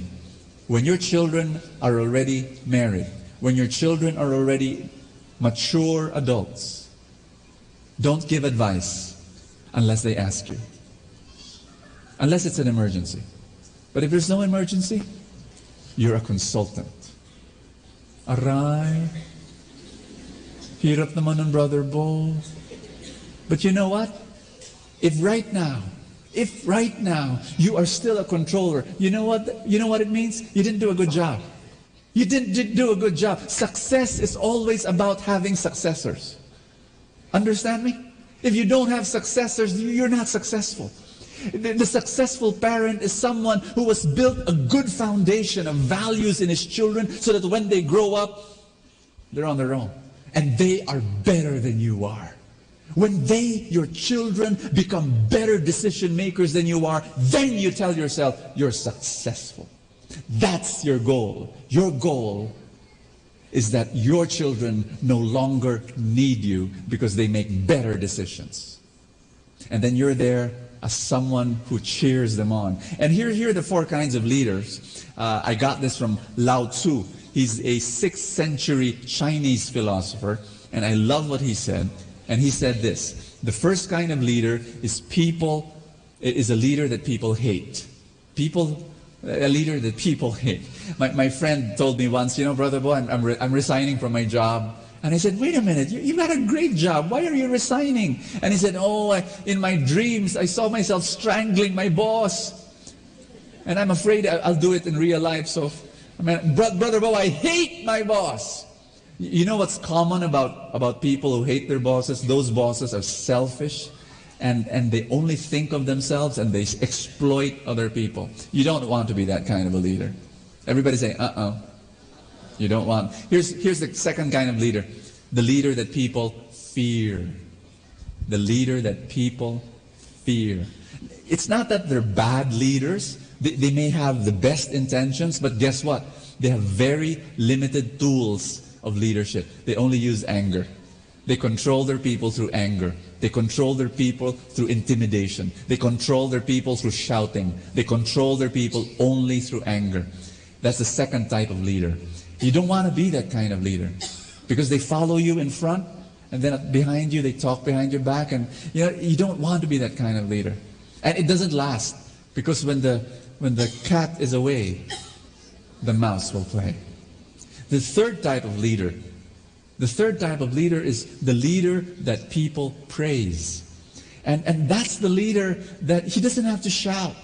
He just says one word and people follow. Why? Because they want to follow. They want to follow.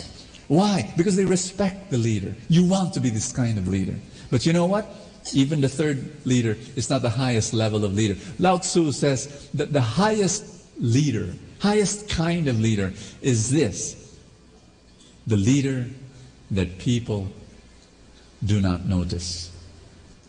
In the beginning, this is impossible, believe me. In the beginning, you have to be seen, you have to be noticed, you have to be there rallying the troops and giving vision and training people constantly. But then there should come a point when your kids or when your subordinates or the people in your organization are working and they're working without you.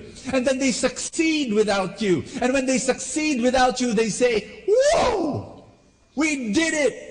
And you, the leader, congratulates them and says, "You did it. You did it. You did it." And you give them the credit. Are you getting me? I'd like to just bring this to a close. You have, how many of you here have power? Have positions of leadership in different areas of your lives, of your companies or ministries? Or raise your hand. I just want to see. Wonderful, wonderful. I want you to use that power for love. Do you hear me? I'm going to be praying a special prayer that you receive more power. Is that okay? Or you're afraid now to get more power? I want you to be Frodo. To have the ability to always put it on arm's length, to be detached, so that even if there's more power, you'll just be able to give love and more service. Amen?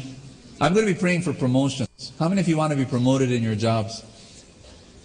Oh, they're getting fewer now. Raise your hand. You want to be promoted? Raise your hand. You want to be more promoted? You want more power, more responsibility? Yes? May the Lord answer that prayer. We're going to pray for that. We're going to pray. Can you stand? Let me tell you about my friend Ruel, brilliant fellow, professor, business professor, owns a number of businesses, huge businesses, very, very profitable businesses. And not only is he a business owner, not only is he a professor, he's someone who is a leader in many non-profit organizations. He does speakers, and when he speaks, people are wowed by his wisdom. One of the things I like about Ruel, his laughter. Before he says a joke, he will laugh already. And then when he says the joke, he'll be the first one to laugh. And then other people will laugh. He's such a fun guy, such a fun guy. Well, last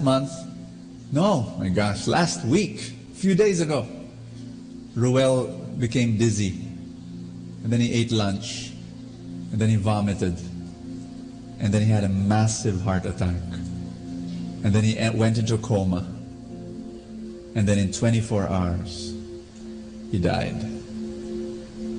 My friend Ruel was only 49 years old. 49 years old. Ruel was a man of power. He owned his businesses, professor. But then last week he died without any power.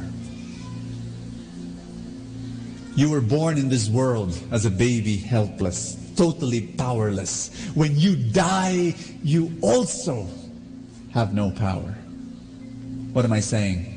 All the power that you have, your power as a mother over your kids, your power as a supervisor, your power as a business owner, your power as a ministry head, as a caring group head, your power has an expiry date. It's all borrowed power. All borrowed power. Do not let power get into your head. A day will come, you will return this power. And when you return this borrowed power to God, when you die, you better be sure that it's filled with love. That you used it for love. You used it to serve. You used it to bless people. You better be sure. When Ruel died a few days ago, and Ruel returned the borrowed power to God, I knew God was smiling because Ruel used all his power to serve people. To serve people. In fact, before he died, he was looking forward to teach again in the university. He didn't have to do that. You know how much people get paid as a professor. But he looked forward to it, not for the money anymore. He had enough. He wanted to love. He wanted to serve. He wanted to give. That's the kind of guy and I know that when God called him, God smiled when he returned his borrowed power. I visited his wake. I went looked at his coffin. And there was his face, his body. I could not understand. Sometimes when somebody dies so young, I was looking at his face and I was waiting for him to laugh. Yeah. Have you ever had experience? Why is he dead? Hello? Wake up. Is this a joke? 49. Just 3 years older than me. You don't understand these things. And yet I believe this, that Ruel was laughing in heaven because he used his power to love. And I'm asking you this question. I'm going to be praying that God will increase your power. I really will. That you will be more blessed in whatever you're doing, ministry or whatever, but just be sure to respect the limits of your power and always remember that it's temporary. Amen? Lift up your hands. Say this after me. Jesus, thank you for the influence that I have over people, over friends, family. You know, brothers and sisters, before I continue my prayer, just want to remind you, even if you're not a manager or supervisor, you have influence over your friends. Even if you tell me you're a high school student, guess what? Yung barkada mo, you have influence over them. What you say, how you live. So pray with me, pray with me. Jesus, anoint me. Give me anointing so that my influence, my power, I can use to love, I can use to serve. Brothers and sisters, may you be the best mom, the best dad, may you be the best supervisor, manager, leader this world has ever known. In Jesus' name. May you have the heart of a shepherd. In Jesus' name. And here's my last prayer for you before we sing our first song. That the Lord will satisfy your heart. That the Lord will drive away your insecurities. That the Lord will heal the wounds of your heart. So that you will not use power to be anesthesia to the pain that is in your heart. No, no, no, no, no. May you be satisfied in the depths of your heart because the love of God will heal you. Everybody say this with me. The Lord is my shepherd. There is nothing I shall want.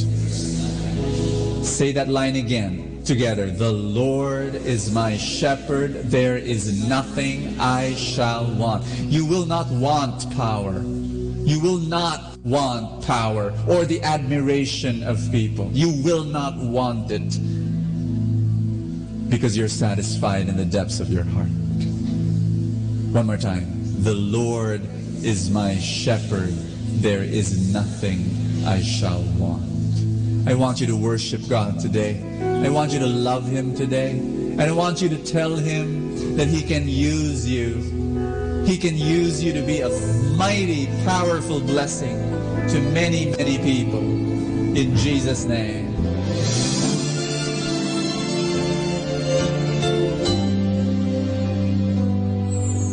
I try to reach out for you, but I fall. Sometimes you seem so close and yet so far. Oh, I need another chance. I need to know your mercy. Just give me the strength to change within. I know I'm not all that I can be. My weakness seems to get the best of me. But as long as you are here, I know that I will make it. Every step along the way, please hear my prayer. A heart like yours is my desire. A heart like yours is what I'm searching for. Full of compassion, nothing wrong within. Please hear me, Lord.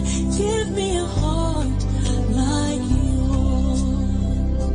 So much grace, so much kindness, so much faith, forever true, strong as the wind, soft as the shadows. If just once I could be like you, a heart like yours is my desire. A heart like yours, it's my desire.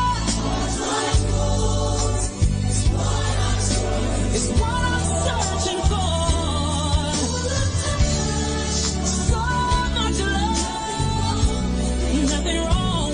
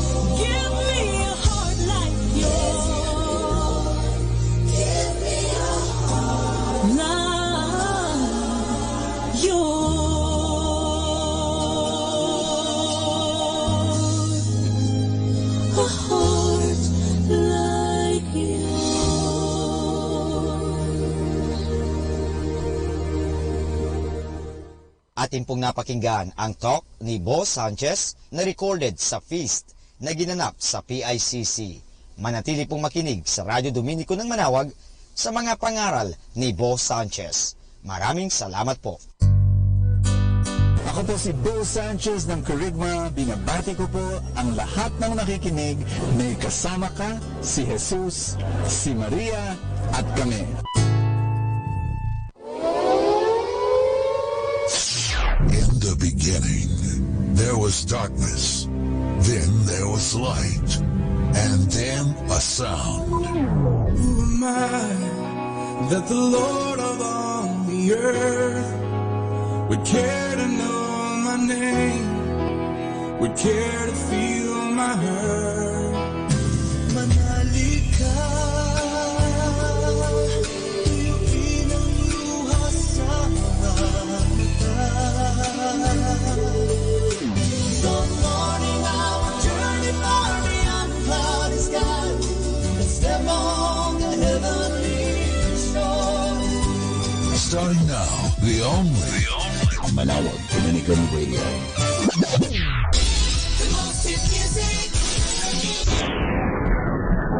Our time now is 10 o'clock in the evening. Let us now have our time check prayer.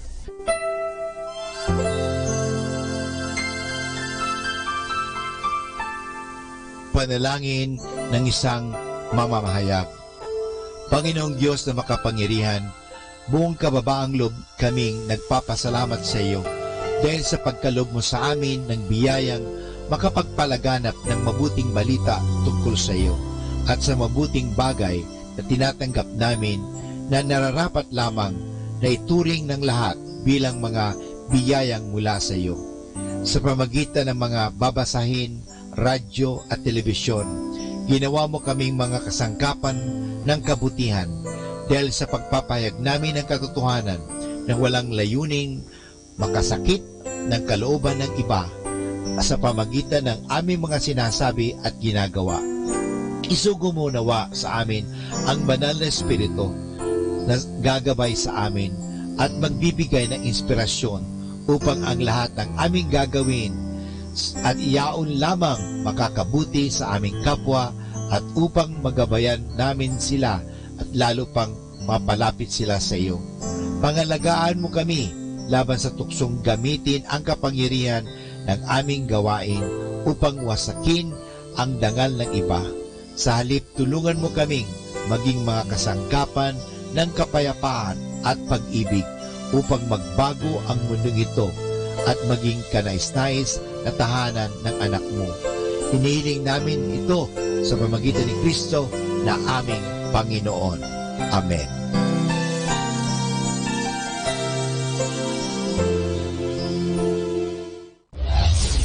This is Manawag Dominican Broadcasting Incorporated, a religious non-commercial radio station. 10 years of evangelizing the airwaves, sharing God's blessings, live masses on air, playing religious music and prayers. May kasama ka, si Jesus, si Maria, at kami.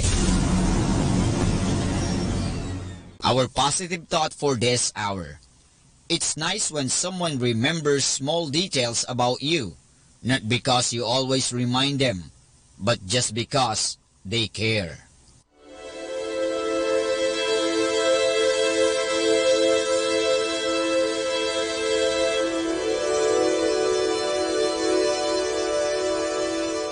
Isang mapagpalang pagbati po sa inyong lahat mula sa aming mga Dominikanong nobisyo dito sa Minor Basilica of Our Lady of the Rosary of Manawag. Kayo po ay nakikinig sa Binhi ng Buhay. Nais po naming ibahagi sa inyo ang bunga ng aming mga pagninilay sa Ebanghelyo ngayong ika-15 ng Setyembre, ang ika-24 na linggo sa karaniwang panahon.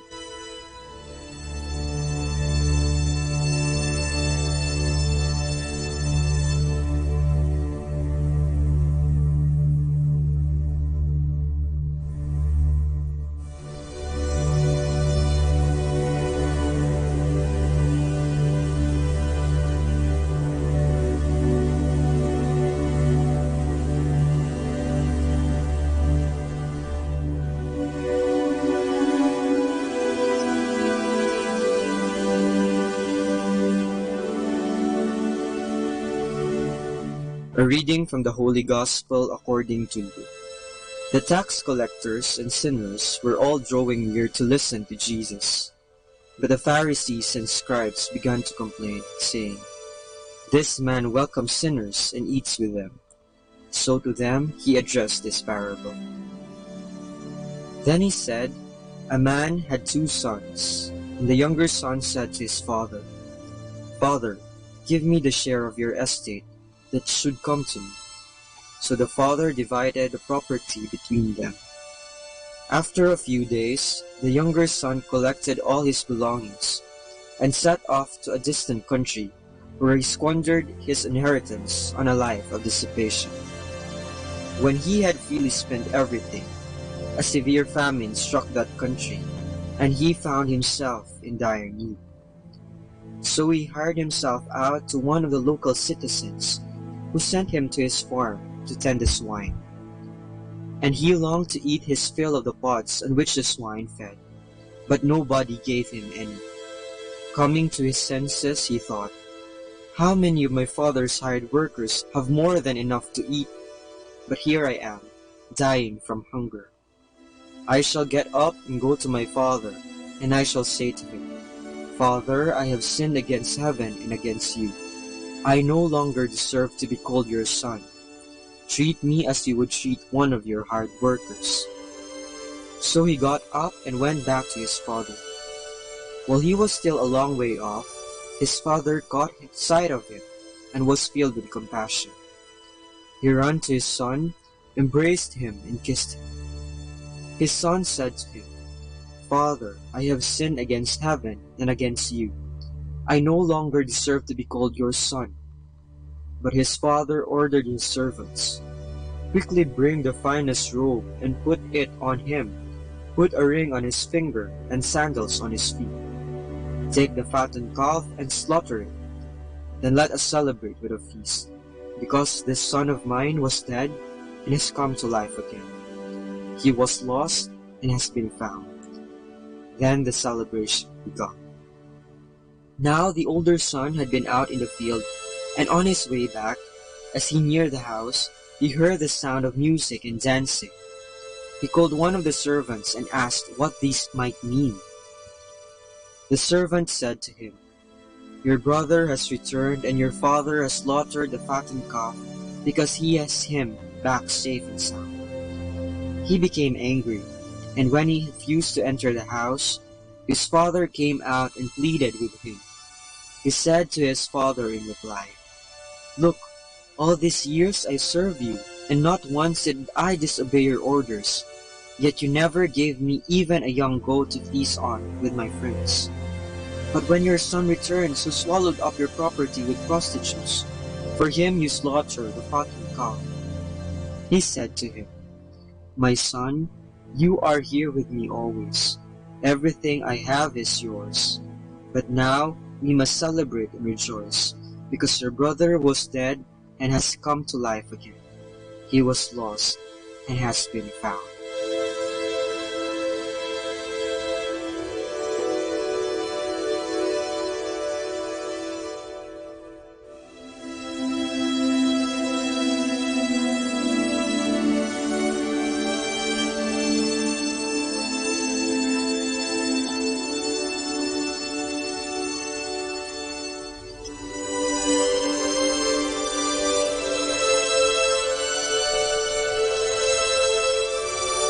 Mensahe ng pag-asa. Kaya mo bang isipin ang buhay na walang pag-asa? Buhay na kung saan punong-puno ng pagdurusa at pagkatakot na walang inaasahang pagbabago? Isipin mo na lang ang kalagayan ng isang asawang palagiang binubugbog, o di kaya ay isang teenager na nakararanas ng bullying nang walang nakakaalam, o isang matandang iniwan ng kanyang mga anak na kanyang inaruga simula pagkabata. Kung ilalagay man natin ang ating mga sarili sa kanilang sitwasyon, siguradong mauunawaan natin kung bakit ang ibang tao ay puno ng galit, na kung minsan ay sinisisi pa ang Diyos sa lahat ng kasawiang palad na kanilang nararanasan. Malamang ang iba sa kanila ay maliligaw ng landas sa kanilang pananampalataya. Sa aking palagay, Walang ibang taludtod sa Bagong Tipan ang bantog at mahal ng karamihan, kagaya ng Ebanghelyong ipinapahayag ngayong linggo. Sapagkat dito napapaloob ang buod ng mabuting balita na gustong ibahagi ng ating Panginoong Hesus, ang mensahe ng kanyang pag-asa. Ang Ebanghelyo ngayon ay nagsasalaysay sa atin na ang Panginoon ay nangusap ng mga talinhaga sa mga Pariseo, at isa sa mga ito ay patungkol sa isang pastol na iniwan ng 99 na tupa para lamang hanapin ang isang nawawala. Sino ba naman ang nasa matinong kaisipan ang gagawin ito? Sa katunayan, ang talinhagang ito ay salungat sa pamantayan at kaisipan ng tao. Talagang hindi natin maiintindihan ito kung hindi tayo ang nasa kalagayan ng nawawala. Mas mauunawaan lang natin ang talinhagang ito kung tayo mismo ang tupang nawala. Sa buhay, maaaring dumating ang araw na tayo ay maligaw ng landas. Ngunit ang Panginoon ay hindi susuko sa atin. Katulad ng isang mabuting pastol, hahanapin niya tayong kanyang nawawalang mga tupa para gabayan at nang maiuwi sa kanyang tahanan. Katulad ng kasiyahan ng pastol sa paghahanap ng tupa, gayon din ang labis na tuwa ng Panginoon sa paghahanap at pagbabago nating mga makasalanan. Maaaring sukuan ng tao ang isang makasalanan, ngunit ibahin natin ang Diyos. Hinding-hindi siya sumusuko sa atin. Ganito niya tayo kinakaawaan at kinahabagan. Ganito niya tayo kamahal. Alam kong mahal ng Diyos sa mga taong sumusunod sa Kanya at Kanyang mga utos. Ngunit sa Kanyang puso, aking napagtanto na ibang kaligayahan ang Kanyang nadarama sa pagbabago ng mga makasalanan. Kaya aking dasal na yung mga taong naligaw ng landas ay matagpuin na muli ng mabuting pastol na magdamag na nagbabantay para pangalagaan ang kanyang mga tinatanging mga tupa. Pagnilayan po natin ito.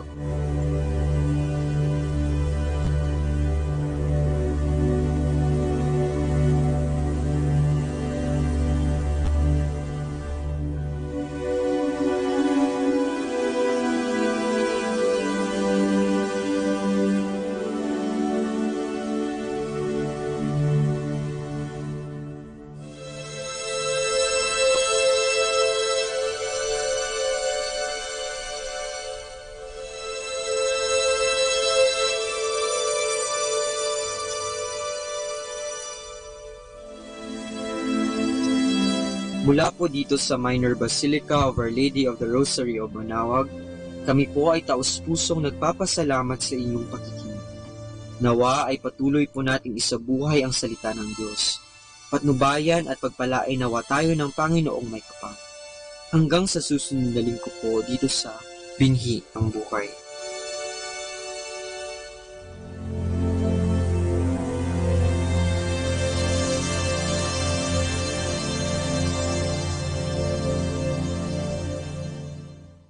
Atin pong pakinggan ang mga pasabi mula sa Minor Basilica ng Our Lady of the Rosary of Manaoag.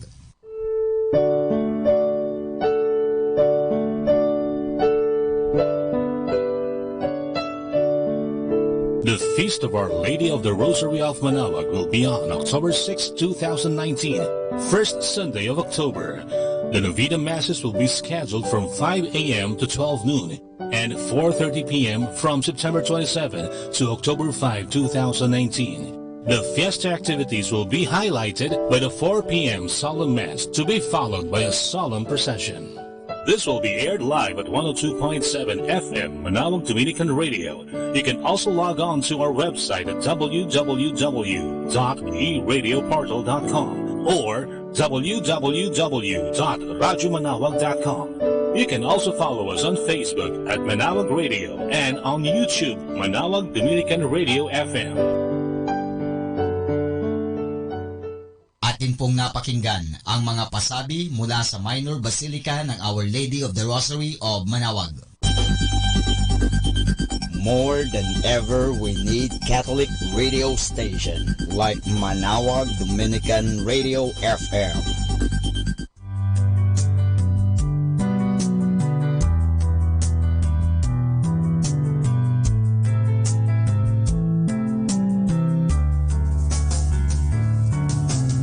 Whenever you're alone, just turn the radio on.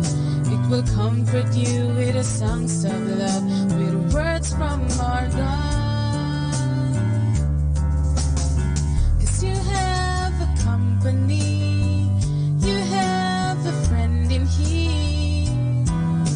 Manawag Dominican Radio, with the songs that call you to God. You have a company, 'cause we are a family. Manawag Dominican Radio, with the songs that bring you to God. You have Manawag Dominican Radio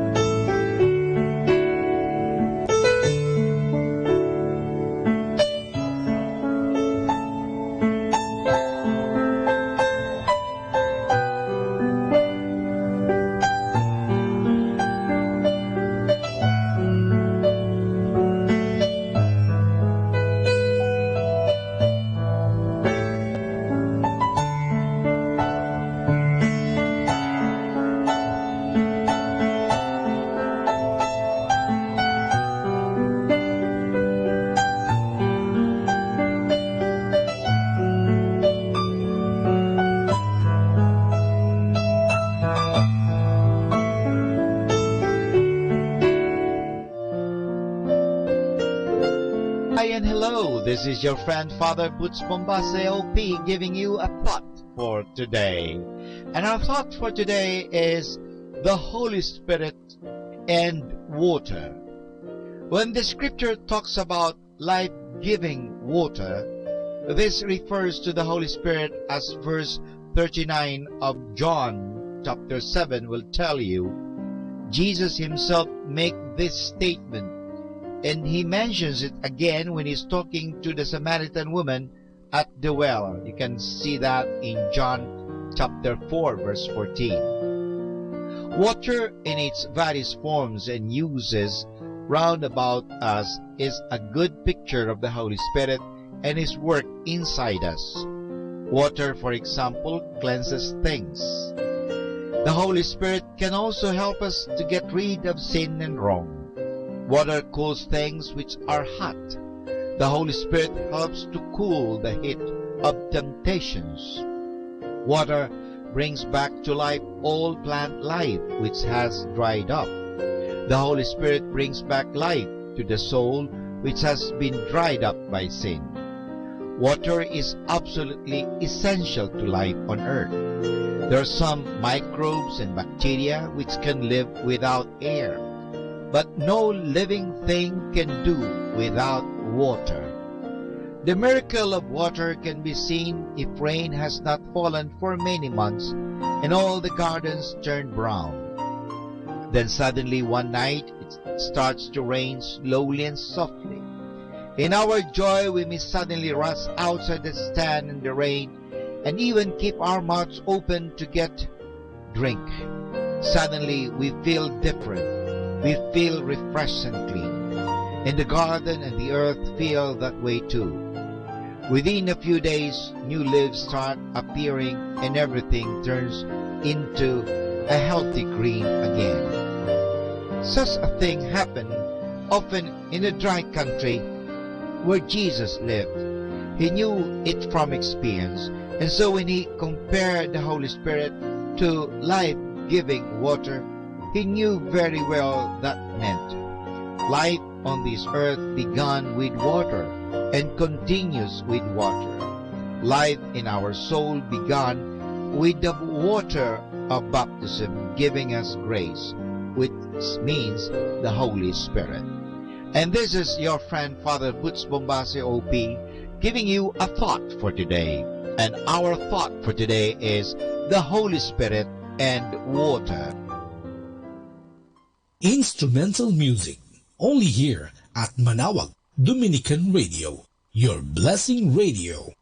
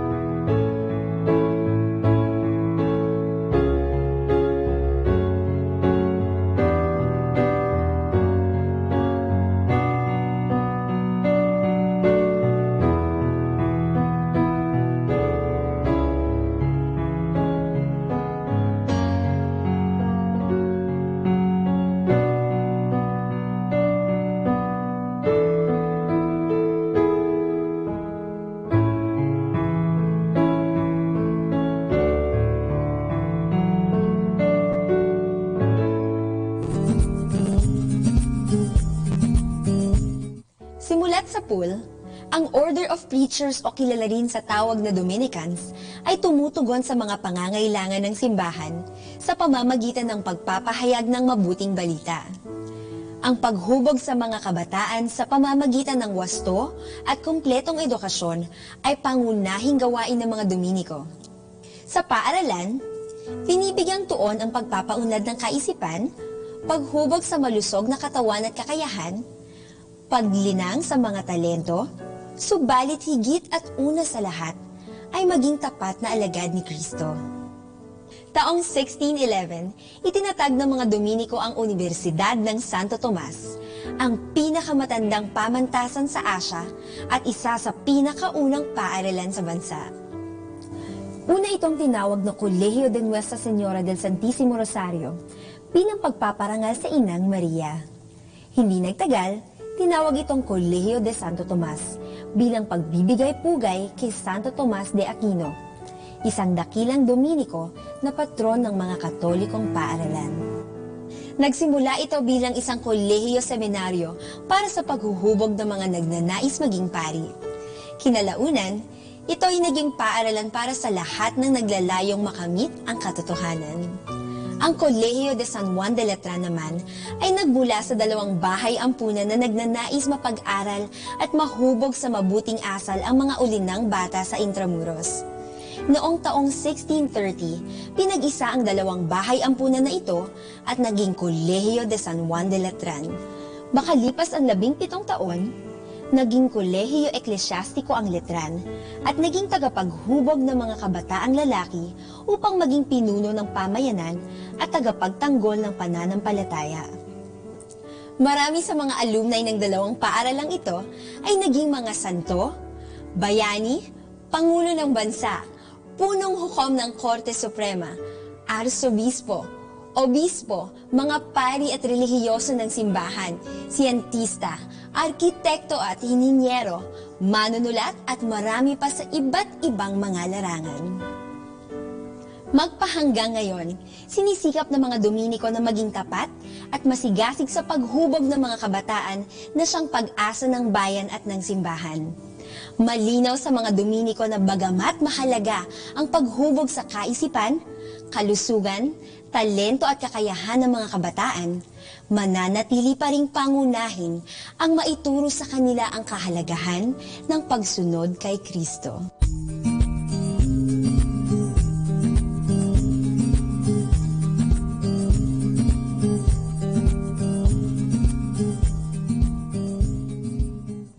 Let the gentle of the night to comfort you with instrumental music only here at Manawag Dominican Radio.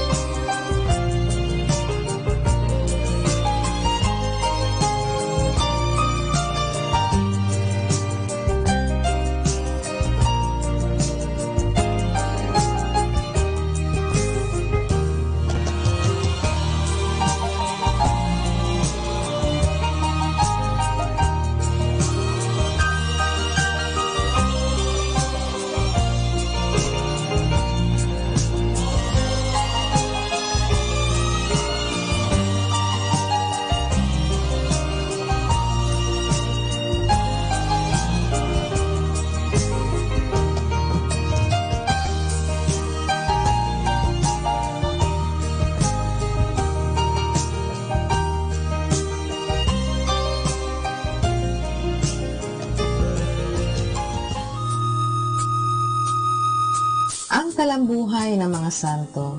Sa araw na ito, ika-17 ng Setyembre, aking pong ihahatid sa inyo ang talambuhay ni San Roberto Bellarmino. Nanay, nanay, tawag ng isang bata sa kanyang nagdarasal na ina sa simbahan. Tingnan ninyo ang larawan. Hayon ako, isang kardinal. Sa sumunod na larawan, ito naman ang sinabi ng bata. Nanay, darating ang araw na ako rin ay magiging doktor ng Santa Iglesia tulad ng mga nakalarawan dyan. Pagkaraan ng matagal na panahon, ang hula ng batang iyon ay nagkatotoo. Siya ay si San Roberto Bellarmino, obispo, kardinal at doktor ng Santa Iglesia.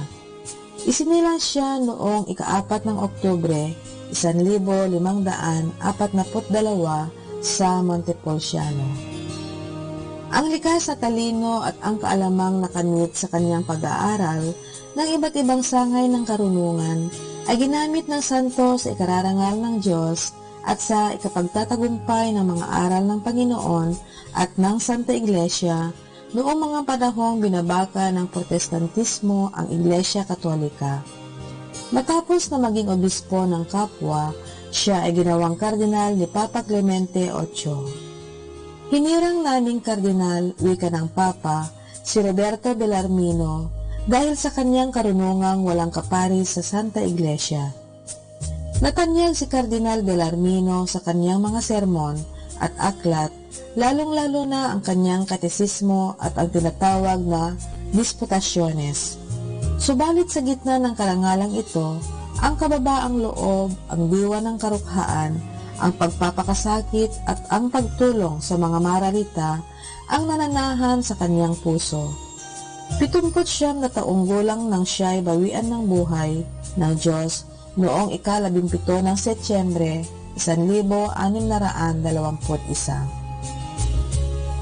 Aral. Kung tayo'y kasama niyang namatay, tayo'y kasama niyang mabubuhay. Kung tayo'y magtitiis, kasama rin niya tayong maghahari. Kung tayo'y tatatwa, itatatwa rin niya tayo. Kung tayo man ay magtaksil, siya ay mananatiling patapat pagkat hindi niya maitatatwa ang kanyang sarili. Atin pong napakinggan ang talambuhay ng mga santo, ang talambuhay ni San Roberto Bellarmino.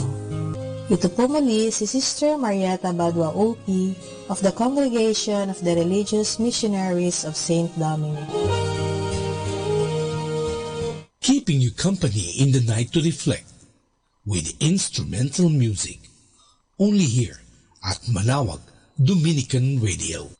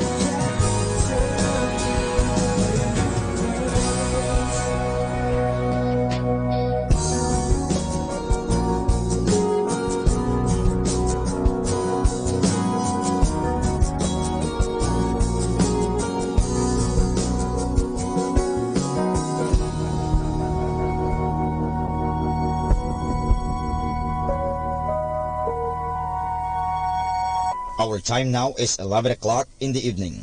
Let us now have our time check prayer. Panalangin para sa kalusugan ng katawan. Ama naming mapagmahal, katulad ng buhay, ang kalusugan ng katawan ay biyayang kaloob mo. Ket marapat lamang na ito'y pagyamanin at pangalagaan. Tulungan mo akong umiwas sa lahat ng labis at hindi makakabuti sa aking kalusugan.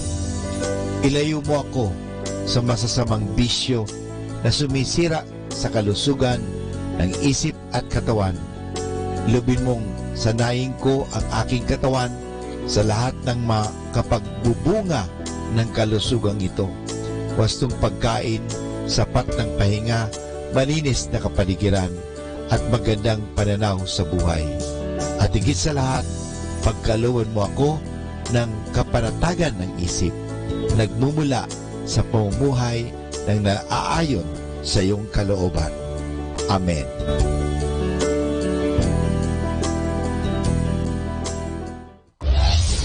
This is Manawag Dominican Broadcasting Incorporated, a religious, non-commercial radio station.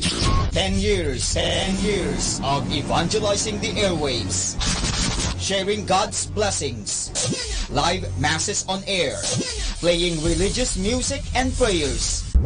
May kasama ka, si Jesus, si Maria, at kami. Our positive thought for this hour. Things turn out best for people who make the best out of the way things turn out.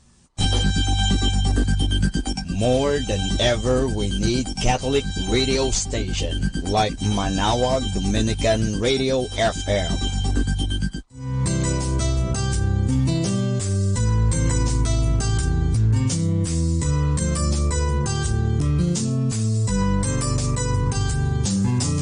Whenever you're alone, just turn your radio on. It will comfort you with the songs of love, with words from our God. 'Cause you have a company, you have a friend in here. Manawag Dominican Radio, with the songs that call you to God. You have a company, 'cause we are a family. Manawag Dominican Radio, with the songs that bring you to God. You have Manawag Dominican Radio FM.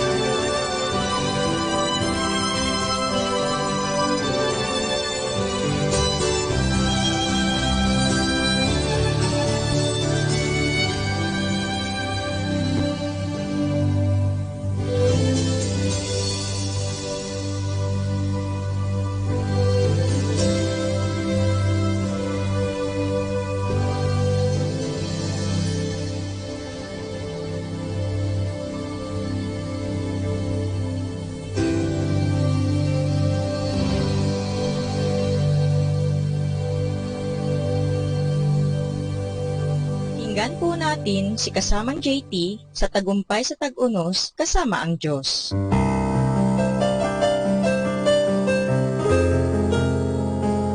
Ngayong Setyembre 17, ating pagnilayan ang inspirasyon na pinamagatang pagpili ng estilo ng pamumuhay. May dalawang estilo ng pamumuhay ang tao sa kasalukuyan na magkaibang-magkaiba, ang estilo ng integridad at ang estilo ng kapakinabangan o pabago-bagong moralidad. Paano sila nagkakaiba? Sundan natin ang kwento ito para malaman. Isang nurse ang kinuhang magtrabaho sa operating room ng isang kilalang ospital. Ang magpapasya kung matatanggap na siya ay ang surgeon na makakatrabaho niya. Sa umpisa ng operation, sinabi ng doktor sa kanya, subaybayan mo ang mga sponge na ginagamit at bilangin mo para siguradong walang maiiwan sa loob ng katawan ng pasyente. Nang nakatalikod ang nurse, inalis ng doktor ang isa, hinulog sa sahig at tinakpan. Pagkatapos ng operation, tinanong niya, nakuha ba natin ang lahat ng sponge? 11 po lamang ang inilabas ninyo, Dok, sagot ng nurse. Pero 12 ang ginamit nyo. Nakuha ko na lahat, sagot ng doktor. Tatahiin ko na ang pasyente. Hindi, kulang pa ng isa. 12 ang ginamit nyo, sabi ng nurse. Ako nang bahala, pananagutan ko ito. Seryosong sabi ng doktor. Hindi po, pagalit ng sagot ng nurse. Isipin ninyo ang pasyente. Ngumiti ang surgeon. Itinaas ang paa at nakita ng nurse ang ika-12 sponge. Okay, tanggap ka na, sabi niya. Iyan ang integridad. Sa bandang huli, pipili ka kung saan ka papanig at malaki ang epekto ng iyong pagpili. Ang uri ng pagkatao mo'y ang resulta ng iyong mga pagpiling moral. Lord, I humbly asking your guidance and enlightenment for me to understand your words, to be able to live them as a way of life. I don't enhance my mind. That's why I am not intelligent to comprehend every crooked line of life, because I desire to have a heart like yours that understands compassionately. Ito po ang inyong lingkod na si kasamang JT para sa pang-araw-araw nating gabay sa buhay.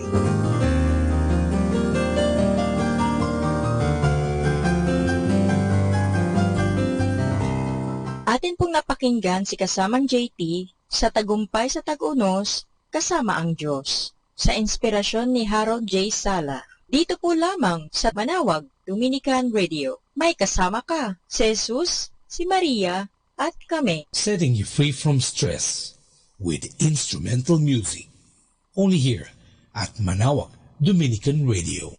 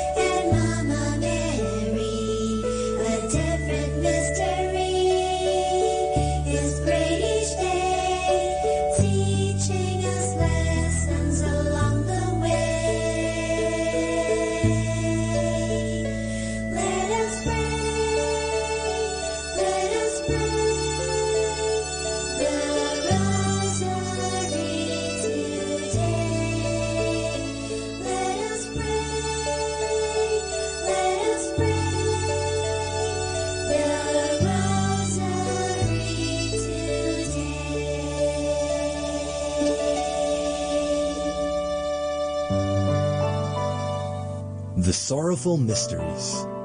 The sorrowful mysteries are sad stories because they are about the passion and death of our Lord Jesus. But at the same time, they are good stories. Because of what our Lord Jesus has gone through, we are saved from sin and we can now enter heaven. The sorrowful mysteries are prayed on Tuesdays and Fridays. In the name of the Father, and of the Son, and of the Holy Spirit. Amen. I believe in God, the Father Almighty, creator of heaven and earth. I believe in Jesus Christ, His only Son, our Lord. He was conceived by the power of the Holy Spirit and born of the Virgin Mary. He suffered under Pontius Pilate, was crucified, died, and was buried. He descended to the dead. On the third day he rose again. He ascended into heaven and is seated at the right hand of the Father. He will come again to judge the living and the dead. I believe in the Holy Spirit, the Holy Catholic Church, the communion of saints, the forgiveness of sins, the resurrection of the body, and life everlasting. Amen. For the intentions of the Holy Father. Our Father in heaven, holy be your name. Your kingdom come, your will be done on earth as it is in heaven. Give us this day our daily bread, and forgive us our sins, as we forgive those who sin against us. Do not bring us to the test, but deliver us from evil. Amen. Hail Mary, full of grace, the Lord is with you. Blessed are you among women, and blessed is the fruit of your womb, Jesus. Holy Mary, Mother of God, pray for us sinners, now and at the hour of our death. Amen. Hail Mary, full of grace, the Lord is with you. Blessed are you among women, and blessed is the fruit of your womb, Jesus. Holy Mary, Mother of God, pray for us sinners, now and at the hour of our death. Amen. Hail Mary, full of grace, the Lord is with you. Blessed are you among women, and blessed is the fruit of your womb, Jesus. Holy Mary, Mother of God, pray for us sinners, now and at the hour of our death. Amen. Glory be to the Father, and to the Son, and to the Holy Spirit, as it was in the beginning, as now, and ever shall be, world without end. Amen. The first sorrowful mystery is the agony in the garden. Jesus is in a garden, and he is very sad because he knows that he will have to suffer a lot. But even if he is having a hard time, he tells God the Father that he only wants what the Father wants for him. Our Father in heaven, holy be your name. Your kingdom come, your will be done on earth as it is in heaven. Give us this day our daily bread, and forgive us our sins, as we forgive those who sin against us. Do not bring us to the test, but deliver us from evil. Amen.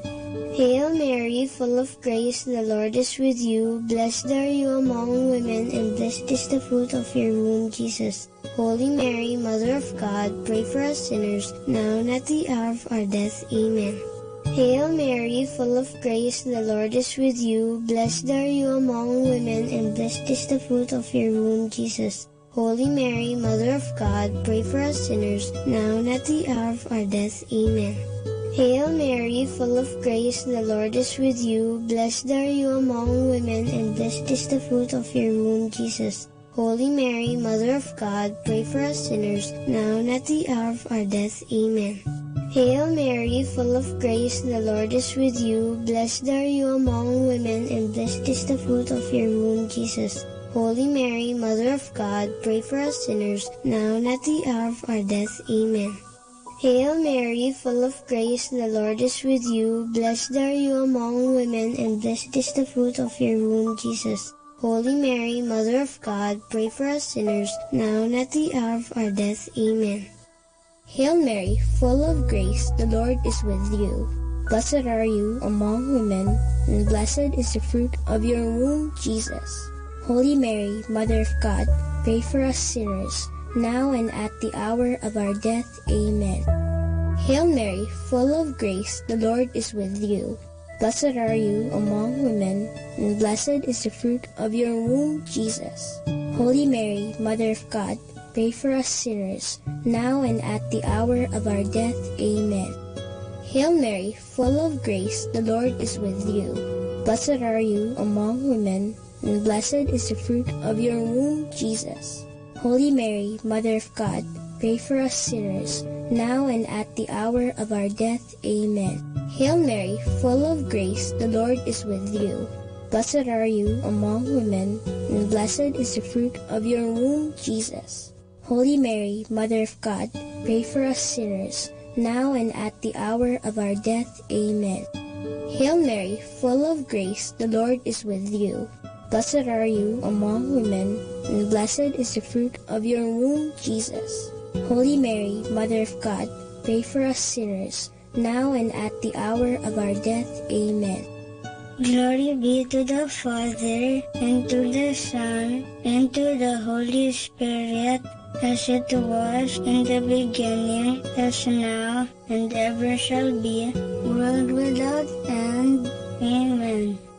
O my Jesus, forgive us our sins, save us from the fires of hell, and lead all souls into heaven, especially those who most need your mercy. The second sorrowful mystery is the scourging at the pillar. This tells about how Jesus felt so much pain when soldiers whipped him and beat him that he had so many wounds on his body. The Bible says that it's because of Jesus' wounds that we are healed. Our Father in heaven, holy be your name.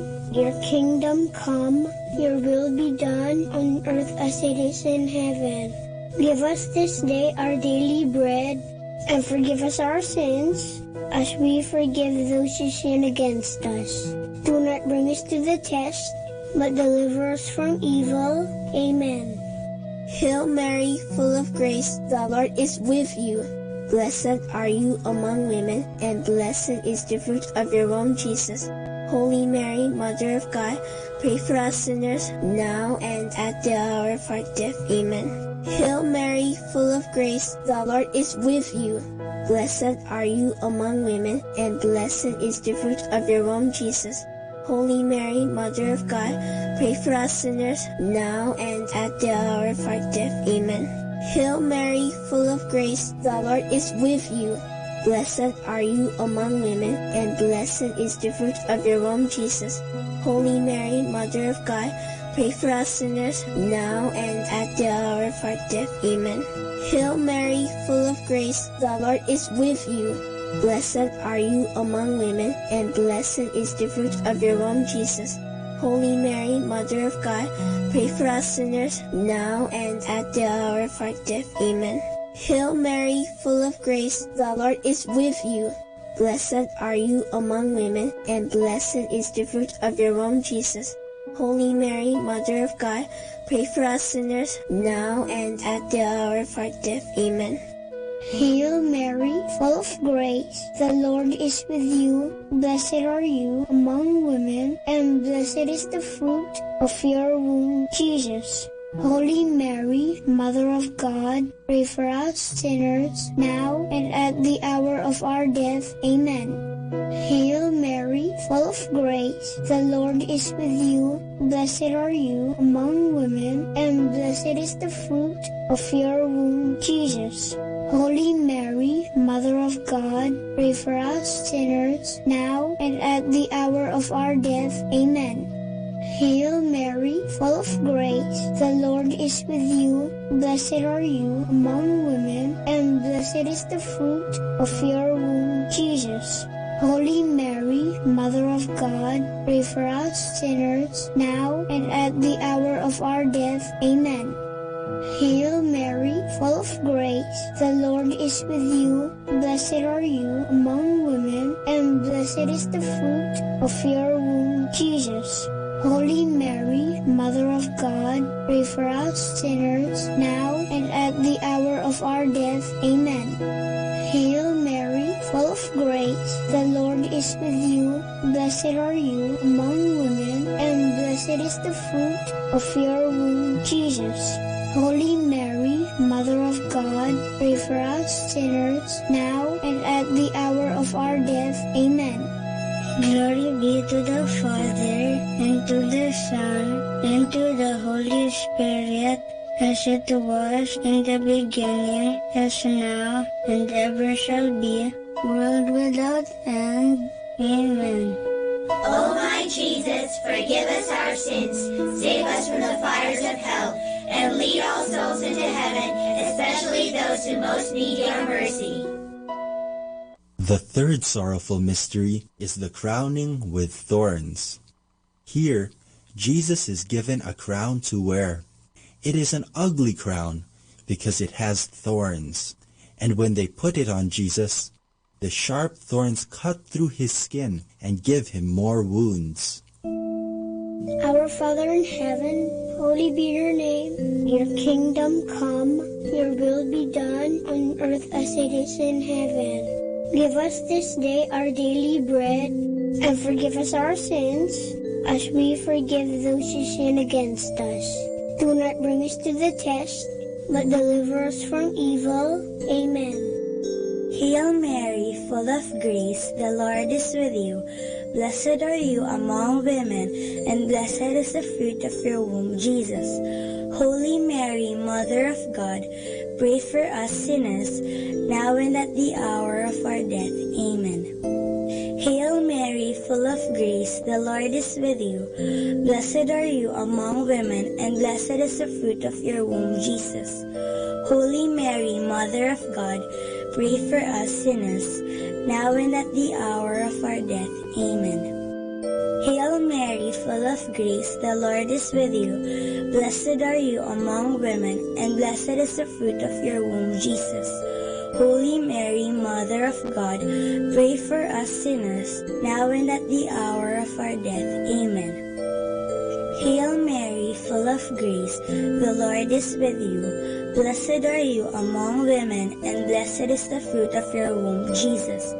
Holy Mary, Mother of God, pray for us sinners, now and at the hour of our death. Amen. Hail Mary, full of grace, the Lord is with you. Blessed are you among women, and blessed is the fruit of your womb, Jesus. Holy Mary, Mother of God, pray for us sinners, now and at the hour of our death. Amen. Hail Mary, full of grace, the Lord is with you. Blessed are you among women, and blessed is the fruit of your womb, Jesus. Holy Mary, Mother of God, pray for us sinners, now and at the hour of our death. Amen. Hail Mary, full of grace, the Lord is with you. Blessed are you among women, and blessed is the fruit of your womb, Jesus. Holy Mary, Mother of God, pray for us sinners, now and at the hour of our death. Amen. Hail Mary, full of grace, the Lord is with you. Blessed are you among women, and blessed is the fruit of your womb, Jesus. Holy Mary, Mother of God, pray for us sinners, now and at the hour of our death. Amen. Hail Mary, full of grace, the Lord is with you. Blessed are you among women, and blessed is the fruit of your womb, Jesus. Holy Mary, Mother of God, pray for us sinners, now and at the hour of our death. Amen. Hail Mary, full of grace, the Lord is with you. Blessed are you among women, and blessed is the fruit of your womb, Jesus. Holy Mary, Mother of God, pray for us sinners, now and at the hour of our death. Amen. Glory be to the Father, and to the Son, and to the Holy Spirit, as it was in the beginning, as now, and ever shall be, world without end. Amen. O my Jesus, forgive us our sins, save us from the fires of hell, and lead all souls into heaven, especially those who most need your mercy. The fourth sorrowful mystery is the carrying of the cross. Jesus, whose body is already full of wounds, is asked to carry a big, heavy cross made from a tree. He has to walk a long road and up the mountain. It is so hard. that Jesus falls 3 times. Our Father in heaven, holy be your name. Your kingdom come, your will be done on earth as it is in heaven. Give us this day our daily bread, and forgive us our sins, as we forgive those who sin against us. Do not bring us to the test, but deliver us from evil. Amen. Hail Mary, full of grace, the Lord is with you. Blessed are you among women, and blessed is the fruit of your womb, Jesus. Holy Mary, Mother of God, pray for us sinners now and at the hour of our death. Amen. Hail Mary, full of grace, the Lord is with you. Blessed are you among women, and blessed is the fruit of your womb, Jesus. Holy Mary, Mother of God, pray for us sinners now and at the hour of our death. Amen. Hail Mary, full of grace, the Lord is with you. Blessed are you among women, and blessed is the fruit of your womb, Jesus. Holy Mary, Mother of God, pray for us sinners now and at the hour of our death. Amen. Hail Mary, full of grace, the Lord is with you. Blessed are you among women, and blessed is the fruit of your womb, Jesus. Holy Mary, Mother of God, pray for us sinners now and at the hour of our death. Amen. Hail Mary, full of grace, the Lord is with you. Blessed are you among women, and blessed is the fruit of your womb, Jesus. Holy Mary, Mother of God, pray for us sinners now and at the hour of our death. Amen. Hail Mary, full of grace, the Lord is with you. Blessed are you among women, and blessed is the fruit of your womb, Jesus. Holy Mary, Mother of God, pray for us sinners now and at the hour of our death. Amen. Hail Mary, full of grace, the Lord is with you. Blessed are you among women, and blessed is the fruit of your womb, Jesus. Holy Mary, Mother of God, pray for us sinners, now and at the hour of our death. Amen. Hail Mary, full of grace, the Lord is with you. Blessed are you among women, and blessed is the fruit of your womb, Jesus. Holy Mary, Mother of God, pray for us sinners, now and at the hour of our death. Amen. Hail Mary, full of grace, the Lord is with you. Blessed are you among women, and blessed is the fruit of your womb, Jesus. Holy Mary, Mother of God, pray for us sinners, now and at the hour of our death. Amen. Hail Mary, full of grace, the Lord is with you. Blessed are you among women, and blessed is the fruit of your womb, Jesus. Holy Mary, Mother of God, pray for us sinners, now and at the hour of our death. Amen. Glory be to the Father, and to the Son, and to the Holy Spirit, as it was in the beginning, as now, and ever shall be, world without end. Amen. O my Jesus, forgive us our sins, save us from the fires of hell, and lead all souls into heaven, especially those who most need your mercy. The 5th sorrowful mystery is the crucifixion. Jesus is nailed to the cross that he carried, but Jesus never says bad things to those who hurt him. Instead, he forgives them. After 3 hours, Jesus dies. Because of his death and his great love for us, we are saved from our sins. Our Father in heaven, holy be your name. Your kingdom come, your will be done on earth as it is in heaven. Give us this day our daily bread, and forgive us our sins, as we forgive those who sin against us. Do not bring us to the test, but deliver us from evil. Amen. Hail Mary, full of grace, the Lord is with you. Blessed are you among women, and blessed is the fruit of your womb, Jesus. Holy Mary, Mother of God, pray for us sinners, now and at the hour of our death. Amen. Hail Mary, full of grace, the Lord is with you. Blessed are you among women, and blessed is the fruit of your womb, Jesus. Holy Mary, Mother of God, pray for us sinners, now and at the hour of our death. Amen. Hail Mary, full of grace, the Lord is with you. Blessed are you among women, and blessed is the fruit of your womb, Jesus. Holy Mary, Mother of God, pray for us sinners, now and at the hour of our death. Amen. Hail Mary, full of grace, the Lord is with you. Blessed are you among women, and blessed is the fruit of your womb, Jesus. Holy Mary, Mother of God, pray for us sinners, now and at the hour of our death. Amen. Hail Mary, full of grace, the Lord is with you. Blessed are you among women, and blessed is the fruit of your womb, Jesus. Holy Mary, Mother of God, pray for us sinners, now and at the hour of our death. Amen. Hail Mary, full of grace, the Lord is with you. Blessed are you among women, and blessed is the fruit of your womb, Jesus. Holy Mary, Mother of God, pray for us sinners, now and at the hour of our death. Amen. Hail Mary, full of grace, the Lord is with you. Blessed are you among women, and blessed is the fruit of your womb, Jesus. Holy Mary, Mother of God, pray for us sinners, now and at the hour of our death. Amen. Hail Mary, full of grace, the Lord is with you. Blessed are you among women, and blessed is the fruit of your womb, Jesus. Holy Mary, Mother of God, pray for us sinners, now and at the hour of our death. Amen. Hail Mary, full of grace, the Lord is with you. Blessed are you among women, and blessed is the fruit of your womb, Jesus.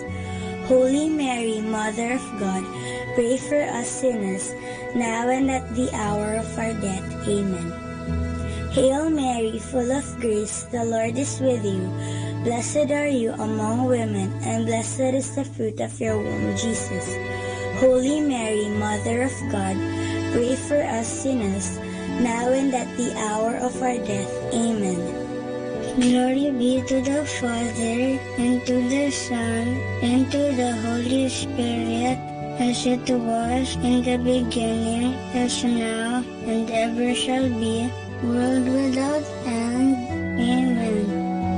O my Jesus, forgive us our sins, save us from the fires of hell, and lead all souls into heaven, especially those who most need your mercy. Hail, Holy Queen, Mother of Mercy, hail our life, our sweetness, and our hope. To you do we cry, poor banished children of Eve. To you do we send up our sighs, mourning and weeping in this valley of tears. Turn then, O most gracious Advocate, your eyes of mercy towards us, and after this our exile, show unto us the blessed fruit of your womb, Jesus. O clement, O loving, O sweet Virgin Mary, pray for us, O Holy Mother of God, that we may be made worthy of the promises of Christ. Let us pray. O God, whose only begotten Son, by his life, death, and resurrection, has purchased for us the rewards of eternal life, grant, we beseech you, that meditating upon these mysteries of the most holy rosary of the Blessed Virgin Mary, we may imitate what they contain and obtain what they promise, through the same Christ our Lord. Amen. In the name of the Father, and of the Son, and of the Holy Spirit. Amen.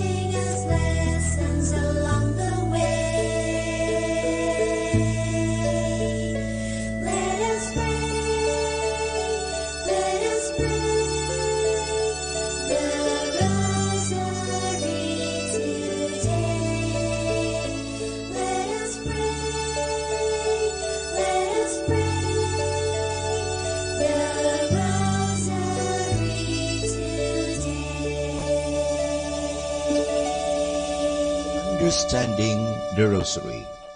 The Rosary is the prayer to help the church in troubled times.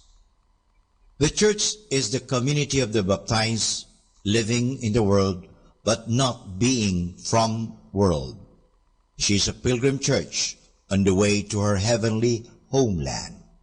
This is the beautiful meaning of the word parish, which comes from the Greek word parochia, meaning a stranger, one who is only passing through, a guest in this world, but the home is in heaven. No wonder that such a community will experience misunderstanding and persecution from forces opposed to her in this world. She will experience also troubles and difficulties from the weaknesses and sins inherent in her being a human institution and not only a divine foundation. It is interesting to observe what an important role the Rosary Prayer had in difficult times of the Church. Let us just recall some instances. The legend of St. Dominic mentions that the Rosary was given him as the powerful weapon against the heresy of the Albigenses threatening the Church. The Rosary was developed by the Carthusians at the time of the Great Western Schism. A danger and wound coming from inside the Church, the Muslims threatened several times to overrun Christian Europe, Lepanto, Peterwarden, Vienna. And thanks to the Rosary Prayer, the Christian soldiers averted the danger. In 1917 at Fatima, the Rosary was recommended as the way for the conversion of Russia and to ban atheism. It seems that whenever the Church experiences difficulties from inside or outside, the Rosary Prayer played an important role in remedying the situation. For more understanding of the Rosary, tune in to this station of the angels. More than ever, we need Catholic radio station like Manawag Dominican Radio FM. Our time now is 12 midnight. Let us now have our time check prayer.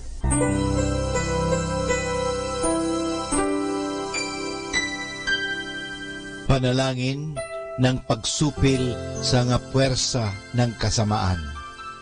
Sa ngalan ni Jesus, sinusupil ko at iginagapos ang lahat ng kapangyarihan at puwersang nasa hangin, sa lupa, sa tubig, sa ilalim ng lupa, sa impyerno, sa kalikasan at sa apoy. Ikaw ang Panginoon ng buong santinakpan at niluluwalhati kita dahil sa iyong nilikha. Sa ngalan mo, iginagapos ko ang lahat ng puwersa ng Diablo na kumikilos laban sa amin at sa aming mga pamilya. Tinatakpan ko ng kaming lahat na pagsanggalang sa iyong mahal na dugo na ibinuhos para sa amin sa krus. Maria, aming ina, kailangan namin ang iyong pangangalaga at sa pamamagitan kasama ng mahal na puso ni Jesus para sa amin at sa aming mga pamilya, at balutin mo kaming balabal ng iyong pag-ibig upang masiraan ng loob ang kaaway. San Miguel at aming mga anghel na tagatanod, ipagtanggol kami at ang aming mga pamilya sa pakikipaglaban namin sa lahat ng kasamaang gumagala sa mundo.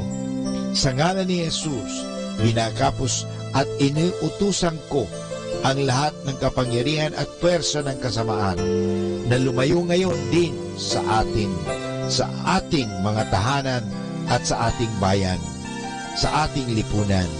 At pinasasalamatan kita, Panginoong Jesus, sapagkat isa kang tapat at mapagmahal at makapangyarihang Diyos. Amen.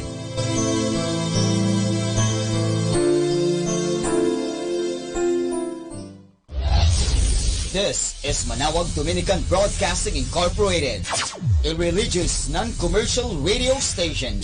10 years of evangelizing the airwaves, sharing God's blessings, live masses on air, playing religious music and prayers. May kasama ka, si Jesus, si Maria, at kami.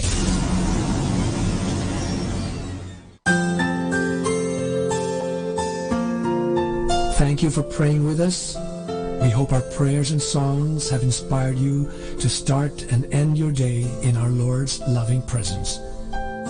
May His peace, love, and joy keep you going every day of your life. God bless you.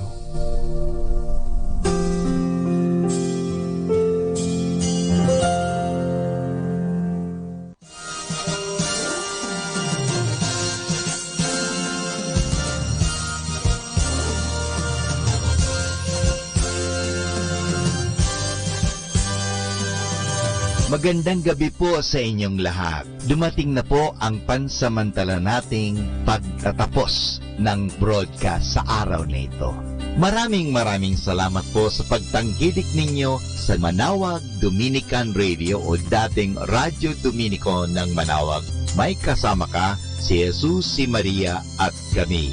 Ngayon po, tayo ay magpapasalamat sa patuloy ninyong pagkikinig. At nawa na pagpala kayo ng radyong ito. Dahil sa radyong ito, ating ipinapahayag ang salita ng Diyos. Tayo po ay nagkakaroon ng evangelization, catechesis, sanctification, service, at stewardship. Dahil sa Manawag Dominican Radio, tayo po ay naging kasangkapan sa pagpapahayag ng salita ng Diyos, sa pagbabasa ng mga Bible verses at sa pagpapaliwanag ng aral ng ating simbahan. Maraming salamat po dahil sa inyo, kami po ay patuloy na kapaglilingkod. Kaya din po maraming salamat sa mga kapatid kong mga Dominican fathers and brothers dahil sa patuloy nilang pagsuporta sa Radio Evangelization Ministry. Nawa tayo ay magkasama-sama muli bukas alas 5 ng umaga hanggang alas 12 ng gabi. Nawa ang Radyo Dominico ng Manawag ay nakapaghatid sa inyo ng inspirasyon at napagpala po kayo. Ngayon, ating hingin sa Diyos ang kanyang bendisyon o pagpapala.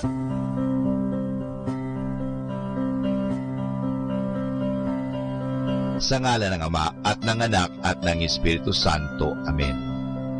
Maraming salamat, Panginoong Diyos, sa patuloy ninyong pagsubaybay, sa patuloy ninyong pagkalinga, at sa patuloy ninyong pagmamahal at paglalayo sa amin sa anumang mga kapahamakan at masama.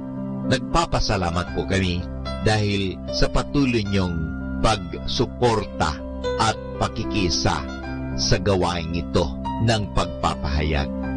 Nawa, Panginoon, ilayo mo kami sa anumang mga masasama.